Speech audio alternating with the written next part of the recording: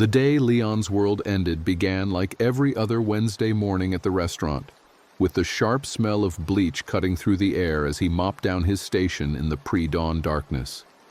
His hands moved automatically, muscle memory from 15 years of opening shifts guiding the cloth across stainless steel surfaces until they gleamed under the harsh kitchen lights. The rubber mat beneath his feet was still damp from yesterday's clothes, and he could feel the cold seeping through his non-slip shoes as he worked. Outside, Charlotte was just beginning to wake, the distant hum of traffic on Independence Boulevard building slowly toward the morning rush. He checked his phone before sliding it back into his pocket. A text from his son, sent late last night after Leon had already crashed. Practice was good. Coach says I might start Friday. The words made something warm bloom in his chest despite the exhaustion that had settled into his bones like rust. 16 years old and already taller than Leon, with better hands and faster feet than his father had ever possessed. The kid had a real shot at a scholarship, maybe UNC Charlotte if he kept his grades up and his jump shot consistent. Leon had missed the practice, missed most practices if he was honest with himself, but that was the cost of keeping food on the table and the lights on in their apartment. The walk-in refrigerator hummed its constant drone, a sound so familiar Leon barely registered it anymore. He pulled open the heavy door and stepped into the cold, his breath misting immediately. The inventory was running low on prep.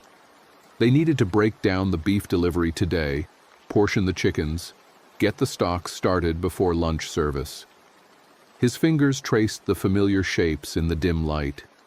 Cambros full of yesterday's mise en place, sheet trays stacked with par-baked bread, the hanging carcasses waiting for his knife.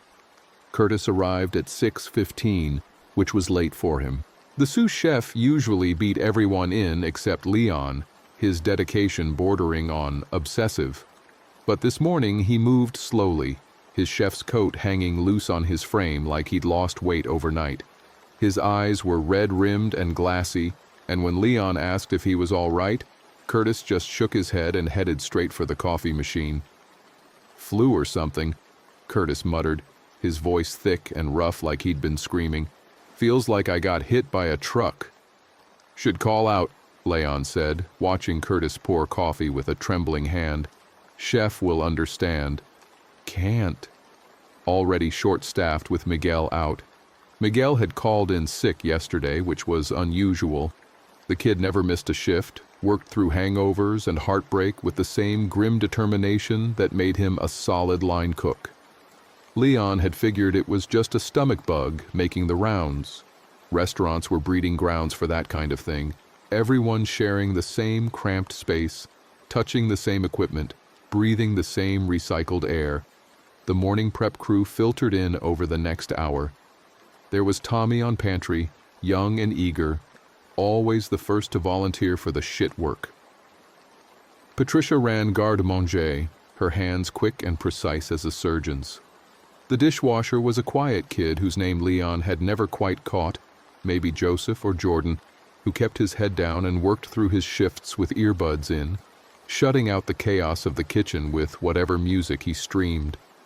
They fell into the rhythm of prep work, that familiar dance of chopping and slicing, the percussion of knives on cutting boards, creating a kind of industrial symphony. Leon broke down a case of chickens, his knife sliding through joints with practiced ease, separating thighs from legs, breasts from carcass. The blade was an extension of his hand, 10 inches of German steel he'd saved up for when he first started working kitchens. He kept it sharp enough to shave with, stropping it against the steel every few cuts. The ringing sound, another note in the kitchen's song. Curtis worked across from him, prepping vegetables for the lunch special. But his movements were off. The knife slipped twice, and the second time it bit into his thumb deep enough to draw blood. He cursed and grabbed a side towel, wrapping it tight, but Leon could see the red spreading through the white cloth faster than it should. "You need to get that looked at," Leon said. "It's fine." Curtis's voice was strained. "Just need a Band-Aid." But when he unwrapped the towel to examine the cut, Leon saw something that made his stomach turn. The wound wasn't bleeding clean red. There was something dark mixed in with it, almost black, and the skin around the cut was already starting to look inflamed, the edges gray and wrong. "That's infected," Leon said. "Seriously, man, you need to go to urgent care." Curtis stared at his hand like it belonged to someone else. Sweat beaded on his forehead despite the kitchen's chill. "Yeah," he said finally. "Yeah, maybe you're right." But he didn't move. He just stood there, swaying slightly, his eyes fixed on that dark blood pooling in his palm. The radio in the kitchen had been playing the usual morning show, the host's banter providing background noise no one really listened to. But around 8 o'clock, the music cut off mid-song, replaced by the flat, official tone of an emergency broadcast. Everyone stopped working, knives pausing mid-cut, hands going still, asking residents to remain calm and stay indoors if possible. The incident at the UNC Charlotte Research Facility is currently under investigation. First responders are on scene. Anyone experiencing sudden onset fever, disorientation, or violent behavior should seek immediate medical attention. Again, this is not a test. The broadcast cut back to music, but the damage was done.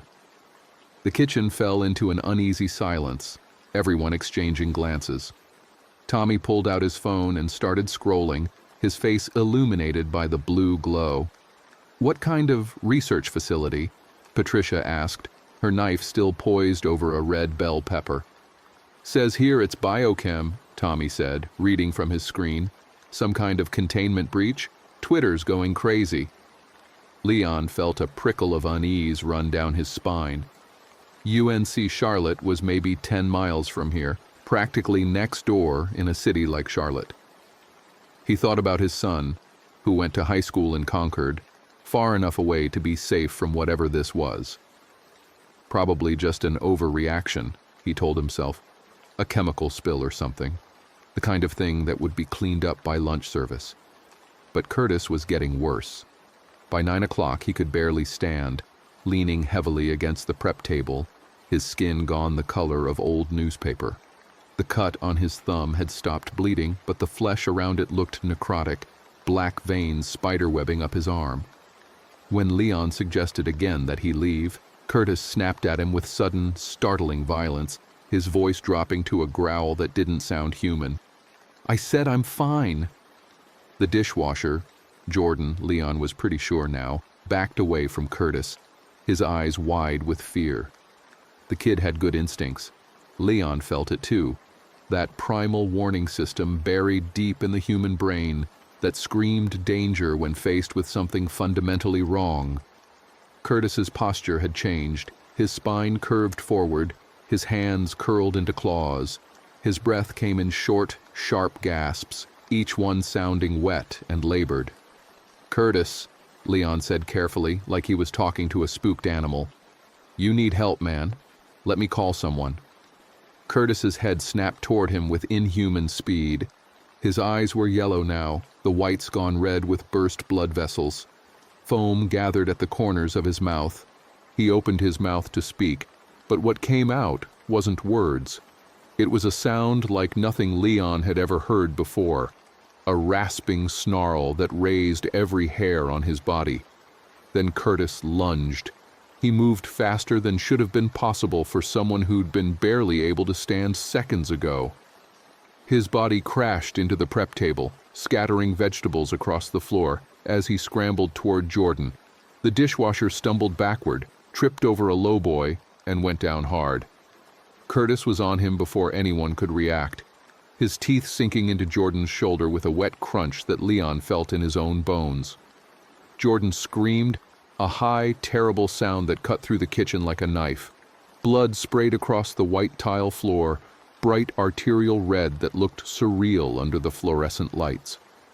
Curtis shook his head like a dog with a toy, tearing away a chunk of flesh and muscle. Jordan's scream turned into a gurgle, his hands scrabbling uselessly at Curtis's face.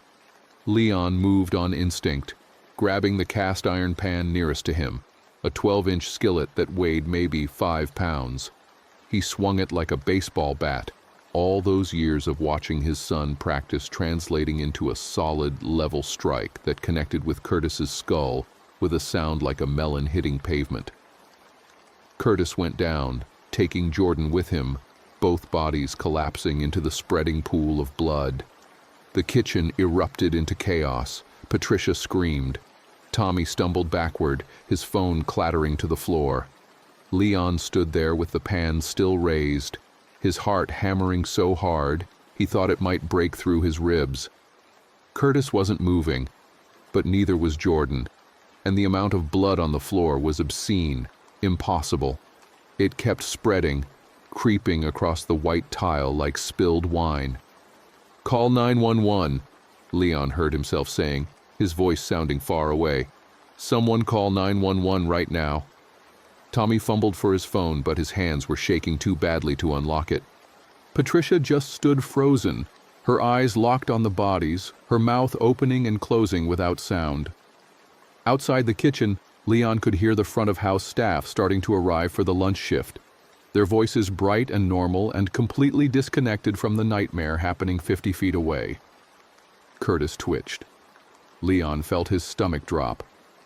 The sous chef's fingers curled, scraping against the blood-slick tile. His head lifted, just a fraction, and Leon saw his eyes. Completely white now, the pupils rolled back, leaving only that milky expanse.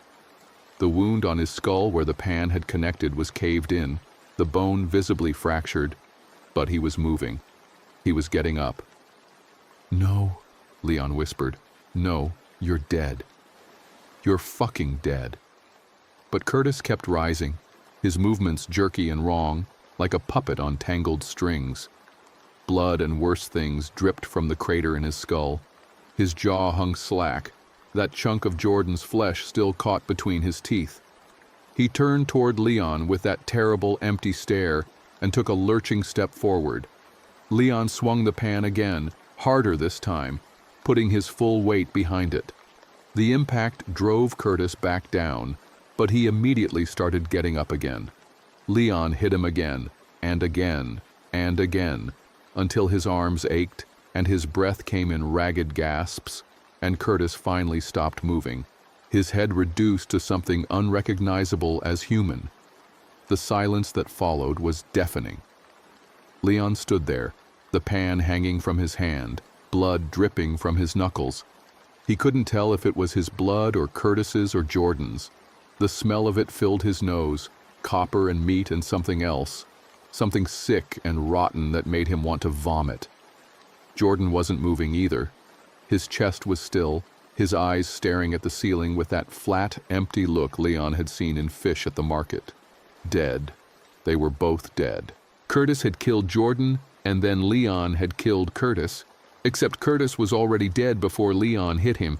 He had to have been. No one could function with a wound like that. "We have to get out of here," Patricia said suddenly, her voice high and thin. "We have to leave right now." "We can't just leave," Tommy said. "There's a protocol. We have to wait for the police." "Look at him!" Patricia jabbed a finger at Curtis's corpse. "That's not normal. That's not a heart attack or a seizure or whatever the fuck else you think this is. Something is wrong with him." Leon's phone buzzed in his pocket. He pulled it out with shaking hands, blood smearing across the screen.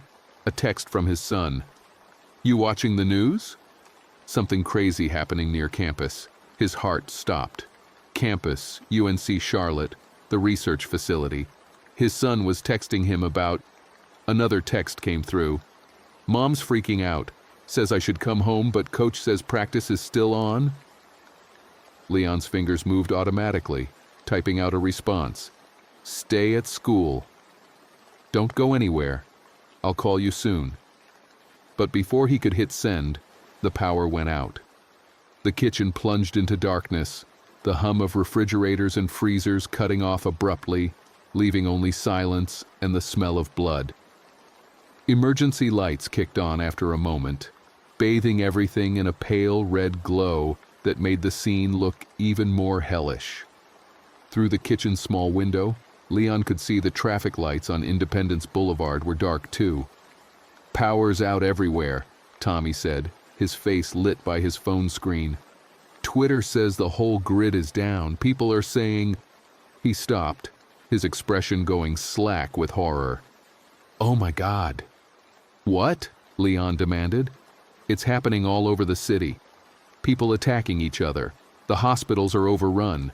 There's Jesus, there's video. This guy he's eating someone. He's actually eating—" Tommy bent over and vomited, the sound violent in the quiet kitchen. Patricia was already moving toward the back door, her hands fumbling with the locks. Leon looked down at his phone, at the unsent message to his son, and felt a wave of terror so intense it made his knees weak. Concord was 25 miles away, 25 miles of highway through one of the fastest-growing metro areas in the southeast. In good traffic, it was a 40-minute drive. In bad traffic, it could take 2 hours. And if whatever was happening here was happening everywhere, he had to get to his son. "I'm leaving," he said, shoving his phone into his pocket. "Anyone who wants to come should come now." Patricia already had the back door open, and Leon saw what was waiting outside.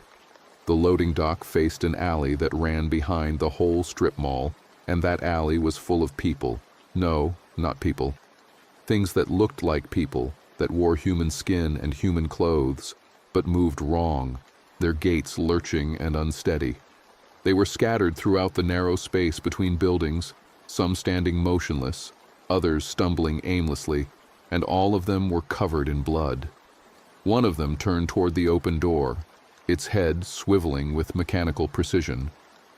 Its face was a ruin, the nose torn off, one eye hanging by the optic nerve.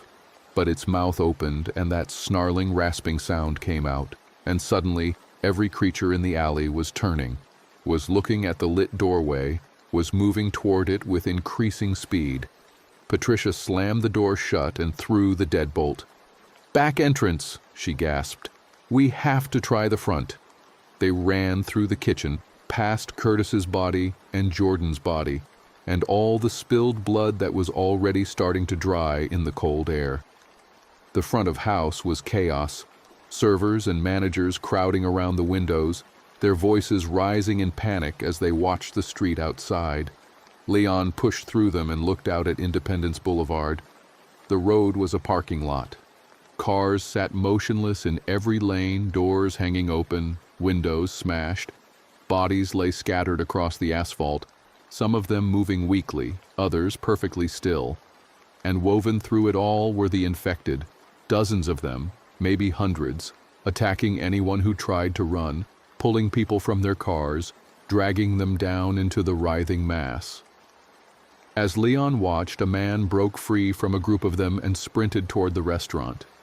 He was in his 30s, wearing a business suit torn and stained with blood.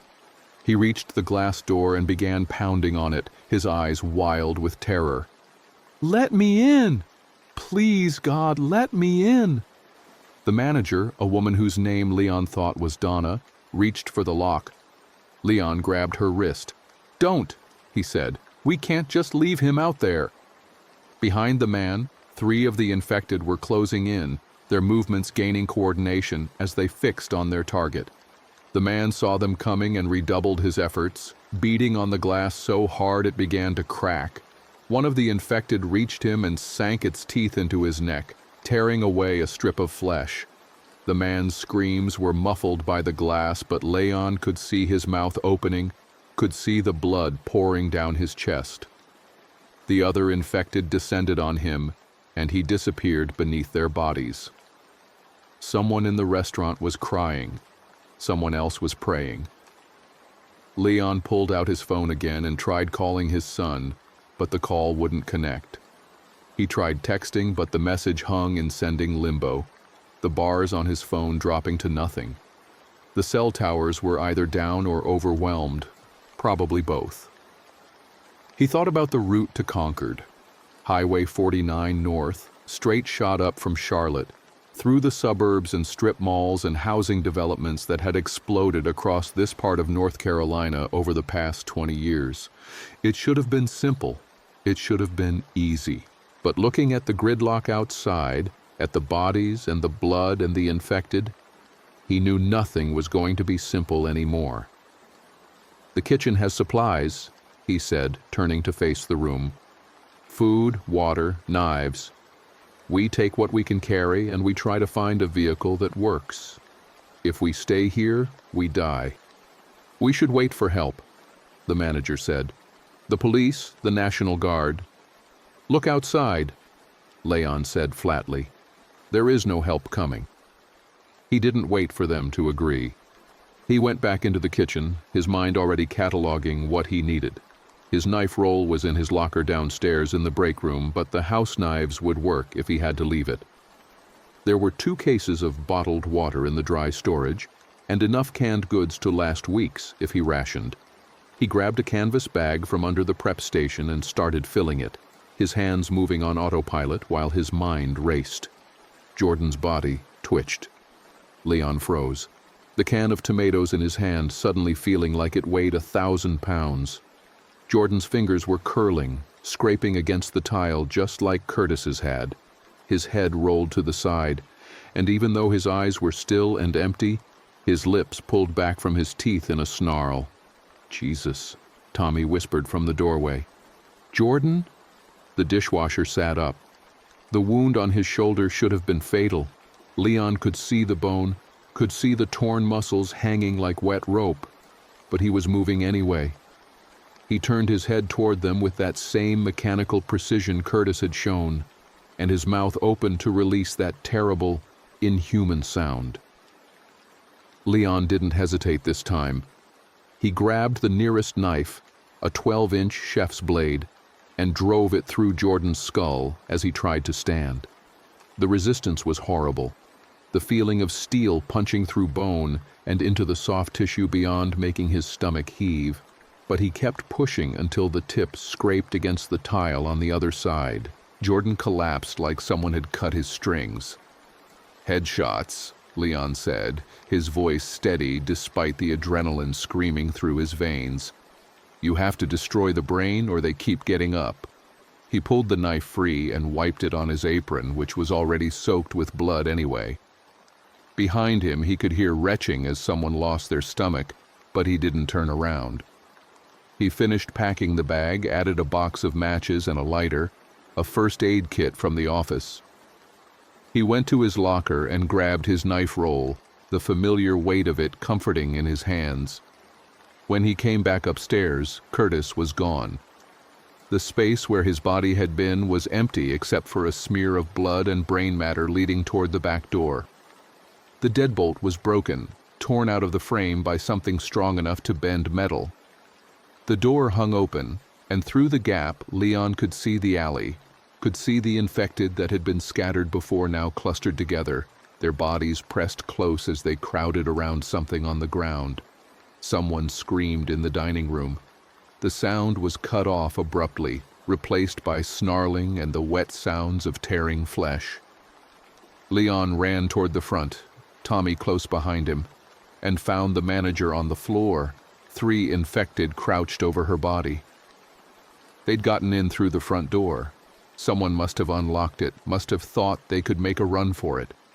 The glass was shattered, and more infected were pouring through the opening, their reaching hands stained red. "Back door!" Leon shouted, even as he knew it was useless. The back door was compromised too. They were surrounded, trapped in this restaurant that had been his second home for 15 years, watching his co-workers die one by one. Patricia grabbed his arm. "The roof," she said. "The access ladder by the walk-in." Leon had forgotten about the ladder. It led up to the roof where the HVAC units lived, rarely used except by maintenance crews. He nodded and they ran for it, Tommy and 2 servers he didn't know following close behind. The ladder was narrow and steep, and climbing it with a full pack was awkward, but fear gave him strength he didn't know he had. He pushed open the roof access hatch and pulled himself out into the morning sun. The view from the roof was worse than anything inside. Charlotte stretched out in every direction, and everywhere Leon looked he saw smoke. Fires burned unchecked throughout the city, pillars of black smoke rising into the pale blue sky. The traffic on every visible road was stopped, locked in place by vehicles that would never move again. And between the cars, through the streets, across the parking lots and sidewalks, the infected wandered in growing numbers. From this height, they looked almost peaceful, just people going about their business, except for the way they moved, the way they clustered around anything living, the way they tore into their victims with single-minded hunger. His phone buzzed. Another text from his son. Coach canceled practice. Going to mom's. Traffic is crazy. Relief hit Leon so hard he had to sit down. His ex-wife lived in Huntersville, on the opposite side of Charlotte from the research facility. It wasn't Concord, wasn't their apartment, but it was somewhere, and it was away from the immediate danger. He tried calling again, but the call still wouldn't connect. He texted back, "Stay inside. Lock all doors and windows. Don't let anyone in. I'm coming to get you." The message hung in sending, the little spinning wheel mocking him. He stared at it until Tommy touched his shoulder. "What do we do now?" Leon looked out at the ruined city, at the 25 miles of hell that stood between him and his son, and felt despair trying to drag him under. He pushed it down. Despair was a luxury he couldn't afford. "We find a vehicle," he said. "We get weapons. We survive long enough to get out of this." The restaurant roof connected to the building next door, a mattress store that looked dark and empty. They climbed across, moving carefully on the hot asphalt, and found the roof access unlocked. The store interior was chaos, mattresses overturned, the register smashed, a body behind the counter that had been there long enough to start attracting flies. But there were no infected inside, and the back room had a delivery door that opened onto a different alley than the restaurant's. This alley was quieter, just a few infected wandering aimlessly at the far end. Leon led the group out, his knife ready, moving as silently as 15 years of kitchen work had taught him. They reached the street and pressed themselves against the wall, watching the infected pass by 20 feet away. The creatures moved like they were drunk, stumbling and swaying. But when one of them spotted a cat darting across the street, it moved with sudden, terrifying speed, running the animal down and tearing into it with savage enthusiasm. "They're attracted to movement," Patricia whispered. "We need to stay quiet and slow." They worked their way down the street, moving from car to car, using the abandoned vehicles as cover. Leon tried the doors of each one, looking for keys left in the ignition, but found nothing. Most had been looted already, windows smashed, interiors ransacked. The infected paid them no attention as long as they moved slowly, but Leon could see more of them emerging from buildings, from alleys, from the spaces between houses. The numbers were growing exponentially, and he knew with sick certainty that within hours, maybe minutes, there would be too many to avoid. A pickup truck sat at the corner, its bed loaded with construction equipment. The driver's door was open and there was blood on the seat, but the keys were still in the ignition. Leon climbed in and turned them. The engine coughed, sputtered, and died. He tried again, pumping the gas, and this time it caught, the rumble of the engine obscenely loud in the quiet street. Every infected in a 3-block radius turned toward the sound. "Get in!" Leon screamed. They piled into the truck bed, grabbing onto the construction equipment for support. Leon threw the transmission into drive and punched the accelerator, the truck lurching forward. An infected man in a postal uniform stepped in front of them, and Leon didn't slow down, the impact sending the creature rolling over the hood. More infected were running toward them now, drawn by the noise and movement, their mouths open in silent screams. Leon drove onto the sidewalk to avoid the worst of the traffic, the truck bouncing violently over the curb. Behind them, the infected gave chase, a growing wave of corpses running with impossible speed. He swung back onto the road and accelerated, weaving between abandoned cars, his hands white-knuckled on the wheel. One of the servers fell out of the truck bed, her scream cut short as the infected swarmed over her. Leon didn't stop. He got them 6 blocks before running into the real gridlock. The highway on-ramps were completely blocked, cars packed together so tightly there was no space to drive between them. He tried side streets, but they were the same, every route north choked with vehicles that would never move again. He got out of the truck, his legs shaking, and looked at the maze of metal and glass that separated him from his son. Behind them, the infected were coming.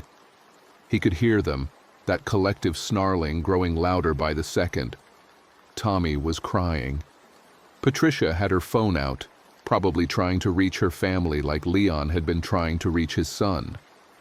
The remaining server, a girl maybe 20 years old, just sat in the truck bed with her arms wrapped around her knees, rocking back and forth. "We have to go on foot," Leon said. "Through the neighborhoods, around the highways. It's the only way," no one argued. They grabbed what supplies they could carry and abandoned the truck, heading into a residential neighborhood that bordered the commercial strip. The houses here were old, the kind that had been built in the 60s and 70s, modest brick ranches with carports and chain-link fences. Some doors stood open, some windows were broken, but most looked intact, their occupants either fled or dead or hiding inside. Leon tried not to think about what they might find if they went inside those houses, tried not to imagine families huddled in basements, children crying, parents trying desperately to protect them from something that couldn't be reasoned with or bargained with or stopped.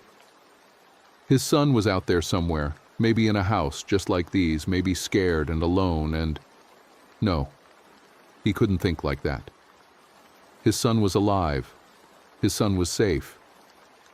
He just had to get to him. They cut through backyards, climbed over fences, moved through the spaces between lives that people had built and abandoned in the span of hours. The sun climbed higher, the temperature rising into the 80s, and sweat soaked through Leon's clothes. His shoulder ached where he'd slammed into something climbing a fence.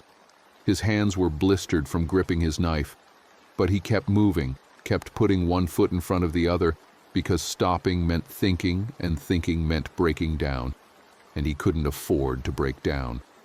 They found a church around noon, a small Baptist congregation with white siding and a steeple that stretched toward the sky. The doors were locked, but a window on the side had been broken, and they climbed through into the Sunday school room. Inside, the church was quiet and cool, sunlight filtering through stained glass to paint the floor in reds and blues and golds. There was no one here, living or dead or infected. They barricaded themselves in the main sanctuary and rationed out food from Leon's pack. The bottled water was warm but clean, and the granola bars he'd grabbed from the restaurant's dry storage tasted like cardboard but provided calories. They ate in silence, too exhausted for conversation, the weight of what they'd seen settling over them like a burial shroud. Patricia was the first to speak. "My kids are at their dad's place in Rock Hill," she said quietly. "I need to get to them."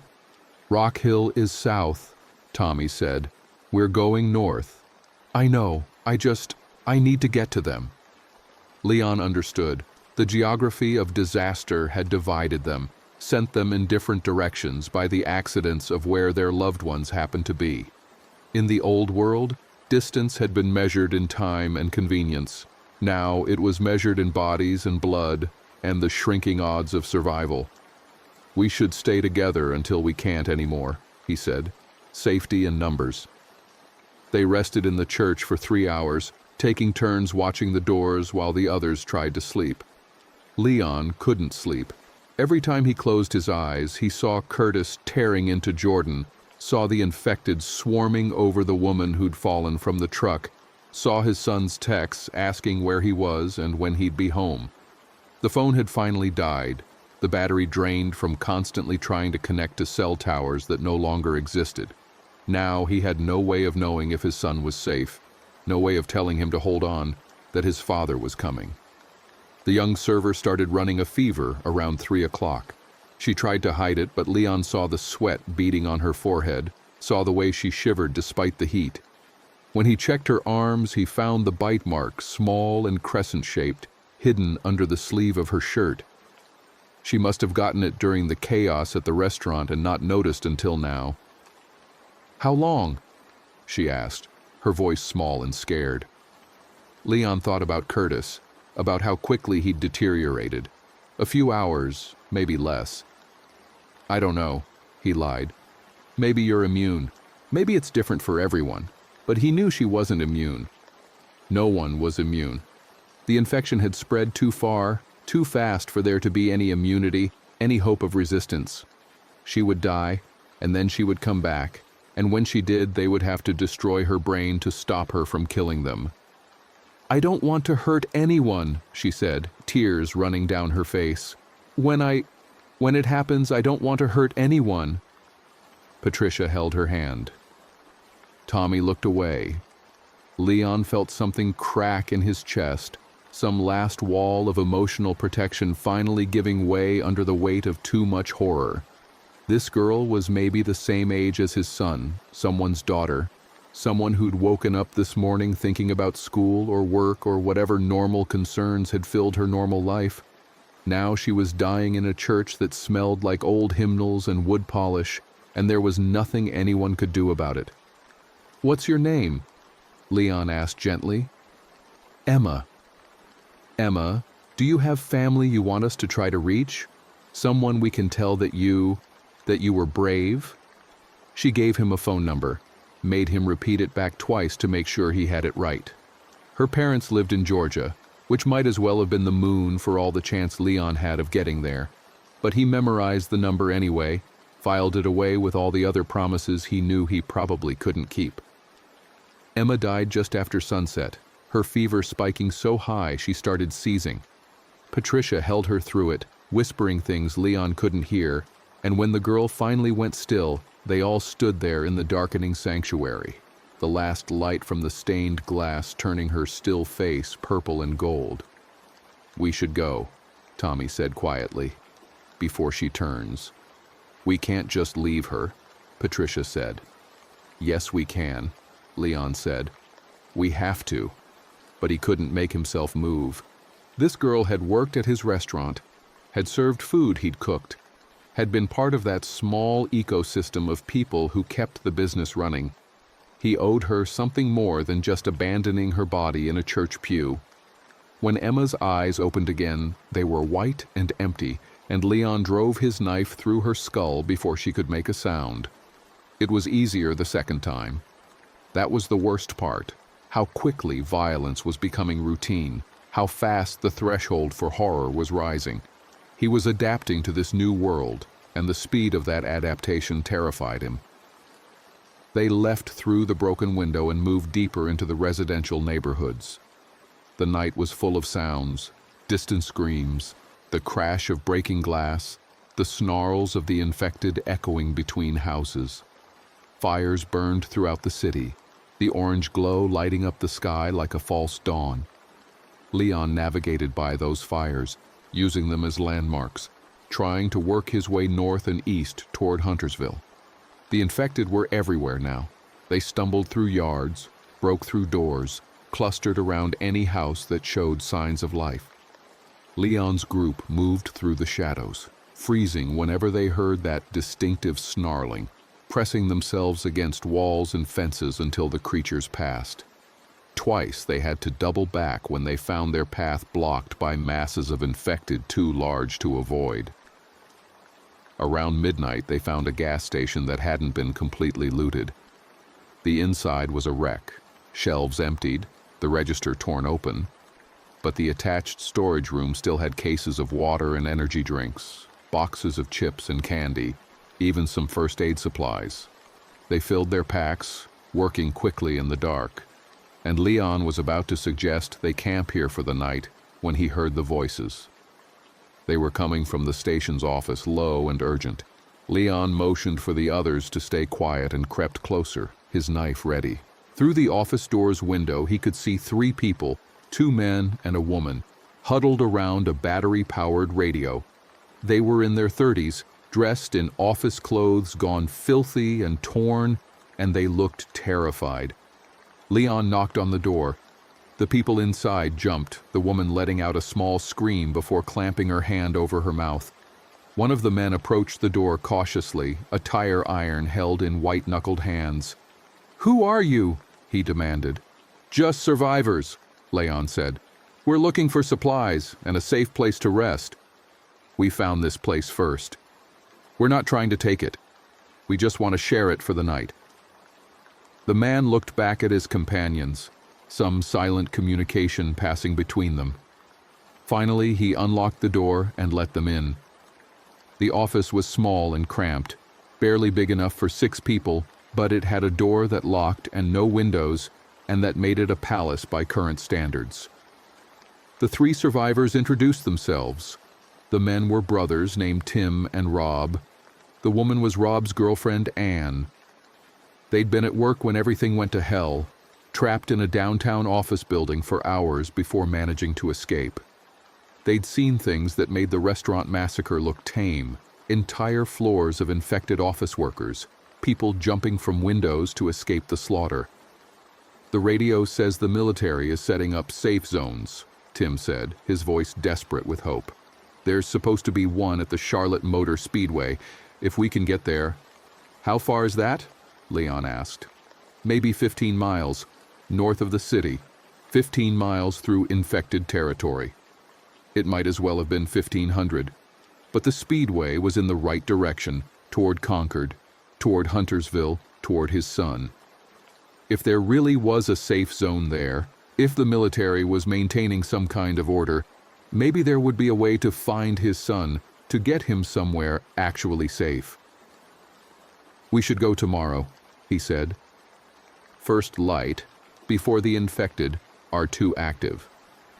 They slept in shifts, 2 people awake at all times, listening for any sound that might indicate the infected had found them. Leon took the last watch, sitting with his back against the door, Patricia beside him. Outside the office window, through the glass door leading to the station proper, he could see shapes moving in the darkness. The infected wandered past in 1s and 2s, their movements aimless but constant, like they were searching for something they could never quite find.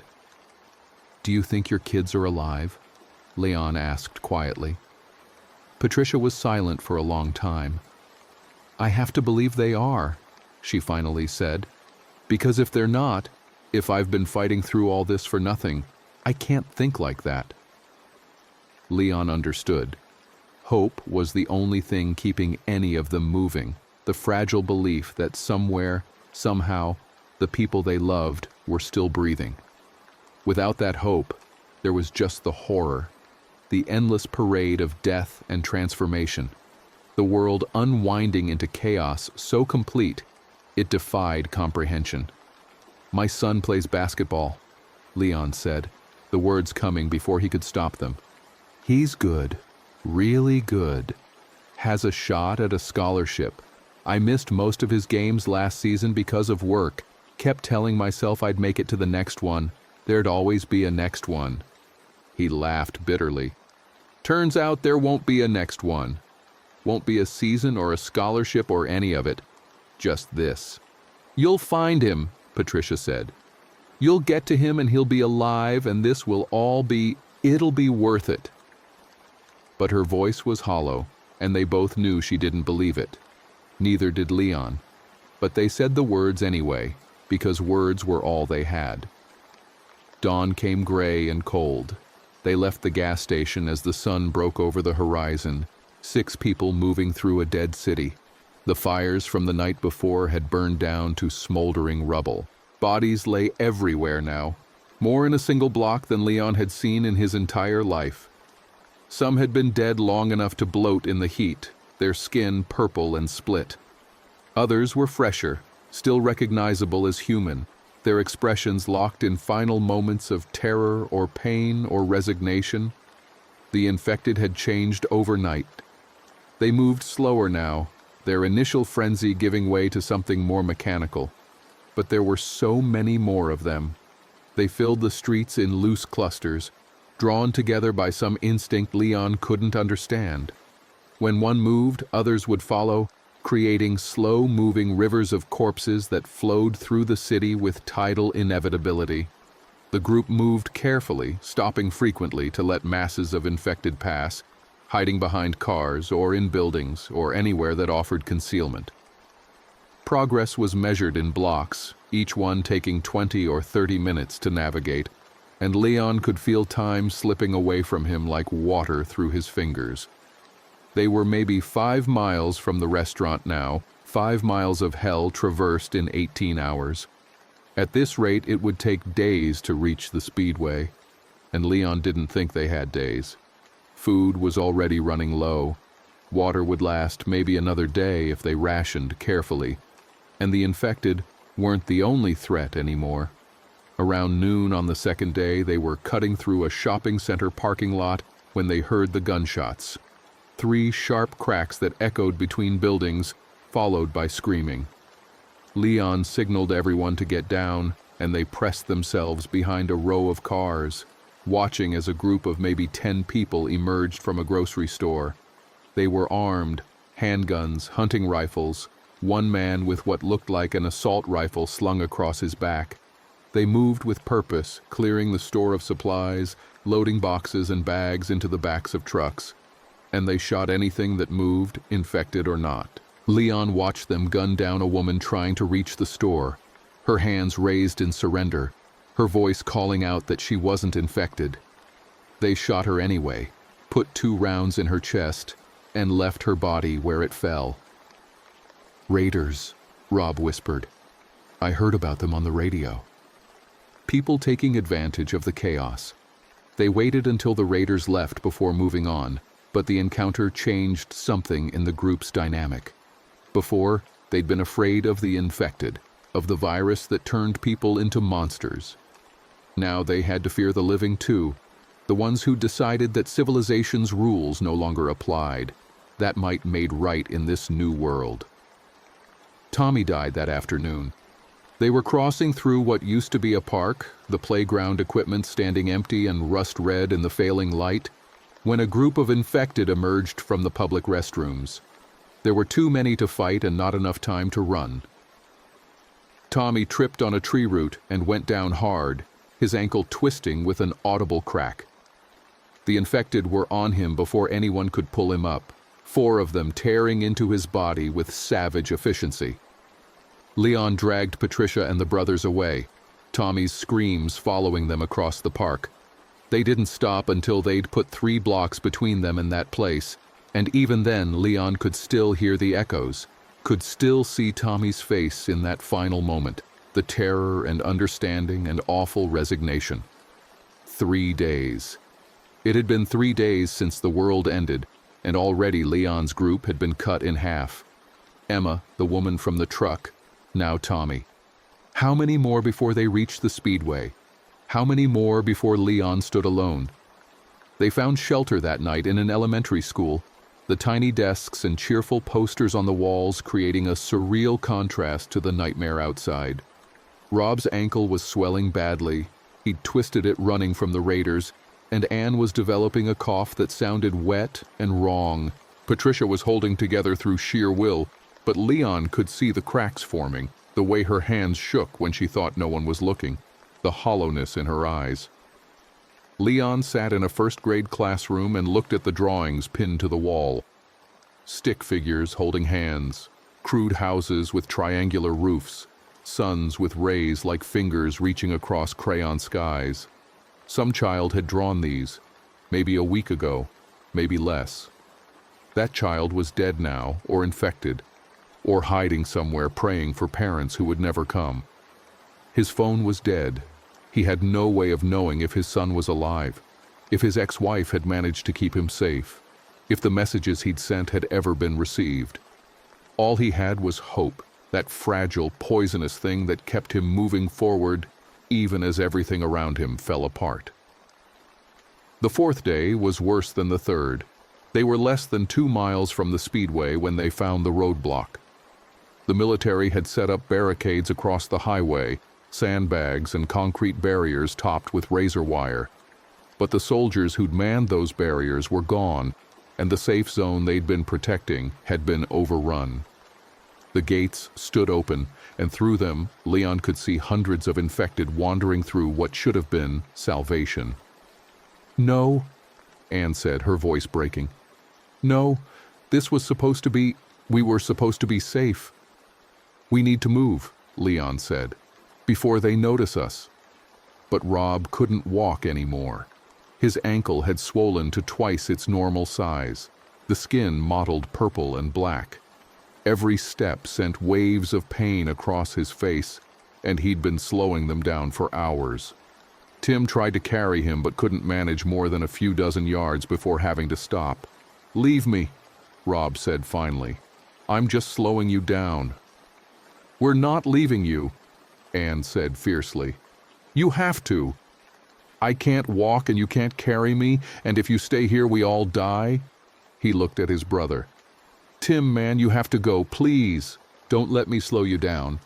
The argument lasted 10 minutes, 10 minutes they didn't have, while the sun sank lower and the infected began to notice the noise. Finally, Rob pulled the tire iron from his belt and handed it to his brother. "Promise me you won't let me turn into one of those things," he said. "Promise me when I'm gone you'll finish it." Tim was crying openly now, and so was Anne, and Leon felt his own eyes burning. This was what the world had become.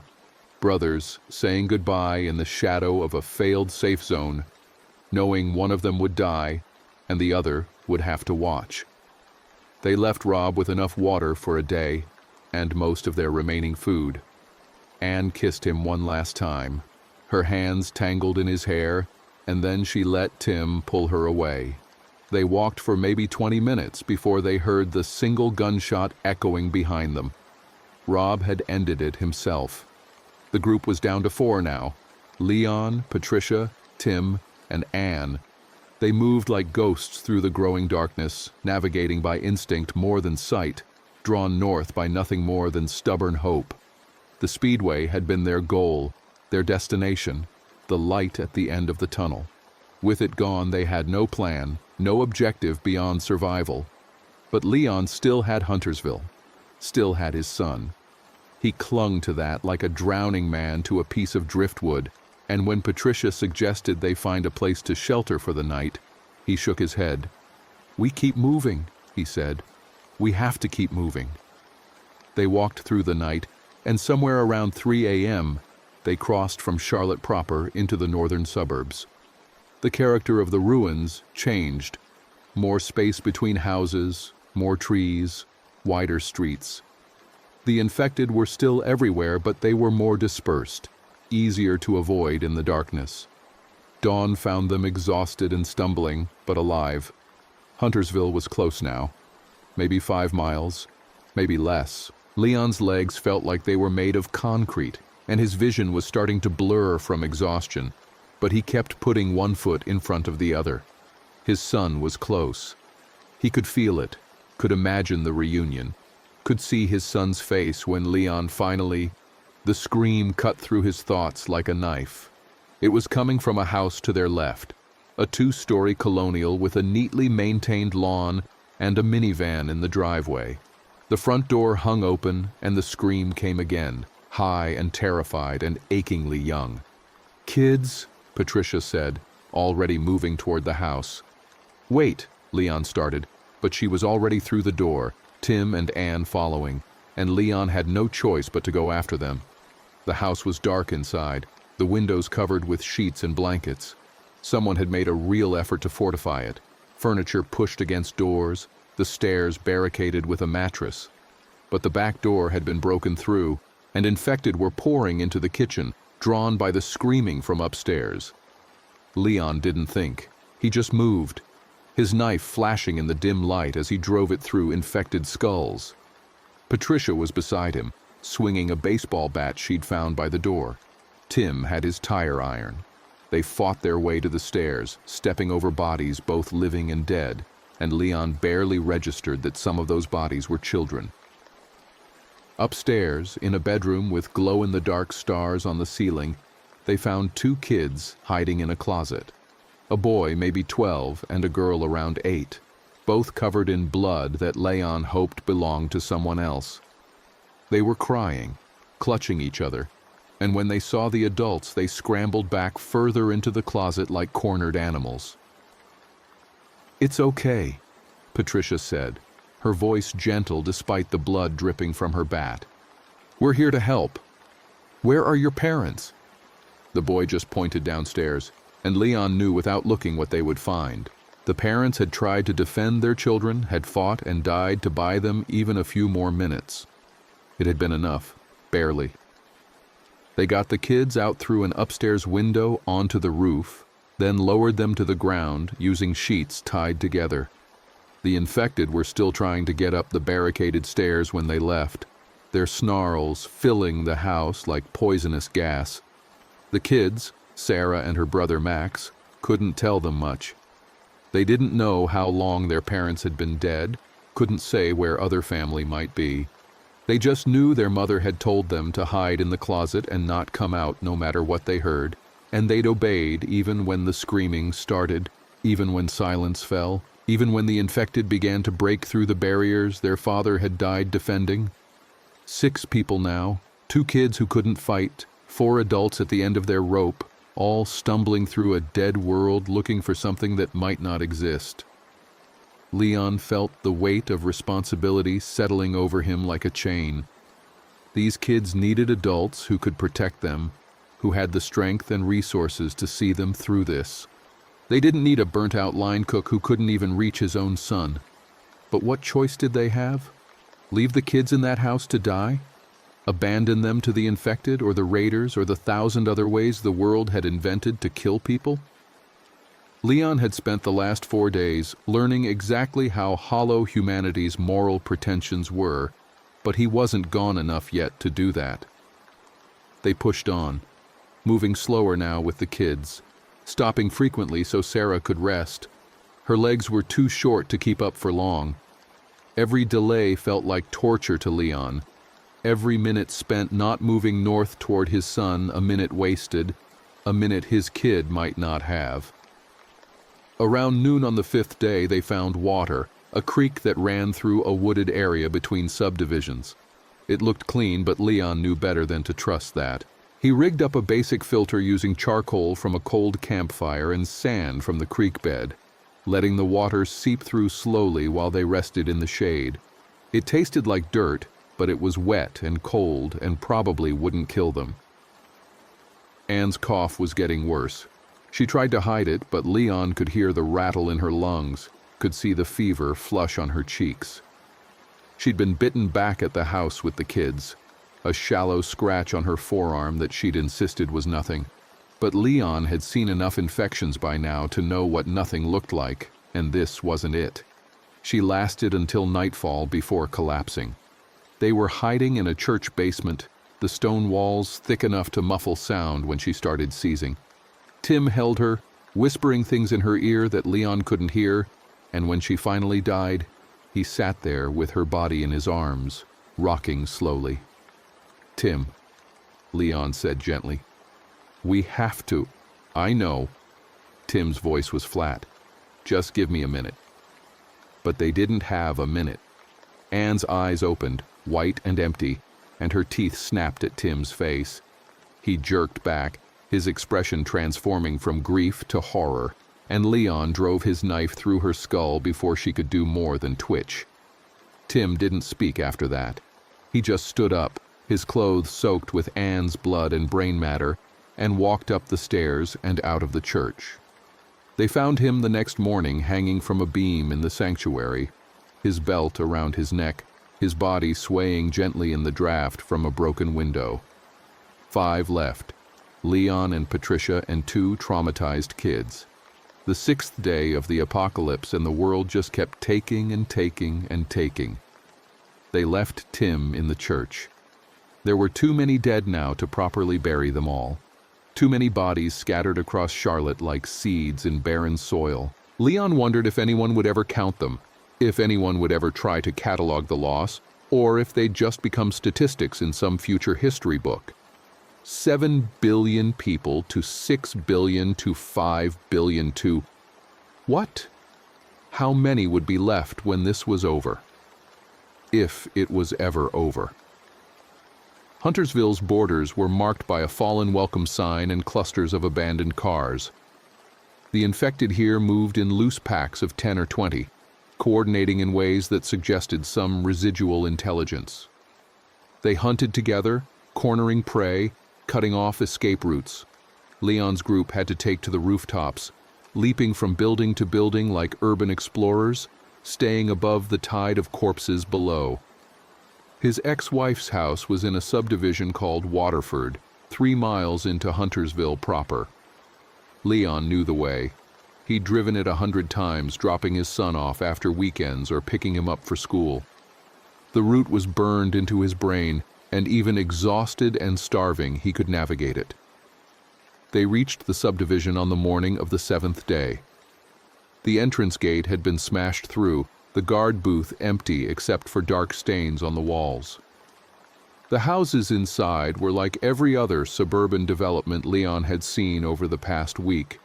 Doors hanging open, windows broken, yards littered with things people had dropped while fleeing. Cars sat in driveways with keys still in the ignition, testament to how fast everything had collapsed. His ex-wife's house was on Brookridge Court, a cul-de-sac at the back of the development. Leon led the group through backyards, staying off the streets where possible, his heart hammering so hard he thought it might burst. His son was here, had to be here.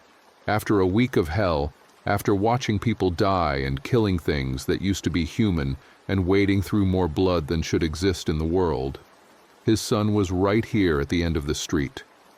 The house looked intact from the outside. The windows were boarded up, the doors reinforced with 2x4s nailed across the frames. Someone had written, "Survivors inside," across the garage door in orange spray paint. Leon felt hope surge so strongly it made him dizzy. "Stay back," he told Patricia and the kids. "Let me check it first." He approached the front door and knocked, a specific pattern his son would recognize. 3 quick, 2 slow, 3 quick.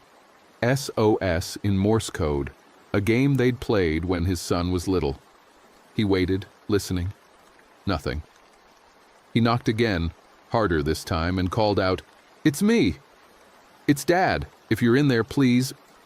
The door cracked open 6 inches, stopped by a chain lock. A face appeared in the gap. Not his son, but a woman he vaguely recognized from parent-teacher conferences. His ex-wife's neighbor, maybe, or someone from the PTA. "You need to leave," she said, her voice tight with fear. "My son," Leon said. "Is he here?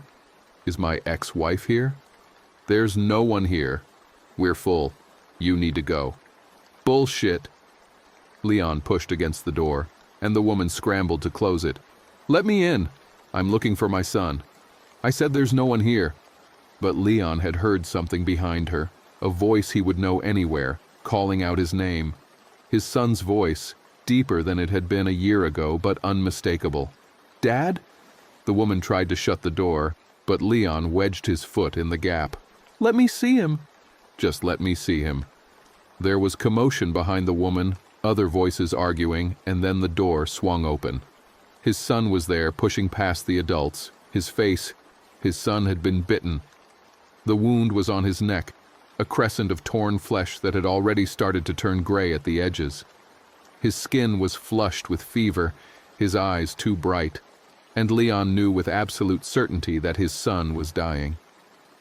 "Dad," his son said, and his voice was slurred like he was drunk. "Dad, I knew you'd come. I told them you'd come." Leon felt his legs give out. He caught himself on the doorframe, staring at his son, at the bite that meant death, at the end of every hope that had kept him moving for the past week. Everything he'd survived, everyone he'd watched die, all the horror and blood and nightmare, it had all been for nothing. "When?" Leon heard himself ask. "Yesterday," his ex-wife said, appearing behind their son. She looked like she'd aged 10 years in a week, her face gaunt and gray. "One got in through the basement. We killed it, but—" She didn't need to finish. They both knew what came next. Their son would die within hours, maybe minutes, and then he would come back. "I'm sorry," she said, and she was crying now, tears cutting tracks through the grime on her face. "I'm so sorry. I tried to keep him safe. I tried—" Leon pulled himself together through sheer force of will. He climbed to his feet and stepped into the house, wrapping his arms around his son. The kid was tall enough now that Leon had to reach up slightly, and that small detail broke something in him that had survived everything else. His son hugged him back, and Leon could feel the fever burning through his skin. "It's okay," Leon whispered into his son's hair. "I'm here now. I'm here." Behind them, Patricia was getting Sarah and Max inside.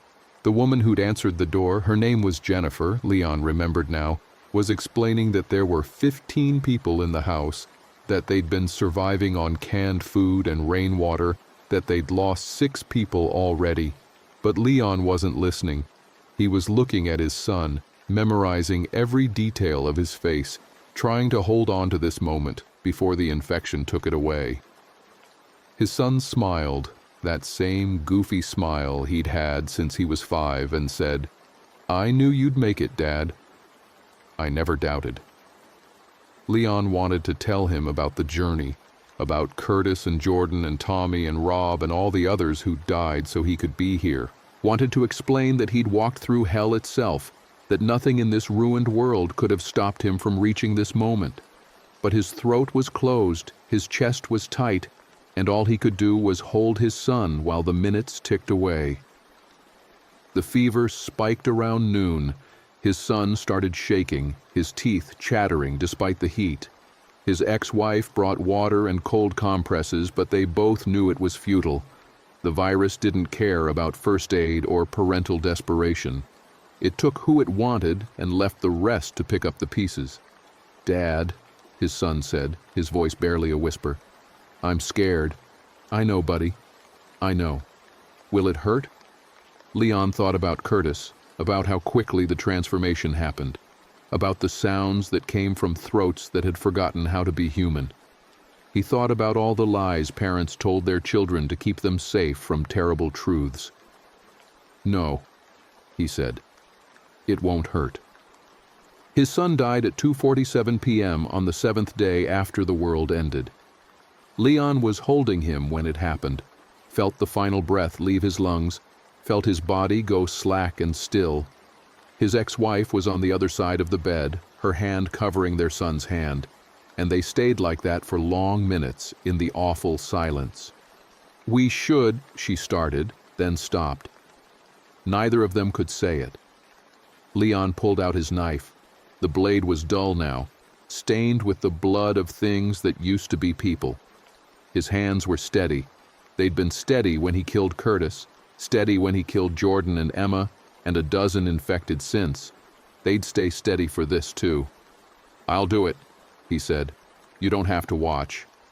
"Yes, I do," his ex-wife said. "He's my son too." So they waited together, watching their dead child for signs of reanimation. It took less time than Leon expected. Maybe 10 minutes after death, their son's eyes opened. They were still brown, still recognizably his, but there was nothing behind them now, no spark of consciousness or recognition or humanity. Leon drove the knife through his son's skull. The resistance was wrong. This wasn't like killing a stranger or an infected monster that only looked human. This was his son, his child, the person he'd created and raised and loved more than anything in the world.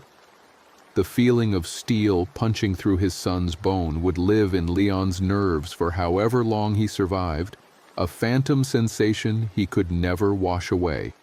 They buried him in the backyard, wrapped in a sheet because there were no coffins left in the world. Patricia said some words from the Bible, and Sarah and Max put flowers from the garden on the grave, and Leon stood there with dirt under his fingernails, thinking about basketball practice and missed games and all the time he'd wasted working double shifts, when he should have been watching his son play. The house survivors had established a routine over the past week. Sentries rotated watch on the roof, 2 people always scanning for threats. They rationed food carefully, making the supplies last as long as possible. Water came from the hot tub out back, drained and refilled with rainwater, then boiled before drinking. They had rules about noise, about when you could move around, about how to handle infection. Leon learned these rules, but didn't really hear them. He moved through the house like a ghost, helping with tasks mechanically, his mind somewhere else entirely. He'd reached his son. He'd made it across Charlotte through nightmare after nightmare, had survived impossible odds, had done everything right, and it hadn't mattered. His son had died anyway, and Leon had been the one to destroy what was left. 3 days passed in a blur. On the 10th day since the outbreak began, raiders found the house. There were maybe 20 of them, armed with guns and makeshift weapons, driving trucks mounted with spotlights. They surrounded the property and demanded supplies, food, water, medicine, demanded women, demanded submission. Jennifer wanted to give them what they asked for, thought it would buy safety, but Leon had seen raiders before, had watched them shoot an unarmed woman begging for help. He knew there was no safety in submission, no mercy in surrender. These people would take everything and kill them anyway, because that's what the world was now. Predator and prey, and nothing in between. "We fight," he said. "We can't fight them," Jennifer argued. "They have guns. They'll kill us either way. At least this way we die standing." The vote was close, 8-7 in favor of resistance. The 7 who voted to surrender left through the back door, slipping out while the raiders were focused on the front. Leon hoped they'd make it, hoped they'd find somewhere safe, but he knew they probably wouldn't. The world didn't reward cowards any more than it rewarded heroes. 8 people stayed to fight. They had 3 guns among them, 2 hunting rifles, and a pistol with 6 bullets. The rest made do with kitchen knives and baseball bats and whatever else they could weaponize. Leon took the knife he'd used to kill his son, the blade he'd carried for a week through hell, and thought about how fitting it was that he'd die with it in his hand. The raiders came at dawn while the light was thin and gray and perfect for killing. They breached the front door with a battering ram, poured into the house with guns raised, confident in their superior numbers and firepower. What they didn't expect was that the survivors would actually fight back. Leon killed the first one through the door, drove his knife up under the man's ribs into his heart. The raider went down hard, his rifle clattering across the hardwood floor. Patricia grabbed it and shot the second man in the chest, the report deafening in the enclosed space. Then it was chaos, everyone fighting in close quarters where guns were as much liability as asset. Leon fought with the knife, with his hands, with anything he could grab. He took 2 bullets, one through the shoulder, and one that creased his ribs, but adrenaline kept him moving. He saw Patricia die, her head snapped back by a shotgun blast, saw Jennifer gutted by a man with a machete, saw the survivors falling one by one while the raiders kept coming. The kids, Sarah and Max, he'd hidden in the attic with instructions not to come down no matter what. He hoped they'd listen, hoped they'd stay quiet and still until the violence ended and then run, find somewhere safe, survive in ways he couldn't. They deserved that much. Leon killed 3 raiders before they finally brought him down. A crowbar to his knee that shattered the joint, then hands grabbing him, dragging him outside while he fought and cursed, and tried to hold onto the knife. They threw him in the yard next to the other survivors they'd captured alive, 4 people out of the 8 who'd chosen to fight. The raider leader was a man maybe 40, his face scarred and hard, his eyes empty of anything resembling compassion. He walked down the line of captured survivors and shot each one in the head, execution style, their bodies jerking and then going still. When he reached Leon, he paused. "You killed 3 of mine," he said conversationally. That's pretty good for kitchen help.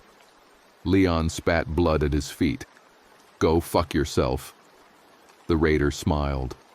Nah, I think I'll let them have you instead.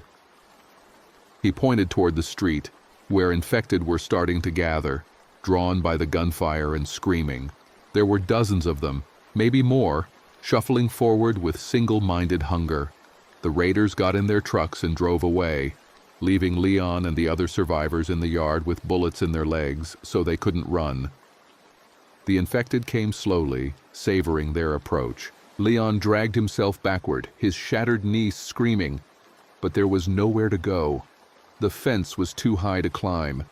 The house was on fire, smoke pouring from windows where the raiders had tossed Molotov cocktails on their way out. The other survivors were screaming, begging, praying to gods who'd abandoned this world a week ago.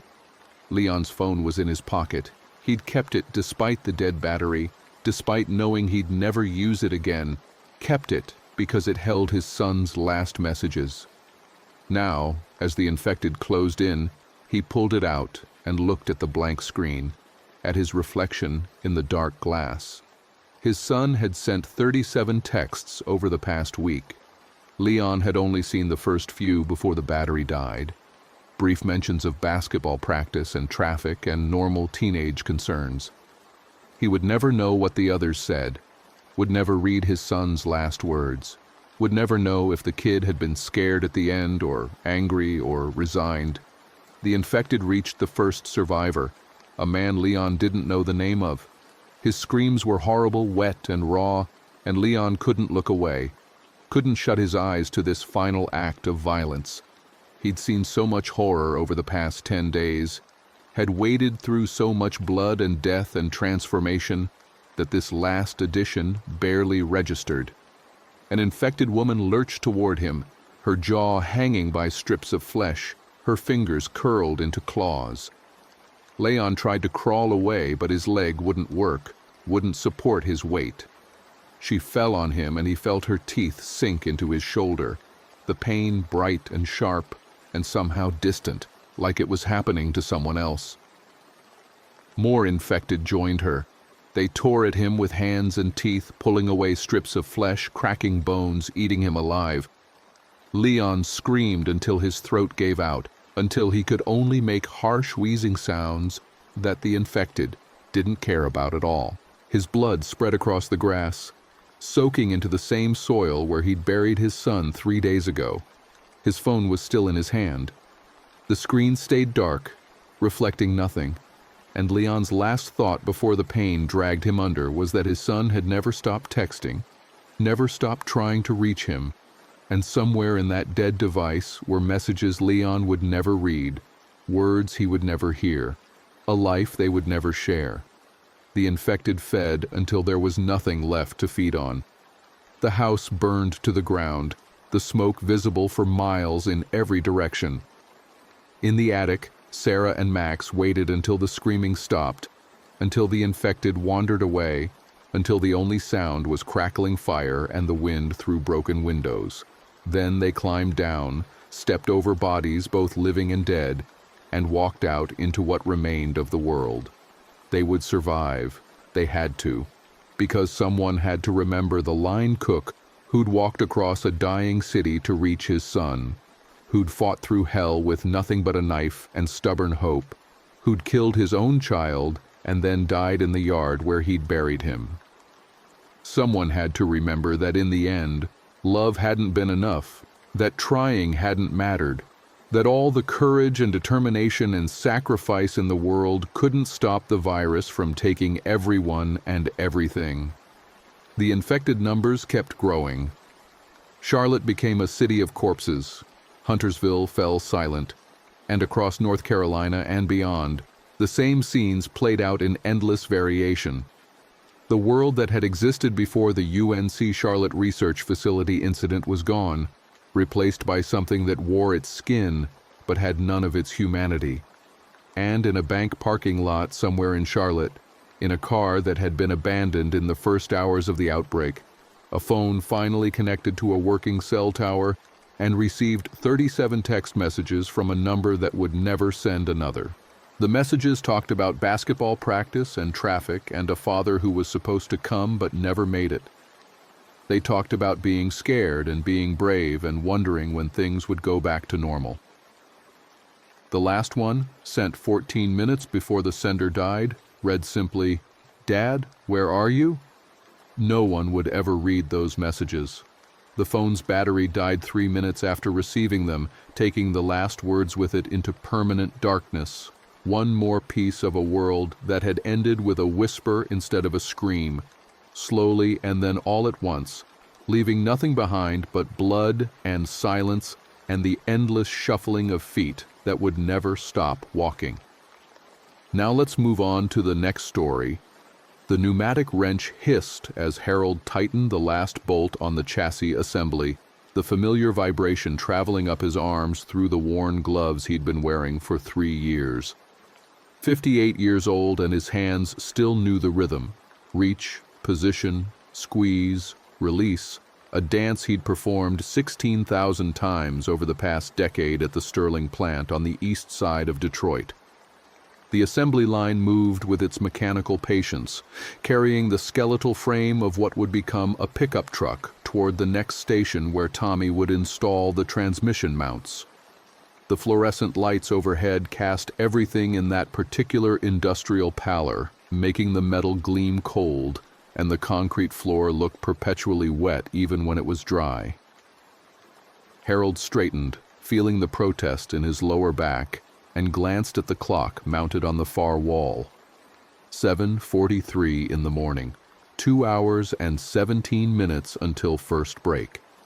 His lunchbox sat on the metal shelf behind his station, blue with a dented corner, containing the turkey sandwich his daughter packed for him last night when he'd stopped by her place in Warren to see the grandkids. Inside the lid, taped to the underside, were the drawings 6-year-old Emma had made, purple flowers, and a stick figure labeled Grandpa with a yellow circle for a smile. Gerald worked the station beside him, had for the past 6 years since the line reorganization. They didn't talk much beyond the necessities, too loud, too focused, but there was comfort in the proximity, in knowing someone competent stood 3 feet away performing their own mechanical meditation. Gerald was younger, 42, with a wife who taught 3rd grade and a son playing college baseball downstate. Sometimes during lunch, they'd compare photos on their phones, Harold showing off Emma and her brother Tyler, Gerald pulling up videos of home runs and diving catches. The morning had started normal enough. Harold had arrived at 6:15, punched in, changed into his work boots in the locker room, where the air always smelled like metal shavings and old coffee. The break room television had been on, tuned to the local news as always, the anchor's voice competing with the rattle of the coffee maker and the conversations of men preparing for another shift. Harold hadn't paid much attention, just caught fragments. Something about Wayne State University, police presence, possible chemical spill at one of the research facilities. Detroit news was always reporting something. Fires in abandoned buildings, shootings on the east side, political corruption downtown. The city had been dying for decades, one more crisis barely registered. But there'd been something in the anchor's tone that morning, an edge of genuine concern rather than the rehearsed gravity they used for routine tragedies. The words "terrorist attack" had cut through the ambient noise, making several heads turn toward the screen. The footage showed emergency vehicles surrounding a modern research building on Wayne State's campus, hazmat teams in yellow suits moving with urgent purpose. A spokesperson from the university, a woman in a gray suit with exhausted eyes, had been saying something about containment protocols and asking people to avoid the area. Then the factory whistle had blown and everyone had moved toward their stations, the news dissolving into the background of another workday. 2 hours into the shift, Harold noticed the first signs that something was different. The line supervisor, a thick-necked man named Robertson, who'd worked at Sterling for 30 years, kept checking his phone, his face pinched with concentration. Supervisors weren't supposed to use phones on the floor, safety regulations, insurance liability, but Robertson stood near the main aisle with the device pressed to his ear, nodding at whatever he was hearing. Other workers had noticed too. The rhythm of the line faltered slightly, people glancing toward Robertson, then back to their work, then toward him again. Harold fitted another bolt, feeling the threads catch and bite. The chassis moved forward. Gerald was slower than usual at his station, and when Harold looked over, he saw his co-worker had paused, one hand pressed against the workbench, head tilted down like he was catching his breath. The noise of the plant made it impossible to ask if he was all right. The constant percussion of pneumatic tools, the grind of metal on metal, the warning beeps of forklifts moving materials. Harold watched for another moment, then returned to his own work. Gerald probably just needed water. It happened. The plant floor was hot, the air thick with industrial dust and the smell of lubricant. By 9 o'clock, the wrongness had spread through the plant like a stain. 3 workers from B-Line had been escorted to the medical office, and word traveled through the floor in fragments shouted over the machinery. Fever, vomiting. One of them had collapsed right at his station, just folded down like someone had cut his strings. The rumor mill churned. Food poisoning from the vending machines, gas leak, flu outbreak. Harold kept working, but his attention was split now, divided between the bolts and the growing sense that the day had tilted off its axis. Gerald stopped working entirely at 9:14. Harold knew the exact time because he checked the clock when his co-worker suddenly bent double, hands gripping the edge of the workbench, and made a sound like he was trying to cough something up from the bottom of his lungs. The chassis that needed attention rolled past Gerald's station untouched, triggering a fault light that started flashing red. Harold dropped his wrench and moved toward Gerald, grabbing his shoulder. The body beneath his hand was radiating heat, the kind of fever you could feel through 2 layers of clothing. Gerald's face was flushed dark, sweat pouring down his temples, his eyes unfocused and glassy. Harold was shouting for Robertson, for anyone, but the noise of the plant swallowed his voice. He tried to support Gerald's weight, but the younger man's legs had gone loose, and they both stumbled. Other workers were noticing now, stopping their own tasks, creating a cascade of fault lights down the line. The assembly belt kept moving, indifferent, carrying incomplete chassis past empty stations. Someone hit the emergency stop, and suddenly the absence of noise was shocking, the plant falling into an eerie mechanical silence, punctuated only by the hiss of releasing pressure and the sound of Gerald's labored breathing. Robertson was there then, along with 2 other supervisors, and hands were pulling Harold back, someone saying to give him space, someone else on a radio calling for medical. Gerald was on his knees now, both hands pressed against the concrete floor, strings of saliva hanging from his mouth. His breathing had become rapid and shallow, almost panting, and the veins in his neck stood out like cables. Harold had seen men get sick on the floor before. Heat exhaustion, heart attacks, strokes. But this was different. This looked like Gerald was fighting something invisible, some internal battle that was consuming him from the inside out. The plant medical team arrived with a stretcher and a first aid kit that seemed laughably inadequate. They were 2 people, a man and a woman in white shirts with sterling plant medical patches on the shoulders, and they approached Gerald with the cautious confidence of professionals who'd handled drunk workers and smashed fingers, but nothing quite like this. The woman knelt beside Gerald, trying to check his pulse, saying his name in a calm voice. Gerald's only response was to convulse, his whole body seizing so violently that his head cracked against the concrete with a sound that made Harold's stomach turn. Then the lights went out. Not all of them. The emergency systems kicked in after 2 seconds. But the main overhead fluorescence died, leaving the plant floor illuminated by the dim glow of emergency lighting and the daylight struggling through the high windows. Someone swore. Robertson was shouting into his radio about getting main power back online. The medical team was still working on Gerald, trying to roll him onto his side, and Harold stood there with a dozen other workers, watching, useless. The sound Gerald made next would stay with Harold for the rest of his life, however long that would be. It wasn't human.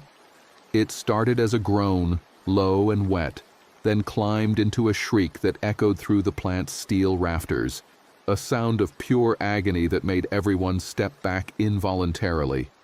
Gerald's body arched, spine bowing, and then he went completely still. The silence that followed lasted perhaps 5 seconds, long enough for the woman from medical to lean in close, checking for breathing, her fingers on Gerald's neck searching for a pulse. Gerald's eyes opened. They were wrong. The glassiness was gone, replaced by something flat and dark. Pupils dilated so wide there was almost no color left. His head turned with mechanical precision toward the medical woman, and before anyone could process what was happening, Gerald's hand shot out and grabbed her wrist. She made a small surprise sound, tried to pull back, but Gerald was moving now with terrible speed and purpose, pulling himself up, pulling her down.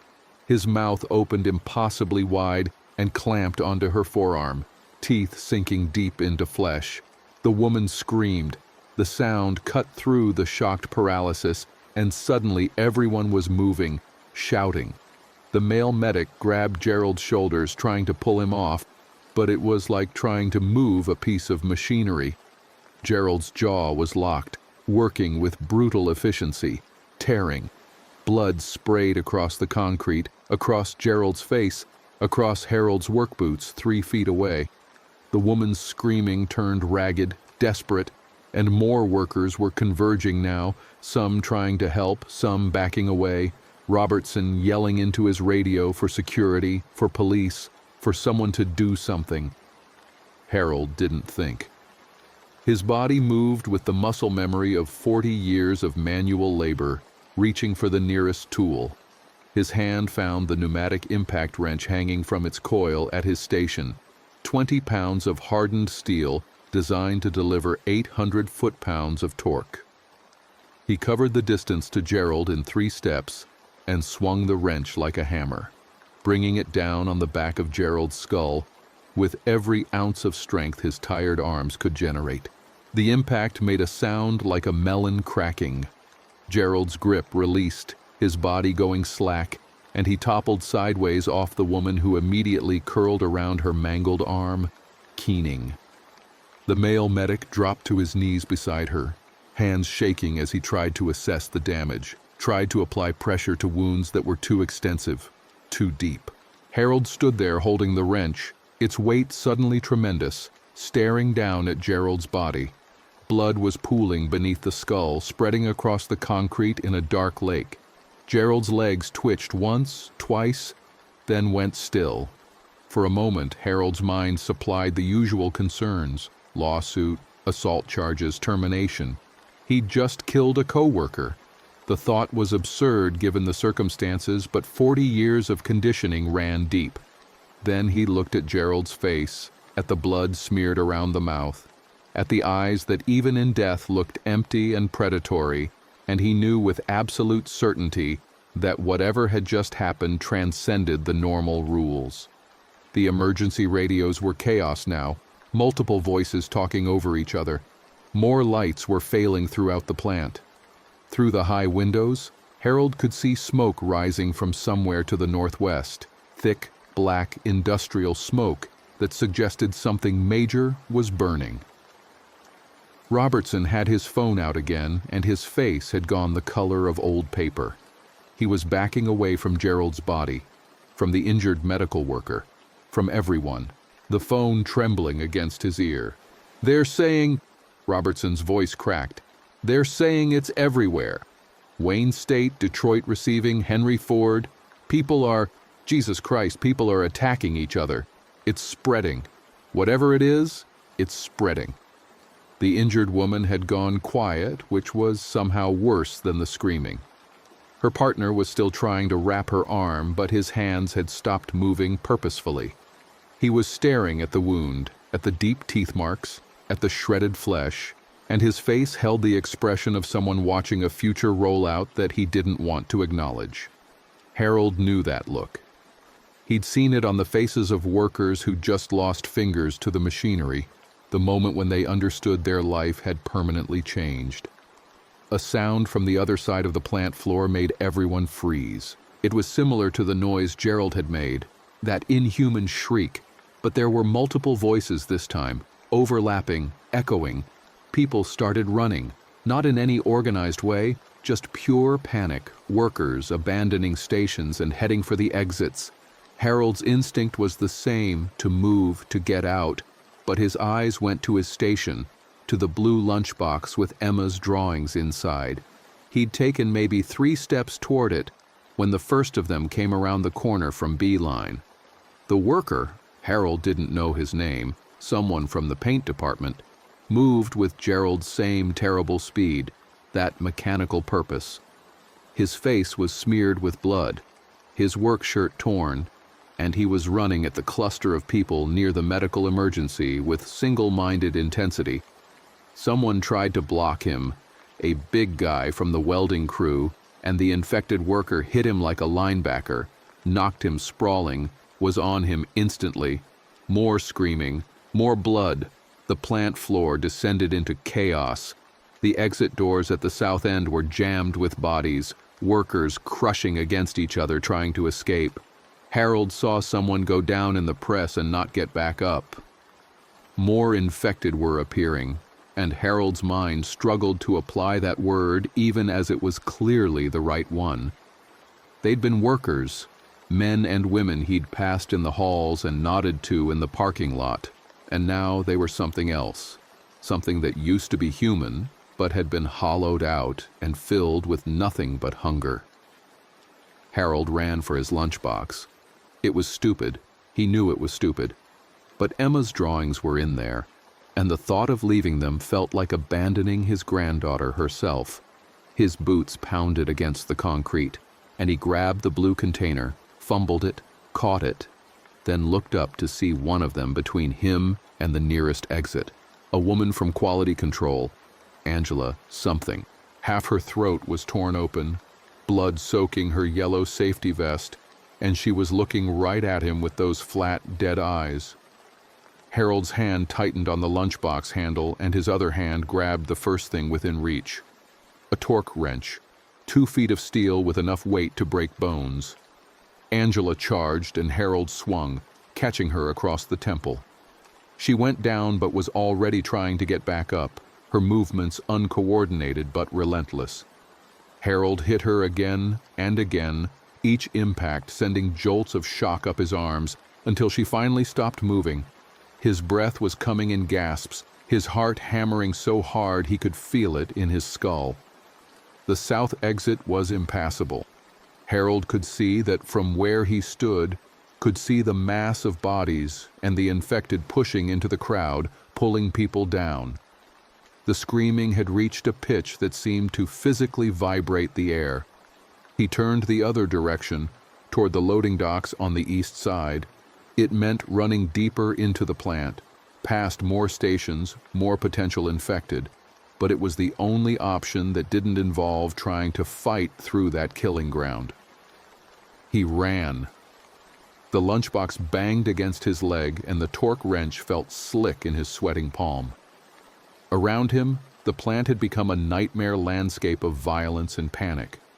A man Harold recognized from maintenance was crouched behind a tool cart, eyes wide with shock, blood on his face that might have been his or might have been someone else's. An infected worker, young, couldn't have been more than 25, was attacking one of the forklifts, clawing at the cage where the operator had retreated, the whole vehicle rocking under the assault. Harold's lungs were burning by the time he reached the loading docks. The big bay doors were closed, but there was a personnel entrance, a regular door with a crash bar. He hit it at full speed and stumbled out into daylight that felt obscenely normal, the morning sun warm on his face, the air fresh after the blood and industrial smell of the plant interior. The loading area was a stretch of cracked asphalt with truck bays and a chain-link fence separating it from the street beyond.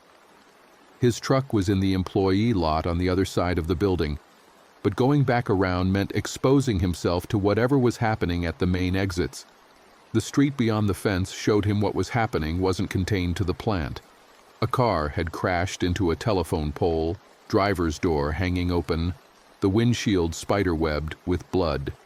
Two figures were struggling in the middle of the road, one clearly attacking the other. Further down, smoke was rising from what looked like a house fire, thick and black, and Harold could hear sirens in the distance, multiple sirens, overlapping into a continuous wail that suggested every emergency vehicle in Detroit was responding to something. His daughter. The thought hit him like a physical blow. Emma and Tyler and his daughter in Warren, their little house on Topfer near the Mound Road corridor. Warren was miles away, a different city technically, but it might as well have been on another planet given what was unfolding. Harold pulled his phone from his pocket with shaking hands, the lock screen showing another picture of the grandkids, Emma missing her 2 front teeth, Tyler holding up a soccer trophy. He dialed his daughter's number. It rang 4 times, then went to voicemail. Her voice, recorded in happier times, cheerful and casual. "Hi, you've reached Michelle, leave a message and I'll call you back." The beep felt like a judgment. "Michelle, it's Dad. Something's happening, something bad. Lock the doors, don't let anyone in. I'm coming to get you and the kids. Just stay inside and wait for me. I love you." He hung up and immediately called again. Same result, voicemail. He tried texting, fingers clumsy on the screen. "Stay home, lock doors, coming now, don't go outside." The message showed as delivered but not read. Harold wanted to keep trying, to keep calling until someone answered, but he forced himself to stop, to think. The phone was a lifeline. He needed to conserve the battery. The fence around the loading dock had a gate for truck access, secured with a chain and padlock. Harold looked at the torque wrench in his hand, then at the padlock, then back toward the plant where the sounds of chaos were still echoing through the walls. The fence was 8 feet of chain link topped with 3 strands of barbed wire. Climbable. If he was desperate enough, he was desperate enough. Harold stuck the torque wrench through his belt and tucked the lunchbox under his arm. The chain link provided good handholds, and his work boots found purchase in the diamond mesh. He'd climbed fences before, decades ago when he was young and stupid, sneaking into places he shouldn't be. At 58, his body protested every movement, shoulders screaming, fingers cramping, but fear was a powerful motivator.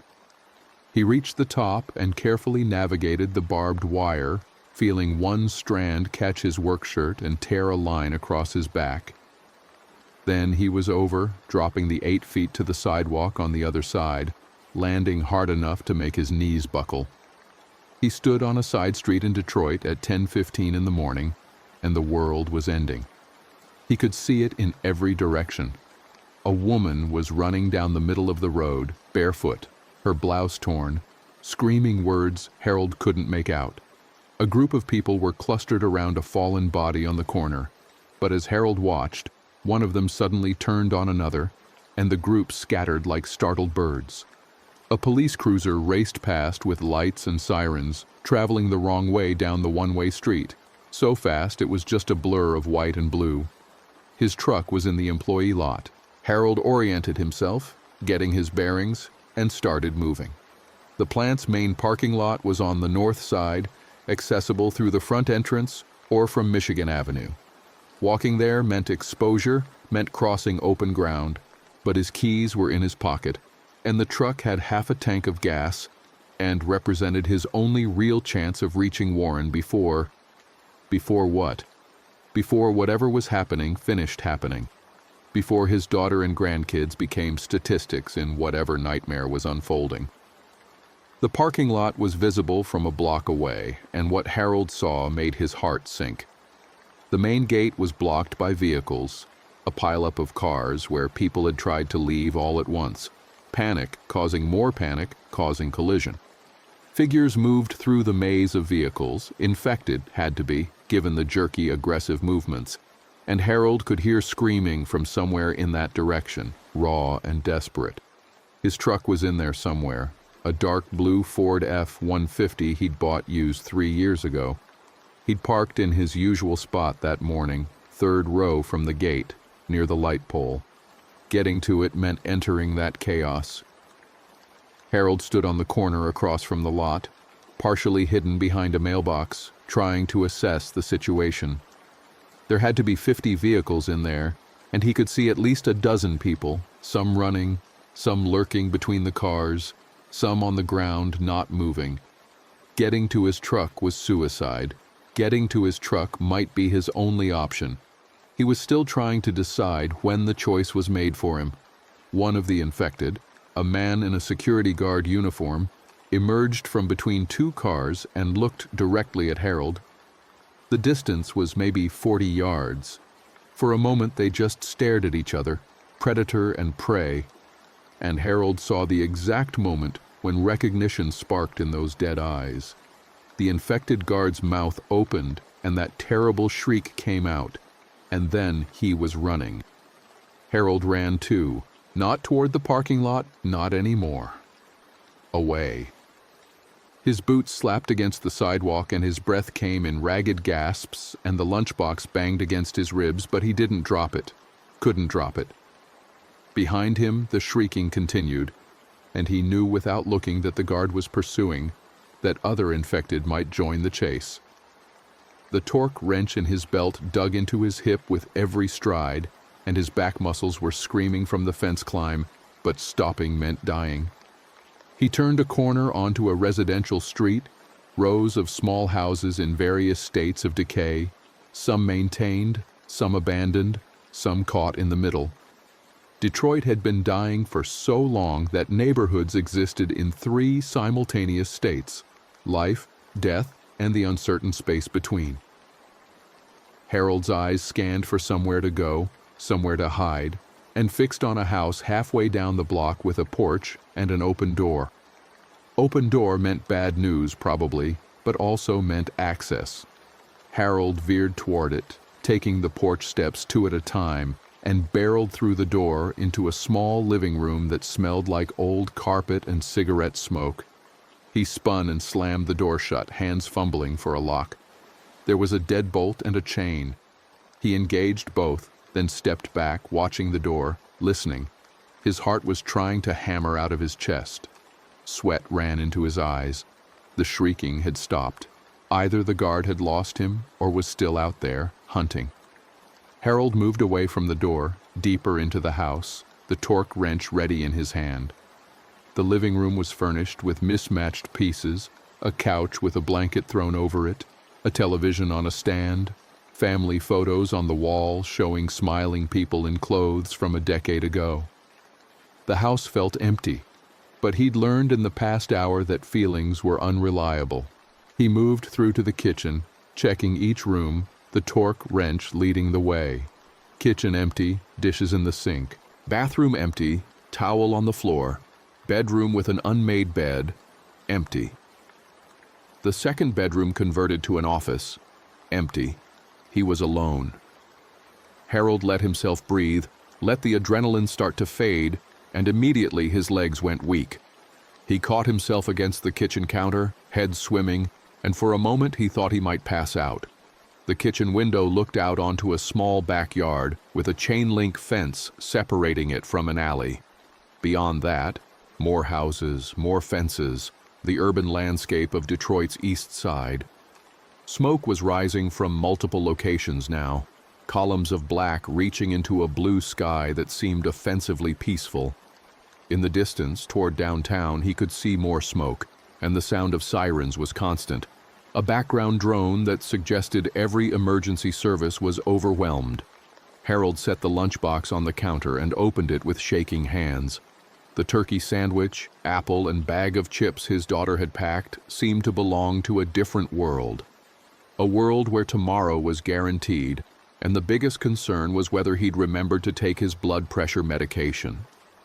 The drawings were there, taped to the lid, Emma's purple flowers and Tyler's attempted basketball hoop, Grandpa's stick figure smiling in permanent marker. Harold's vision blurred, and he realized he was crying, tears running hot down his face, his breath hitching. He allowed himself 30 seconds. 30 seconds to fall apart, to let the horror of the past hour wash over him. Gerald's transformation, the violence, the blood, the faces of men he'd worked beside for years, twisted into something monstrous. 30 seconds to mourn the world that had existed when he'd punched in that morning. Then he wiped his eyes on his shoulder, closed the lunchbox, and started thinking about survival. First priority, information. The television in the living room might still have power. Harold moved back to the front of the house, giving the door and windows a wide berth, and found the remote on the couch. The TV came on, showing a soap opera, and he changed channels looking for news. It didn't take long. Every news channel was broadcasting, and what they were showing made Harold's hands go cold. The anchor was a woman he recognized from morning broadcasts, but her professional composure had cracked. She was reading from notes with shaking hands, her voice tight with controlled panic. Confirms that the outbreak began at Wayne State University's research facility at approximately 6:30 this morning. Initial reports suggest a containment breach during routine testing of a biological pathogen. The disease, for which no name has yet been established, causes extreme fever, aggressive behavior, and is transmitted through direct contact with infected bodily fluids. The screen cut to footage from a helicopter, showing streets in downtown Detroit clogged with abandoned vehicles, crowds of people running, and scattered figures pursuing them. Harold watched as one of the infected caught someone, brought them down on the sidewalk in a brutal tackle. The camera mercifully zoomed out before showing the details. The mayor has declared a state of emergency and is urging all Detroit residents to shelter in place. Do not, I repeat, do not leave your homes. Lock all doors and windows. The National Guard is being deployed, but response times are... The anchor paused, listening to something in her earpiece, her face going even paler. I'm now being told that the infection has spread beyond Detroit city limits. Confirmed cases in Highland Park, Hamtramck, Warren, Dearborn, and Southfield. If you've been bitten or exposed to blood from an infected individual, seek medical attention immediately, though we're receiving reports that hospitals are overwhelmed. Warren, the word cut through everything else. Warren, where Michelle and the kids were, where they were supposed to be safe in their little house with the fenced yard and the swing set Harold had helped assemble last summer. Harold's hands found his phone again, dialing Michelle's number, praying for her voice, for confirmation that they were okay, that they'd heard the news and locked the doors and were waiting for him. Voicemail. Again. Michelle, it's Dad again. I saw the news. Stay inside, please. Board up the windows if you can. I'm going to get to you. I promise I'm going to get to you. Don't open the door for anyone unless it's me. I love you. Tell the kids Grandpa loves them. He hung up and immediately tried again. Voicemail. The rational part of his brain supplied reasons. She was busy securing the house. Her phone was in another room. She was being smart and staying quiet. The irrational part, the part that had been growing since Gerald's transformation, suggested worse possibilities. Harold forced himself to stop calling. He was wasting battery, wasting time. Think. He needed to think. Warren was northeast of his current position, maybe 10 miles as the crow flies. In normal circumstances, a 20-minute drive. But circumstances weren't normal. The roads would be clogged, possibly impassable. Going on foot through Detroit's east side with the city falling apart was a death sentence. But so was staying here, waiting, hoping. Michelle wouldn't know to leave, wouldn't know to come to him. He had to go to them. Harold took inventory. He had the torque wrench. He had his lunchbox. He had the clothes on his back, work boots, jeans, the torn shirt. His wallet with $60 in cash, a driver's license, insurance cards. His phone with maybe 60% battery left. Keys to a truck he couldn't reach. He needed more. Weapons, supplies, a plan. The house he was in might provide some of those things. Harold moved methodically, checking cabinets and closets. The kitchen yielded a chef's knife, not ideal but better than nothing, and a flashlight that worked when he tested it. The bathroom had first aid supplies, basic stuff, Band-Aids and hydrogen peroxide. A closet in the bedroom contained coats and, hanging on a hook behind them, a wooden baseball bat, old and scuffed but solid. Harold hefted it, testing the weight. Better than the wrench for reach, for generating force. He set the wrench down and took the bat. In the office, he found a backpack hanging on the back of the door, a cheap school model with cartoon characters on it. Harold emptied it of notebooks and pencils and began transferring supplies. The first aid kit, the flashlight, the chef's knife wrapped in a dish towel, a bottle of water from the refrigerator, and 2 cans of soup from the cupboard. His lunchbox, because he wasn't leaving Emma's drawings. The bag wasn't heavy when he finished, but it felt like survival, like possibility. The television was still broadcasting, the news anchor looking increasingly desperate. We're now hearing reports of gunfire in multiple neighborhoods as police attempt to control the infected population. The governor has authorized lethal force. I repeat, lethal force has been authorized against individuals displaying symptoms of infection. If someone is acting aggressive or appears to be infected, do not approach them. Find shelter immediately and wait for authorities. Lethal force. The words sat heavy in Harold's mind. He'd killed Gerald, killed Angela from quality control. He'd done it in self-defense, in the moment, without time to think. But hearing it authorized, hearing the state say it's acceptable to kill people who were sick, who'd been infected against their will, it drove home the scale of what was happening. This wasn't something that could be quarantined, treated, cured. This was extinction level. This was the world ending in real time. The anchor was still talking, confirming that the infection period is extremely rapid. From initial exposure to full symptom manifestation appears to be between 30 minutes and 2 hours. The disease causes catastrophic brain damage, destroying higher cognitive functions while leaving basic motor control and aggressive impulses intact. There is no known cure. Avoidance is the only prevention. If you have been bitten, you will become infected. There are no exceptions being reported.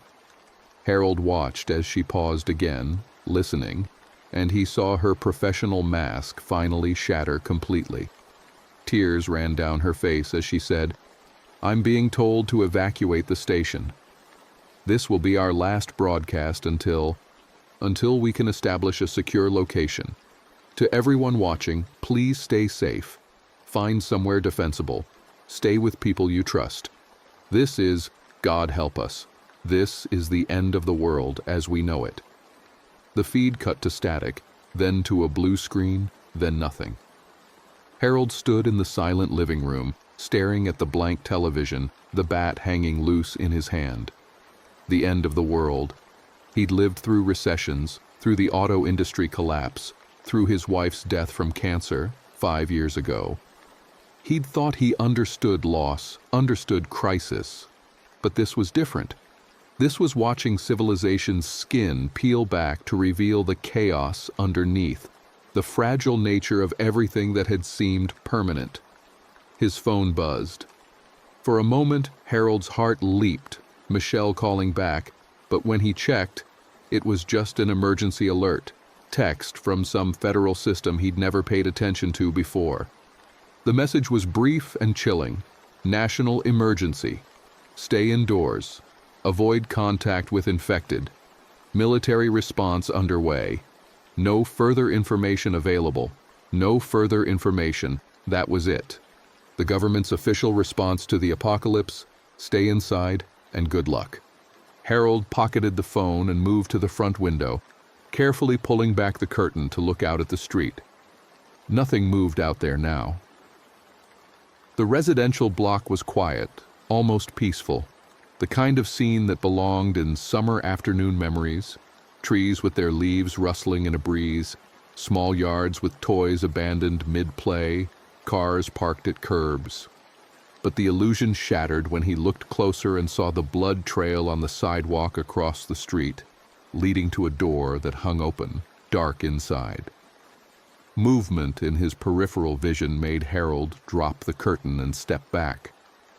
An infected was wandering down the middle of the street, a woman in pajamas moving with that characteristic jerky gait.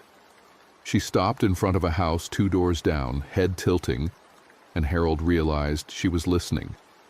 For a long moment she stood there, perfectly still, then suddenly lurched toward the house, disappearing around the side. Harold heard breaking glass, faint but distinct. He needed to move. Staying here meant eventually running out of supplies, meant being trapped if the infected found their way inside. Getting to Warren meant traveling northeast through approximately 10 miles of urban decay and spreading infection. The major roads, Gratiot, Van Dyke, Mound, would be impassable nightmares of traffic and violence. He needed a route that avoided main arteries, that used residential streets and alleys, that gave him options to hide or divert. Harold found a notepad in the office and sketched a rough map from memory. He'd lived in Detroit his entire life, knew the east side reasonably well, though Warren was technically foreign territory. He usually approached it from the highway. From his current position, he could head northeast on side streets, working through neighborhoods he'd driven through but never walked, keeping away from major intersections, avoiding crowds. The trip would take hours on foot, maybe longer depending on obstacles. The backpack went on his shoulders, adjusted until the weight sat right. The baseball bat felt solid in his hands. Harold checked his phone one more time, still no response from Michelle, then moved to the back door. The kitchen opened onto a small porch, steps leading down to the yard. Beyond the fence, the alley ran northeast-southwest, a corridor of cracked pavement between rows of backyards. It wasn't ideal, but it was better than walking down the middle of the street. Harold stepped out into sunshine that felt surreal after the dimness of the house. The air smelled wrong, smoke, definitely, but underneath it something else, something organic and foul that his brain associated with roadkill left too long in the heat. The yard's fence had a gate, latched but not locked. He opened it carefully, the hinges squeaking, and slipped into the alley. For a moment, he just stood there, listening. The constant siren background was joined by occasional gunfire, the crack of pistols and the deeper boom of shotguns. Someone was screaming, blocks away, the sound cutting off abruptly. A dog was barking frantically, the kind of endless territorial warning that suggested its owner was no longer there to control it. Harold started walking, keeping close to the fences, moving as quietly as his work boots allowed. The alley stretched ahead, broken pavement and weeds, trash cans and abandoned appliances rusting in the elements. Detroit had always had alleys like this, the spaces between official streets where the city's decay was most visible. Harold passed yards in various conditions, some maintained with grass and flowers, some grown wild, some just bare dirt. Many of the houses were abandoned, windows broken or boarded up, the kind of urban neglect that happened when a city lost half its population over decades.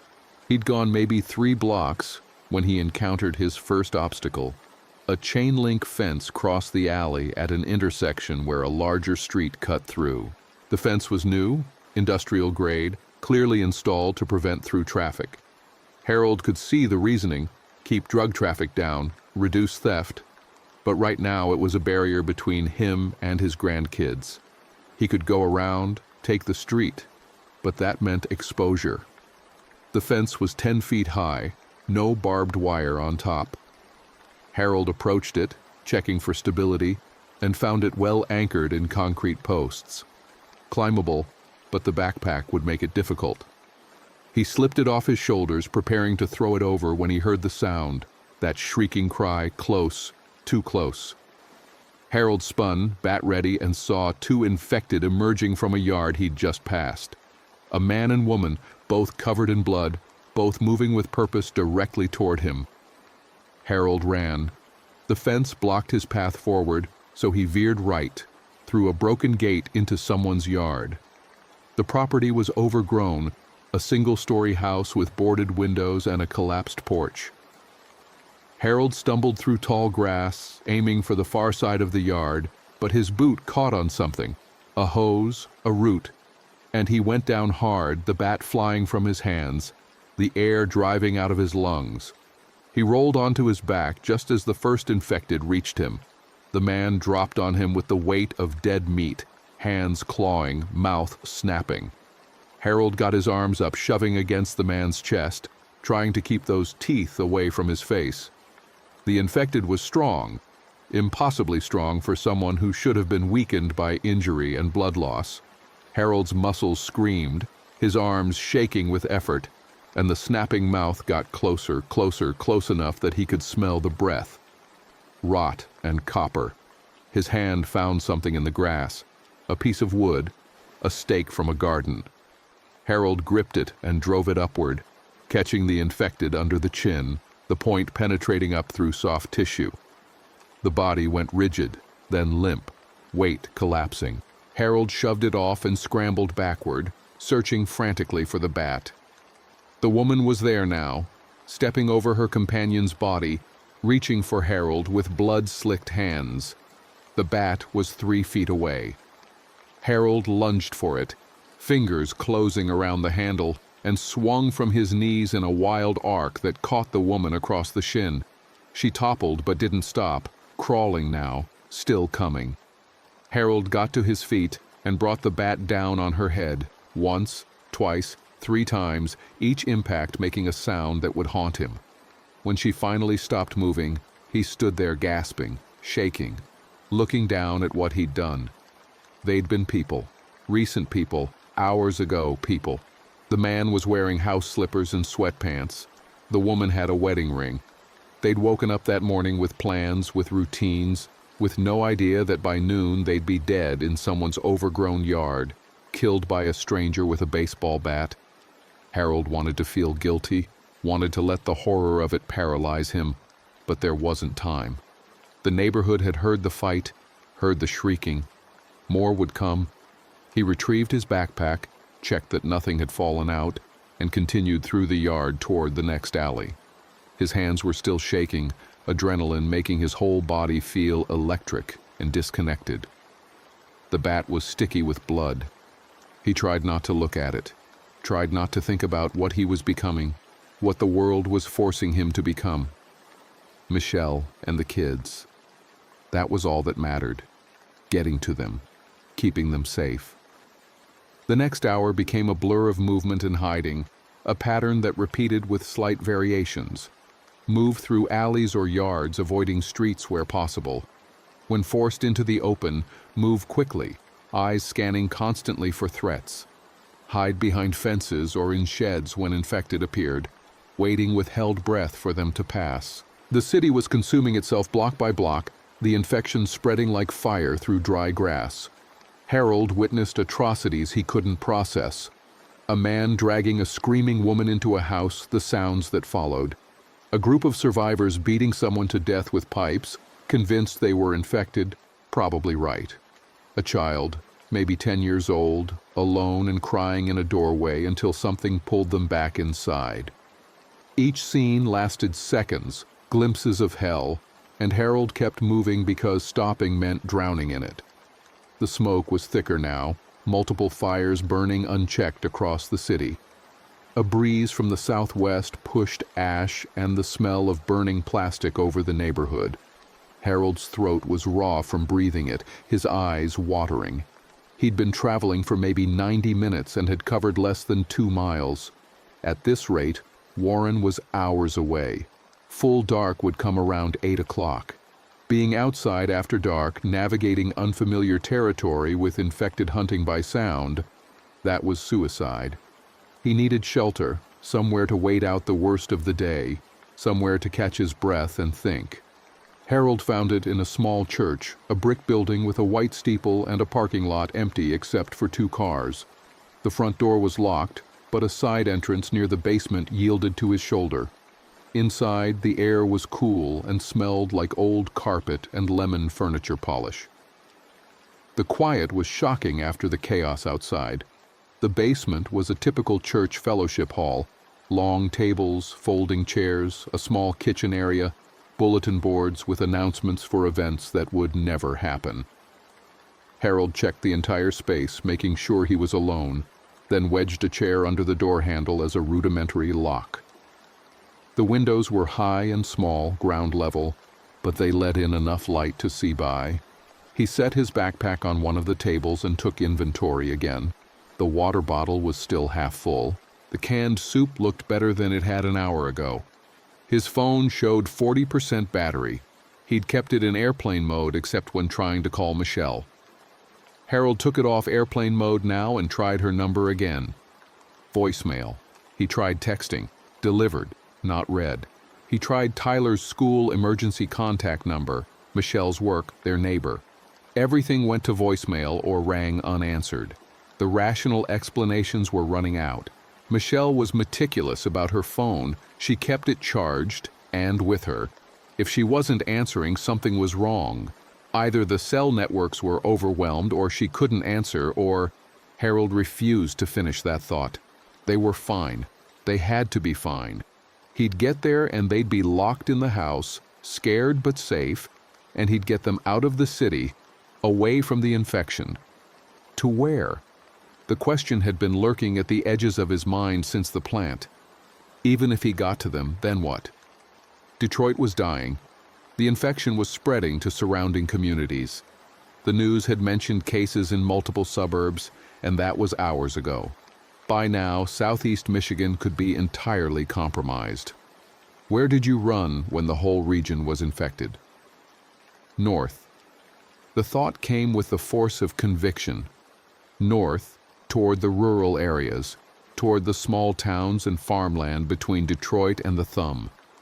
Less population density meant less infection spread. People were more spread out, had land, had resources. His brother lived up near Bad Axe, a tiny town surrounded by bean fields and isolation. Getting there meant traveling 80 miles through uncertain territory, but if they could reach the rural areas, they might have a chance.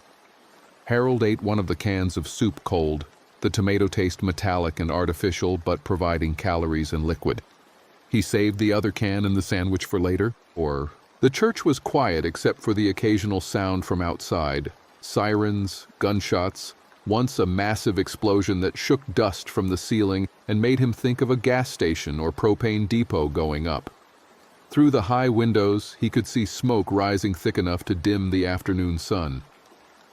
Around 4 o'clock, while Harold was trying to convince himself to keep moving, the door at the top of the basement stairs opened.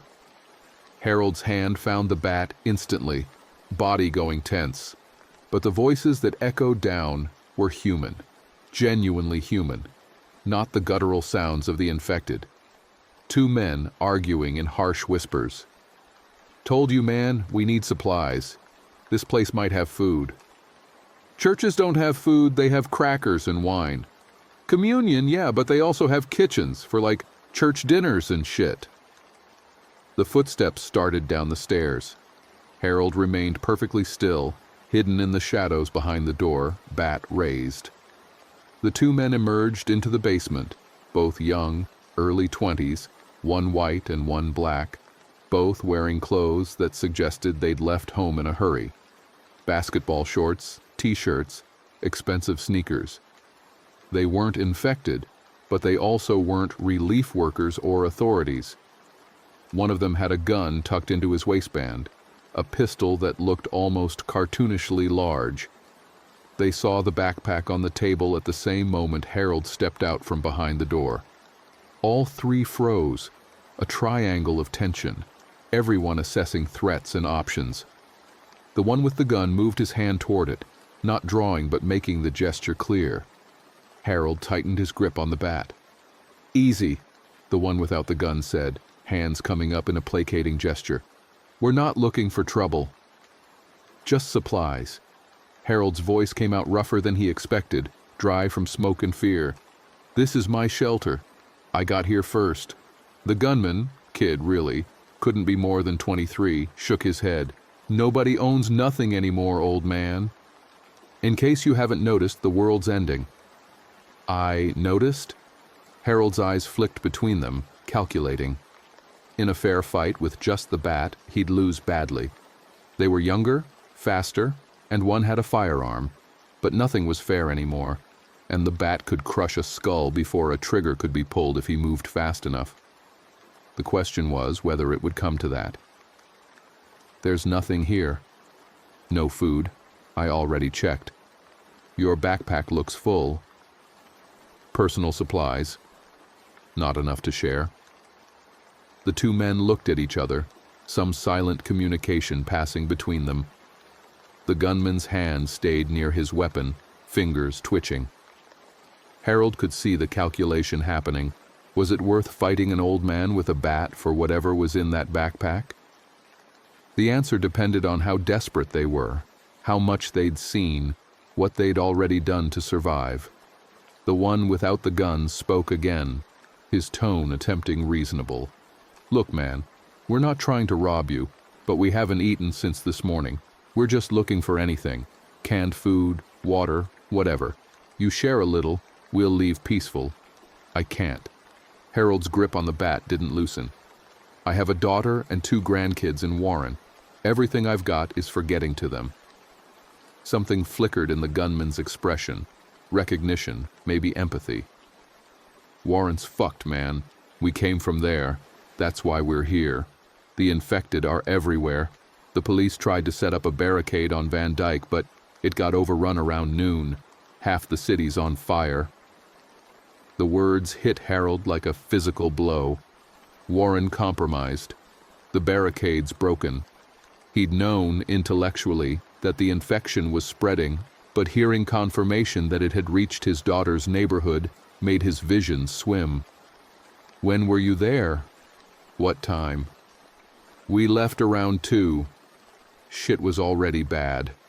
Fires, people running, infected everywhere.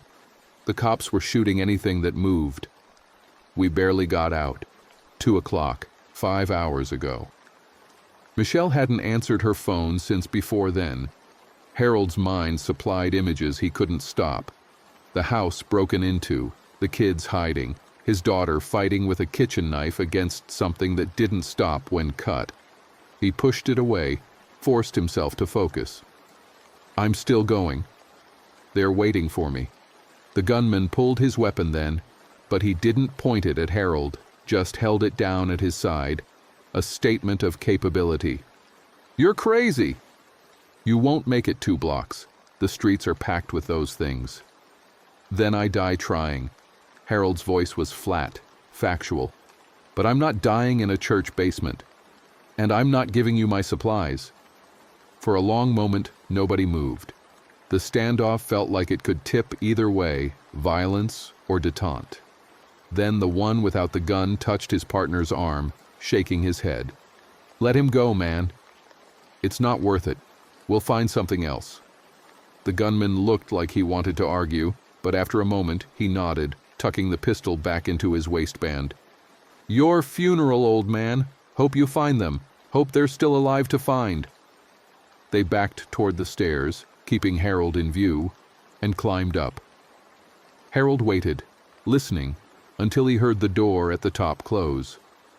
Only then did he let himself breathe, the bat lowering, his arms shaking with released tension. The encounter had lasted maybe 3 minutes, but it had aged him years. This was the new world, everyone a potential threat, trust a luxury, violence always one word away. He couldn't stay. They might come back with more people, or other survivors might find the church. Harold grabbed his backpack and moved to the side entrance, easing the door open and checking the parking lot. Empty. The afternoon was fading toward evening, the light going golden and long. 6 o'clock maybe.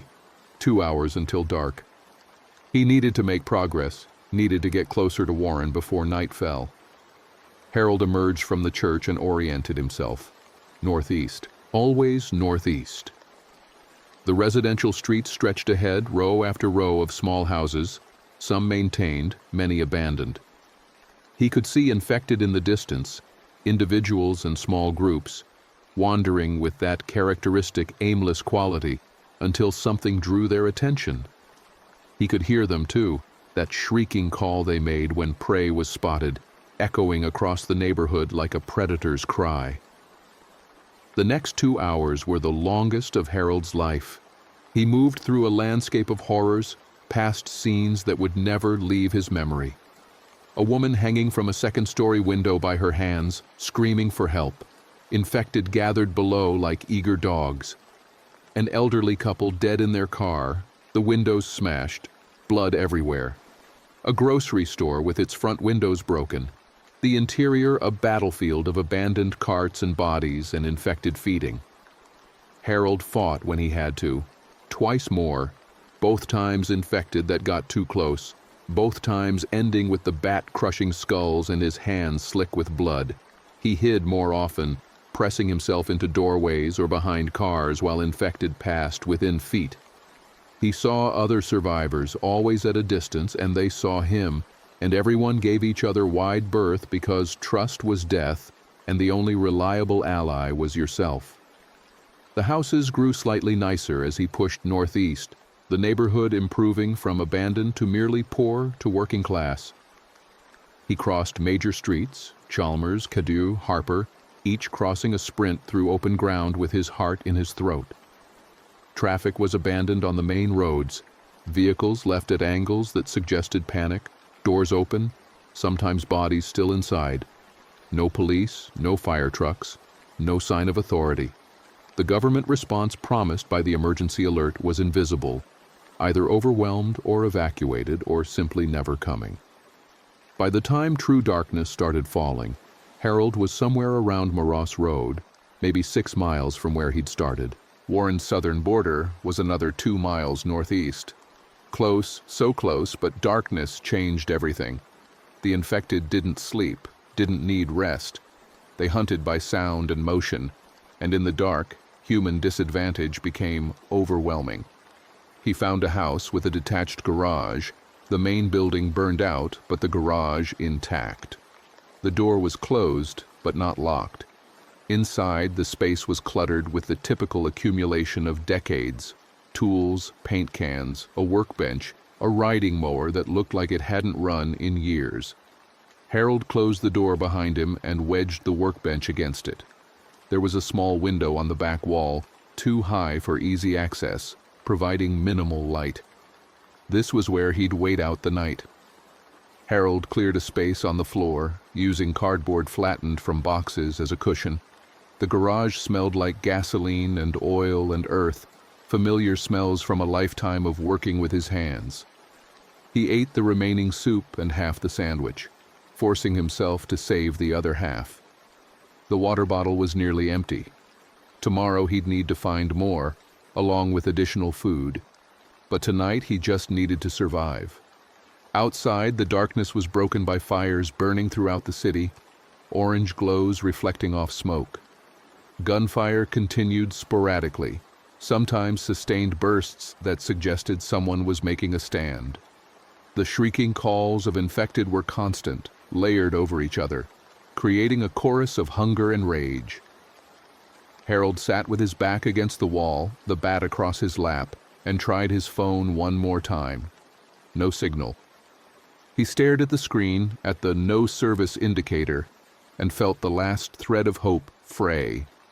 Without cell service, he couldn't reach Michelle even if she was okay, couldn't coordinate, couldn't warn her he was coming.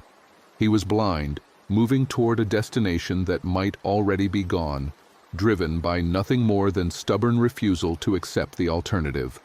The photos were still on his phone. Harold scrolled through them, conserving battery but needing to see. Emma and Tyler at the park. Michelle at her birthday dinner last year. His wife before the cancer, smiling in their backyard. A lifetime of memories contained in a device with 40% battery that might be the last record these people existed. Harold's eyes burned, but no tears came. He was too dehydrated, too exhausted. He just stared at the faces until the phone's screen dimmed to save power. Sleep came in fitful intervals, Harold snapping awake at every sound. the scratch of something against the garage door, the shriek of infected somewhere nearby, the crack of distant gunfire. Each time he'd grip the bat and wait, heart hammering for the door to burst open or the window to shatter.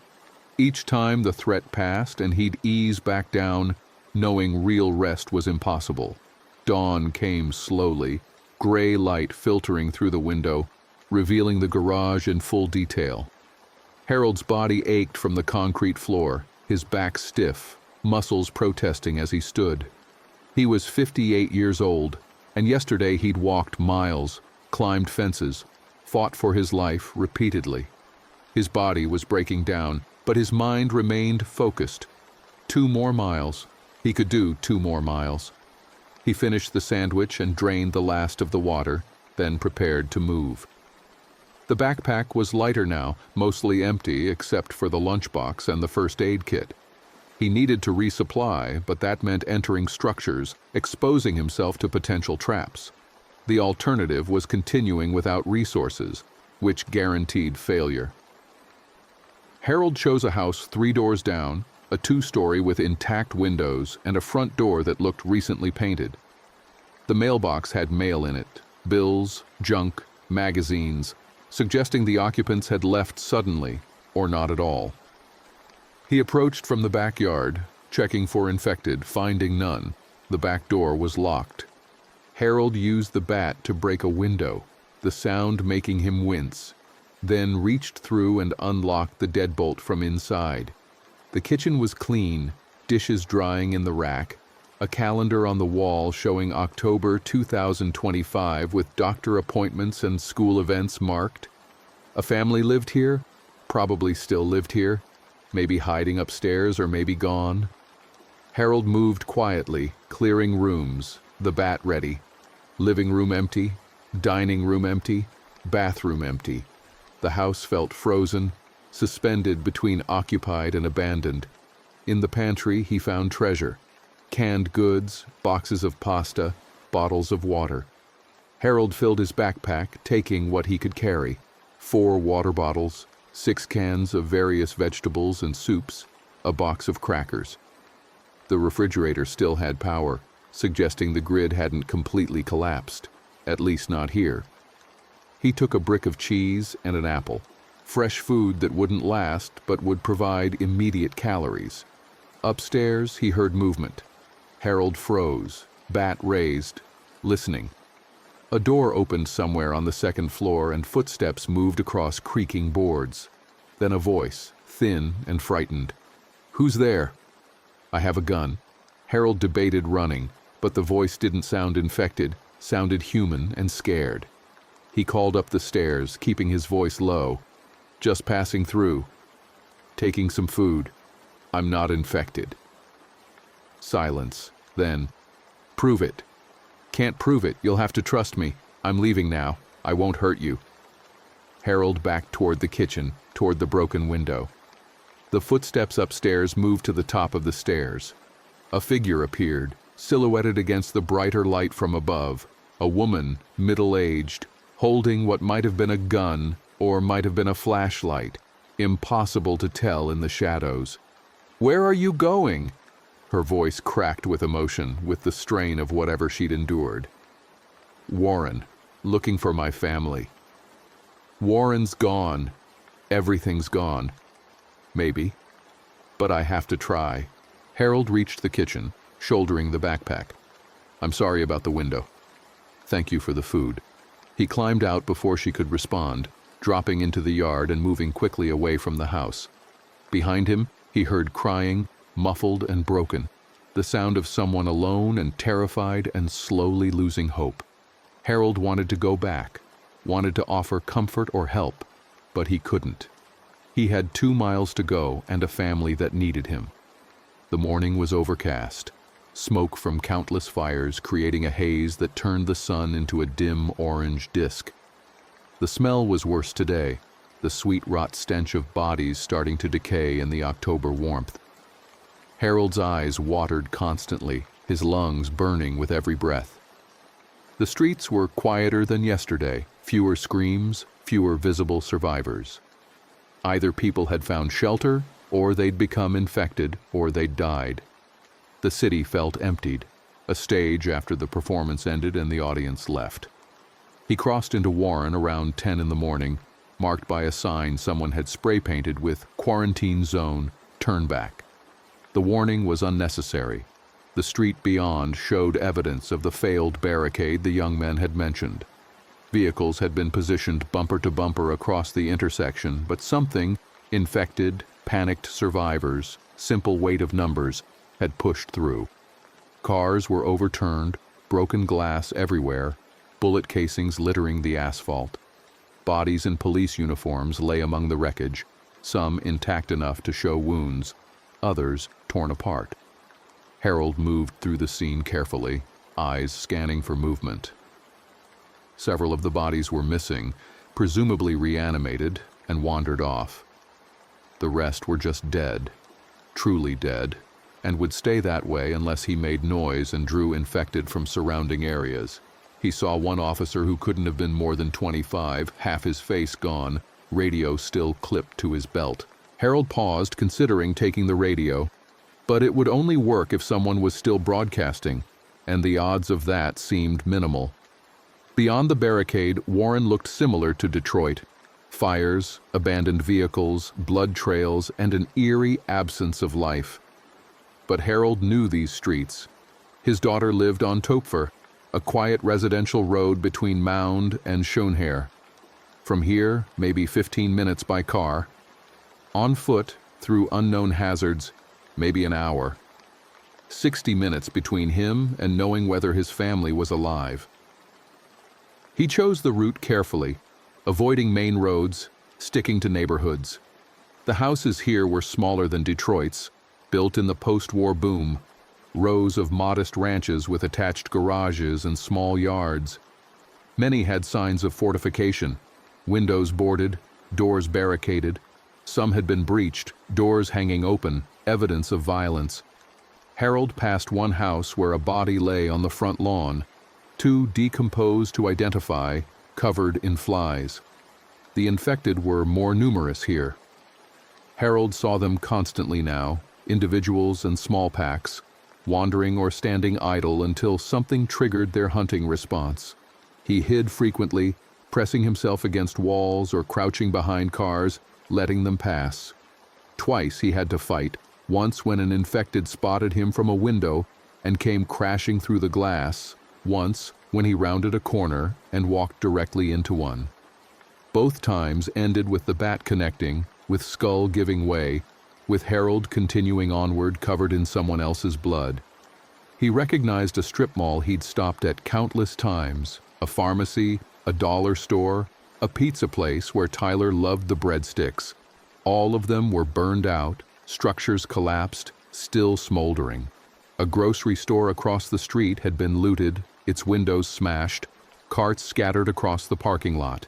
Bodies lay among the carts, and infected fed on them in broad daylight, a scene so surreal and horrific that Harold's brain refused to fully process it. Topfer Avenue appeared ahead, the street sign bent but legible. Harold's pace increased despite his exhaustion, despite the rational voice saying to stay cautious. Michelle's house was the third from the corner, a beige ranch with brown shutters and a maple tree in the front yard that dropped leaves every fall that Harold helped rake. He could see it from a block away, and his heart was beating so hard he thought it might burst. The house looked intact. Windows unbroken, door closed, no obvious signs of violence. The garage door was down. Michelle's car, a silver Honda, was parked in the driveway. That was good. Meant she hadn't tried to evacuate. The yard was empty except for Tyler's bike lying on its side near the front walk. Everything looked ordinary, frozen in normal time, and Harold wanted desperately to believe that meant safety. He approached from the side yard, moving between houses, checking surroundings. No infected visible on the street, though he could hear them in the distance, that constant background shrieking that had become the soundtrack of the apocalypse. The fence around Michelle's backyard was chain link, 4 feet high. Harold vaulted it, landing hard in grass that needed mowing, and moved toward the back door. The door was locked. Good. He knocked softly, then louder, calling out, "Michelle? It's Dad. It's me. Open up." No response. Harold knocked again, cupping his hands to look through the window. The kitchen was dark, looked undisturbed. Dishes on the counter, a drawing on the refrigerator. "Michelle! Emma? Tyler! It's Grandpa!" Nothing. Harold's stomach was ice. He moved around the house, checking windows, finding them all locked, curtains drawn. He tried the garage door, but it wouldn't budge. The front door was solid wood with a deadbolt, impervious to anything short of breaking it down, which would make noise and attract infected. He needed to get inside, needed to know. The kitchen window. Harold returned to it and used the bat to break the glass, the sound sharp and alarming. He waited, listening for infected responses, hearing none immediately. Then he cleared the remaining shards from the frame and pulled himself up and through, dropping into the kitchen with a grunt of effort. The house was silent, that particular quality of empty silence that said no living thing was present. But Harold called anyway, hope refusing to die. "Michelle? Kids? It's Grandpa. Where are you?" He moved through the kitchen into the living room. Toys were scattered on the floor, Tyler's trucks and Emma's dolls. The television was off. Nothing looked disturbed, no signs of violence, but also no signs of recent life. Harold checked the bathroom, the bedrooms, calling out, finding nothing. Michelle's bed was made. The kids' rooms were typical chaos of 6- and 8-year-olds. Everything normal except for the absence of people. The basement. Harold hadn't checked the basement. He found the door off the kitchen and opened it, darkness rising from below. "Michelle? Are you down there?" His voice echoed off concrete walls. He pulled the flashlight from his backpack and descended the wooden stairs, each step creaking. The basement was unfinished, concrete floor and walls, exposed beams, typical storage space, boxes, holiday decorations, old furniture, and in the corner, behind the water heater, Harold found them. Michelle was sitting against the wall, arms around both kids, all three of them huddled together. For a moment, just a moment, Harold thought they were sleeping, that they'd hidden down here and fallen asleep waiting. Then the flashlight beam showed the truth. Michelle's arm was torn open, long claw marks from wrist to elbow, the flesh ragged and black with dried blood. Emma had bite marks on her neck, small, terrible wounds. Tyler's shirt was soaked with blood from injuries Harold couldn't see. They were dead, had been dead for hours, maybe since yesterday. The infection had come to this house, had found them despite the locked doors and boarded windows, had taken them while Harold was still miles away fighting through Detroit. His family was gone. Harold made a sound he didn't recognize, something between a sob and a scream, the flashlight dropping from nerveless fingers. He fell to his knees, reaching for them, touching Michelle's cold hand, Emma's tangled hair, Tyler's shoulder. They were stiff with rigor mortis, past the point where infection could reanimate. They died and stayed dead, which was a mercy, except it meant Harold hadn't even gotten to say goodbye. The grief was physical, crushing, making it impossible to breathe. Harold knelt there in the darkness with his dead family and felt his mind begin to fracture. He'd spent 2 days fighting, killing, surviving, driven by the need to reach them, to protect them, to save them, and they'd been dead the whole time. Every mile, every infected killed, every risk taken, all for nothing. They were gone before he'd even left the plant. Time passed unmeasured.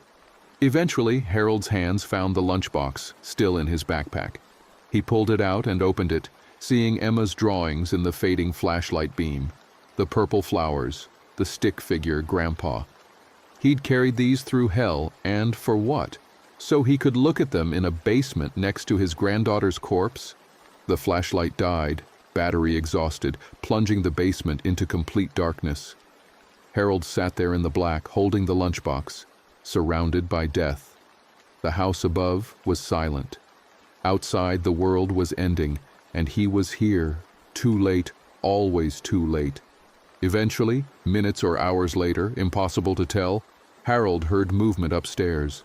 Footsteps, slow and dragging, moving through the house, more than one set. The infected, drawn by his earlier noise or by random wandering, had found their way inside. Harold should move, should hide or fight or run. Instead, he sat motionless, waiting. If they came down here, he'd let them. There was nothing left to fight for. The footsteps moved overhead, floorboards creaking. Something heavy fell in the living room, a crash that would have alarmed him yesterday but now barely registered. More footsteps on the stairs. The basement door, which he'd left open, providing access. Harold gripped the lunchbox tighter, Emma's drawings, and waited. The infected came down the stairs with slow, stumbling steps. At least two of them, maybe more. Harold could hear their breathing, that wet rasp, could smell them even in the darkness. They reached the basement floor and paused, and Harold knew they were sensing, searching, looking for prey. One of them shrieked that terrible hunting cry, and Harold heard them moving toward his corner, toward where he sat with his family.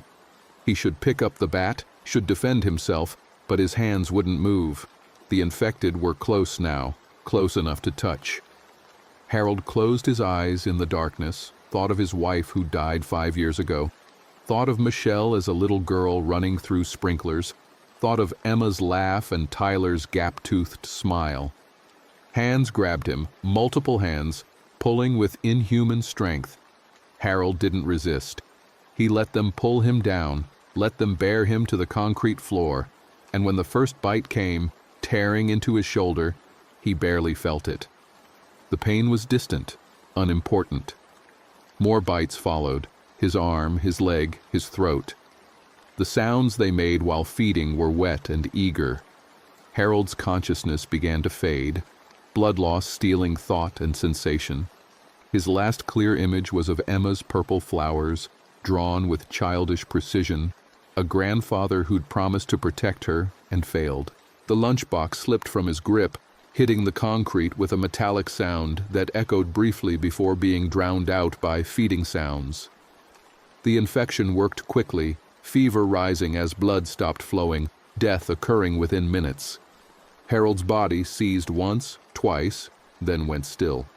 The infected, satisfied for the moment, left him there and wandered back upstairs, seeking other prey. In the darkness, 4 bodies lay in a basement in Warren, Michigan, as the world ended above them. Hours passed. The sun set, rose again, set again. Detroit burned, Warren collapsed. The infection spread outward from its origin at Wayne State, consuming communities in concentric rings. National Guard units tried to establish containment zones and were overwhelmed. The government retreated to bunkers and aircraft carriers and remote military installations. Civilian populations died by millions, either killed by infected or becoming infected themselves, creating an exponential cascade that no amount of bullets could stop. Harold's body remained in the basement for 3 days before it was found by a group of survivors scavenging the neighborhood. By then, he'd reanimated and attacked them, killing one before being put down with a shotgun blast to the head. The survivors looted the house quickly, finding the canned goods Harold had collected and leaving everything else. They didn't check the basement carefully, didn't find the blue lunchbox in the corner, didn't see the children's drawings that had survived their creator by less than a week. The house burned 2 days later, set ablaze when fire from a neighboring structure spread. The basement walls held for a while, protecting the bodies from the worst of the heat, but eventually even concrete cracked and fell. Ash covered everything, mixing the remains of a family with the remains of their home, indistinguishable gray powder that would blow across Warren with the first strong wind. Harold had worked assembly at a Detroit auto plant for 10 years, had raised a daughter, had been married for 30 years, had been a grandfather for 6 years, had survived 58 years in a city that tried its best to break him. He died on Topfer Avenue, surrounded by everything he'd fought to reach. His granddaughter's drawings in a lunchbox that would melt in flames days after his second and final death. The world moved on without him. What was left of it? Survivors fought and died and occasionally lived, carving out existence in the ruins. The infected eventually starved or decayed, the disease burning through the population until no hosts remained. Years later, scavengers would pass through Warren, picking through rubble, finding skeletal remains, and wondering briefly about the stories behind them before moving on, because the dead were everywhere, and everyone had lost someone, and grief was a luxury nobody could afford. In the end, Harold was just one more casualty, one more person who'd tried his best and fallen short, one more victim of a plague that started in a research lab and ended civilization.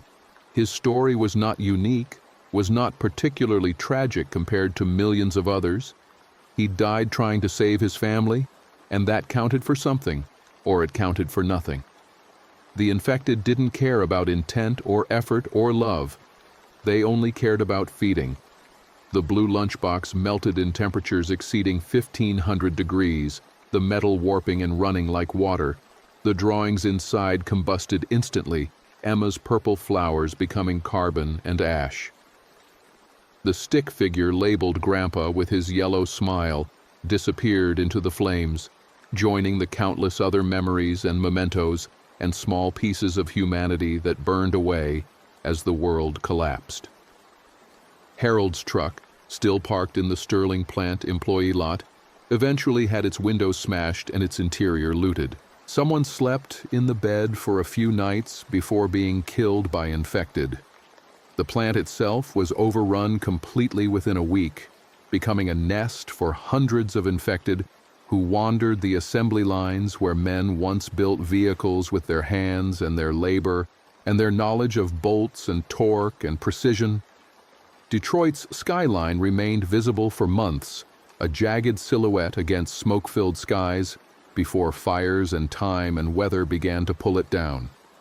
The Renaissance Center collapsed in a spectacular implosion 18 months after the outbreak, its towers crumbling into the Detroit River, sending up plumes of dust that could be seen from Windsor. The abandoned auto plants rusted and decayed, their assembly lines seizing up, their machinery going silent for the last time. Harold's brother in Bad Axe survived the initial outbreak by barricading his farm and shooting anyone who approached. He lived another 6 years before infected found their way onto his property and killed him in his sleep. He never knew what happened to Harold, never received word about Michelle and the kids, never learned that his family in the city had died in the first days while he built walls and collected weapons in the false safety of rural isolation. The Wayne State Research Facility where the outbreak originated was bombed by military forces 2 weeks after the initial breach, the entire block reduced to rubble in an attempt to destroy any remaining samples. Investigators would never determine with certainty whether the release was an accident or deliberate, whether it was negligence or terrorism or simple bad luck. The question became irrelevant as civilization crumbled and record-keeping stopped, and everyone who might have known died or forgot or decided the truth was less important than surviving another day. Gerald's wife, the third-grade teacher, evacuated with her son when the school district collapsed on day 2. They made it to Ohio before their car broke down. She was infected, protecting him from an attack at a gas station, and he shot her when she turned, using a pistol he'd found in an abandoned police car. He made it to a refugee camp in West Virginia and survived there for 11 months before influenza, regular influenza, not the infection, killed him. He was buried in a mass grave with 40 others who died that week. Robertson, the plant supervisor, tried to maintain order at Sterling for approximately 40 minutes after Gerald's attack before the line was completely overrun. He barricaded himself in the supervisor's office and used the phone to call his wife, his children, his mother. All the calls went to voicemail. He was found by infected 5 hours later when they broke through the office door. His last words, recorded on a voicemail to his eldest daughter, were, "I'm sorry I couldn't make it home. I love you so much. Please survive." Tommy, who worked the station after Harold's, made it out of the plant and to his apartment in East Point. He survived alone for 2 weeks, living on canned goods and bottled water, before despair and isolation drove him to end his own life with a bottle of pills and a note that said, "I can't do this anymore. There's no point." His body was discovered by scavengers a month later, decomposed beyond identification. The medical worker who Gerald bit, her name was Patricia, died from blood loss and shock before the infection could take hold. She never reanimated, never became one of them, but that mercy came at the cost of dying in terror and agony on a plant floor, surrounded by screaming and violence. Her last moments spent trying to understand how her routine shift had transformed into a slaughterhouse. Angela, from quality control, whose skull Harold crushed with a torque wrench, had 3 children at home with her mother when the outbreak started. The mother, elderly and confused by the chaos, took the children outside when she saw their infected neighbors. All 4 were killed within an hour. Angela never knew, was already dead, already reanimated, already hunting through the plant where she'd worked for 12 years without incident. The church where Harold spent the night was occupied by a group of 16 survivors who believed divine intervention would spare them. They barricaded themselves in the sanctuary and prayed while infected pounded on the doors. On the 4th day, someone panicked and opened a side door to check the street. The infected poured in and killed them all. Their screams echoed through the neighborhood for 20 minutes, eventually drawing more infected, until the church became a feeding ground. The woman who confronted Harold in her house on the 2nd morning, the one who cried after he left, remained in that house for 6 more days. She had food and water and had boarded the broken window. But loneliness and fear eroded her sanity. She started talking to photographs, setting places at the table for family members who were dead or gone. On day 7, she walked outside into a group of infected and let them take her, choosing death over another day of isolated madness. The young men Harold encountered in the church basement, the one with the gun and his friend, were killed by other survivors 3 days later in a dispute over canned goods. The gunman got off 2 shots before being stabbed in the throat. His friend ran and was caught by infected 2 blocks away. Their bodies were left where they fell, adding to the countless corpses littering Detroit's streets. Emma's favorite teacher at school, Ms. Rodriguez, evacuated with a group of teachers and students when the school was overrun. They made it to a fire station that was being used as a temporary shelter. The fire station was breached that night, and in the chaos, Ms. Rodriguez was separated from the group. She hid in a storage locker for 36 hours before dying of dehydration, her last thoughts of the children she'd tried to save. Tyler's baseball coach, a volunteer parent who loved the game and loved working with kids, was infected while trying to protect his own family. He killed his wife and both his sons before anyone realized he'd turned. Neighbors shot him through a window, and his infected body burned when the house caught fire, taking all 4 members of his family with it. The postal worker who delivered mail to Tupfer Avenue, a man named Jerome who knew everyone on his route, was killed on day 1 when he tried to complete his delivery during the outbreak. He was found weeks later still in his truck, half-eaten, his mailbag scattered across the street. Some of the letters were delivered by scavengers as an act of pointless kindness, maintaining routines in a world where routines had ceased to matter. Michelle's co-workers at the insurance office where she processed claims were killed when infected, broke through the lobby windows. 17 people died in that office, trapped behind locked doors they'd secured for safety, discovering too late that locks only worked if walls and windows held. Michelle had stayed home that day with the kids, a sick day that saved her from dying at work, but doomed her to die in her basement 3 days later. The infrastructure failed systematically. Power plants went offline as workers died or fled. plunging cities into darkness. Water treatment facilities stopped functioning, contaminating supplies, forcing survivors to boil or purify water or risk disease. Gas stations ran dry within days, stranding vehicles. Cell towers failed without maintenance, killing communications. The internet collapsed as server farms lost power and backbone providers ceased operations. Government at every level disintegrated. City councils stopped meeting. State legislatures evacuated or died. The federal government retreated to secure locations and ceased meaningful interaction with civilian populations. Military forces were overwhelmed by the sheer number of infected, by the speed of spread, by the impossibility of containing something that turned victims into vectors within hours. Orders became suggestions, became silence. The infection's progression was studied in those first desperate weeks by scientists in sealed labs trying to understand what they were fighting. They determined it was a modified rabies variant, engineered for rapid incubation and enhanced aggression response.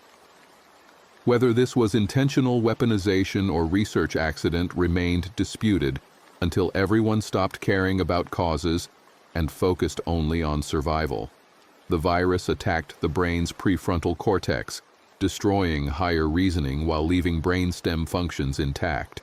Enough for movement, for hunger, for basic predatory behavior.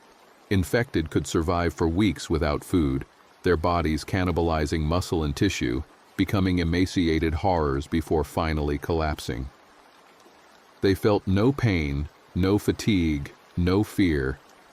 Destroying the brain was the only reliable way to stop them, and even then, the virus remained active in tissue, capable of infecting through contact with broken skin or mucous membranes. Every body was a hazard, every bite certain death. The mathematics were simple and brutal. One infected could create dozens of new infected within hours. Those dozens could create hundreds. Exponential growth in a dense population meant within days the infected outnumbered the living. With no cure, no vaccine, no treatment, and an incubation period too short for quarantine to function, the outcome was predetermined. Humanity's complex civilization collapsed in weeks, reduced to scattered groups of survivors trying to outlast a plague that had no natural endpoint. Rural areas fared better initially, space and distance providing natural quarantine. But refugees from cities carried infection to small towns. Panicked survivors broke through roadblocks and checkpoints. Eventually, everywhere was contaminated. Everywhere was dangerous. The only safe places were islands, offshore platforms, isolated compounds, anywhere infected couldn't walk to. Harold never knew any of this context. He died believing the outbreak was contained to Detroit, that somewhere outside the city, normalcy continued.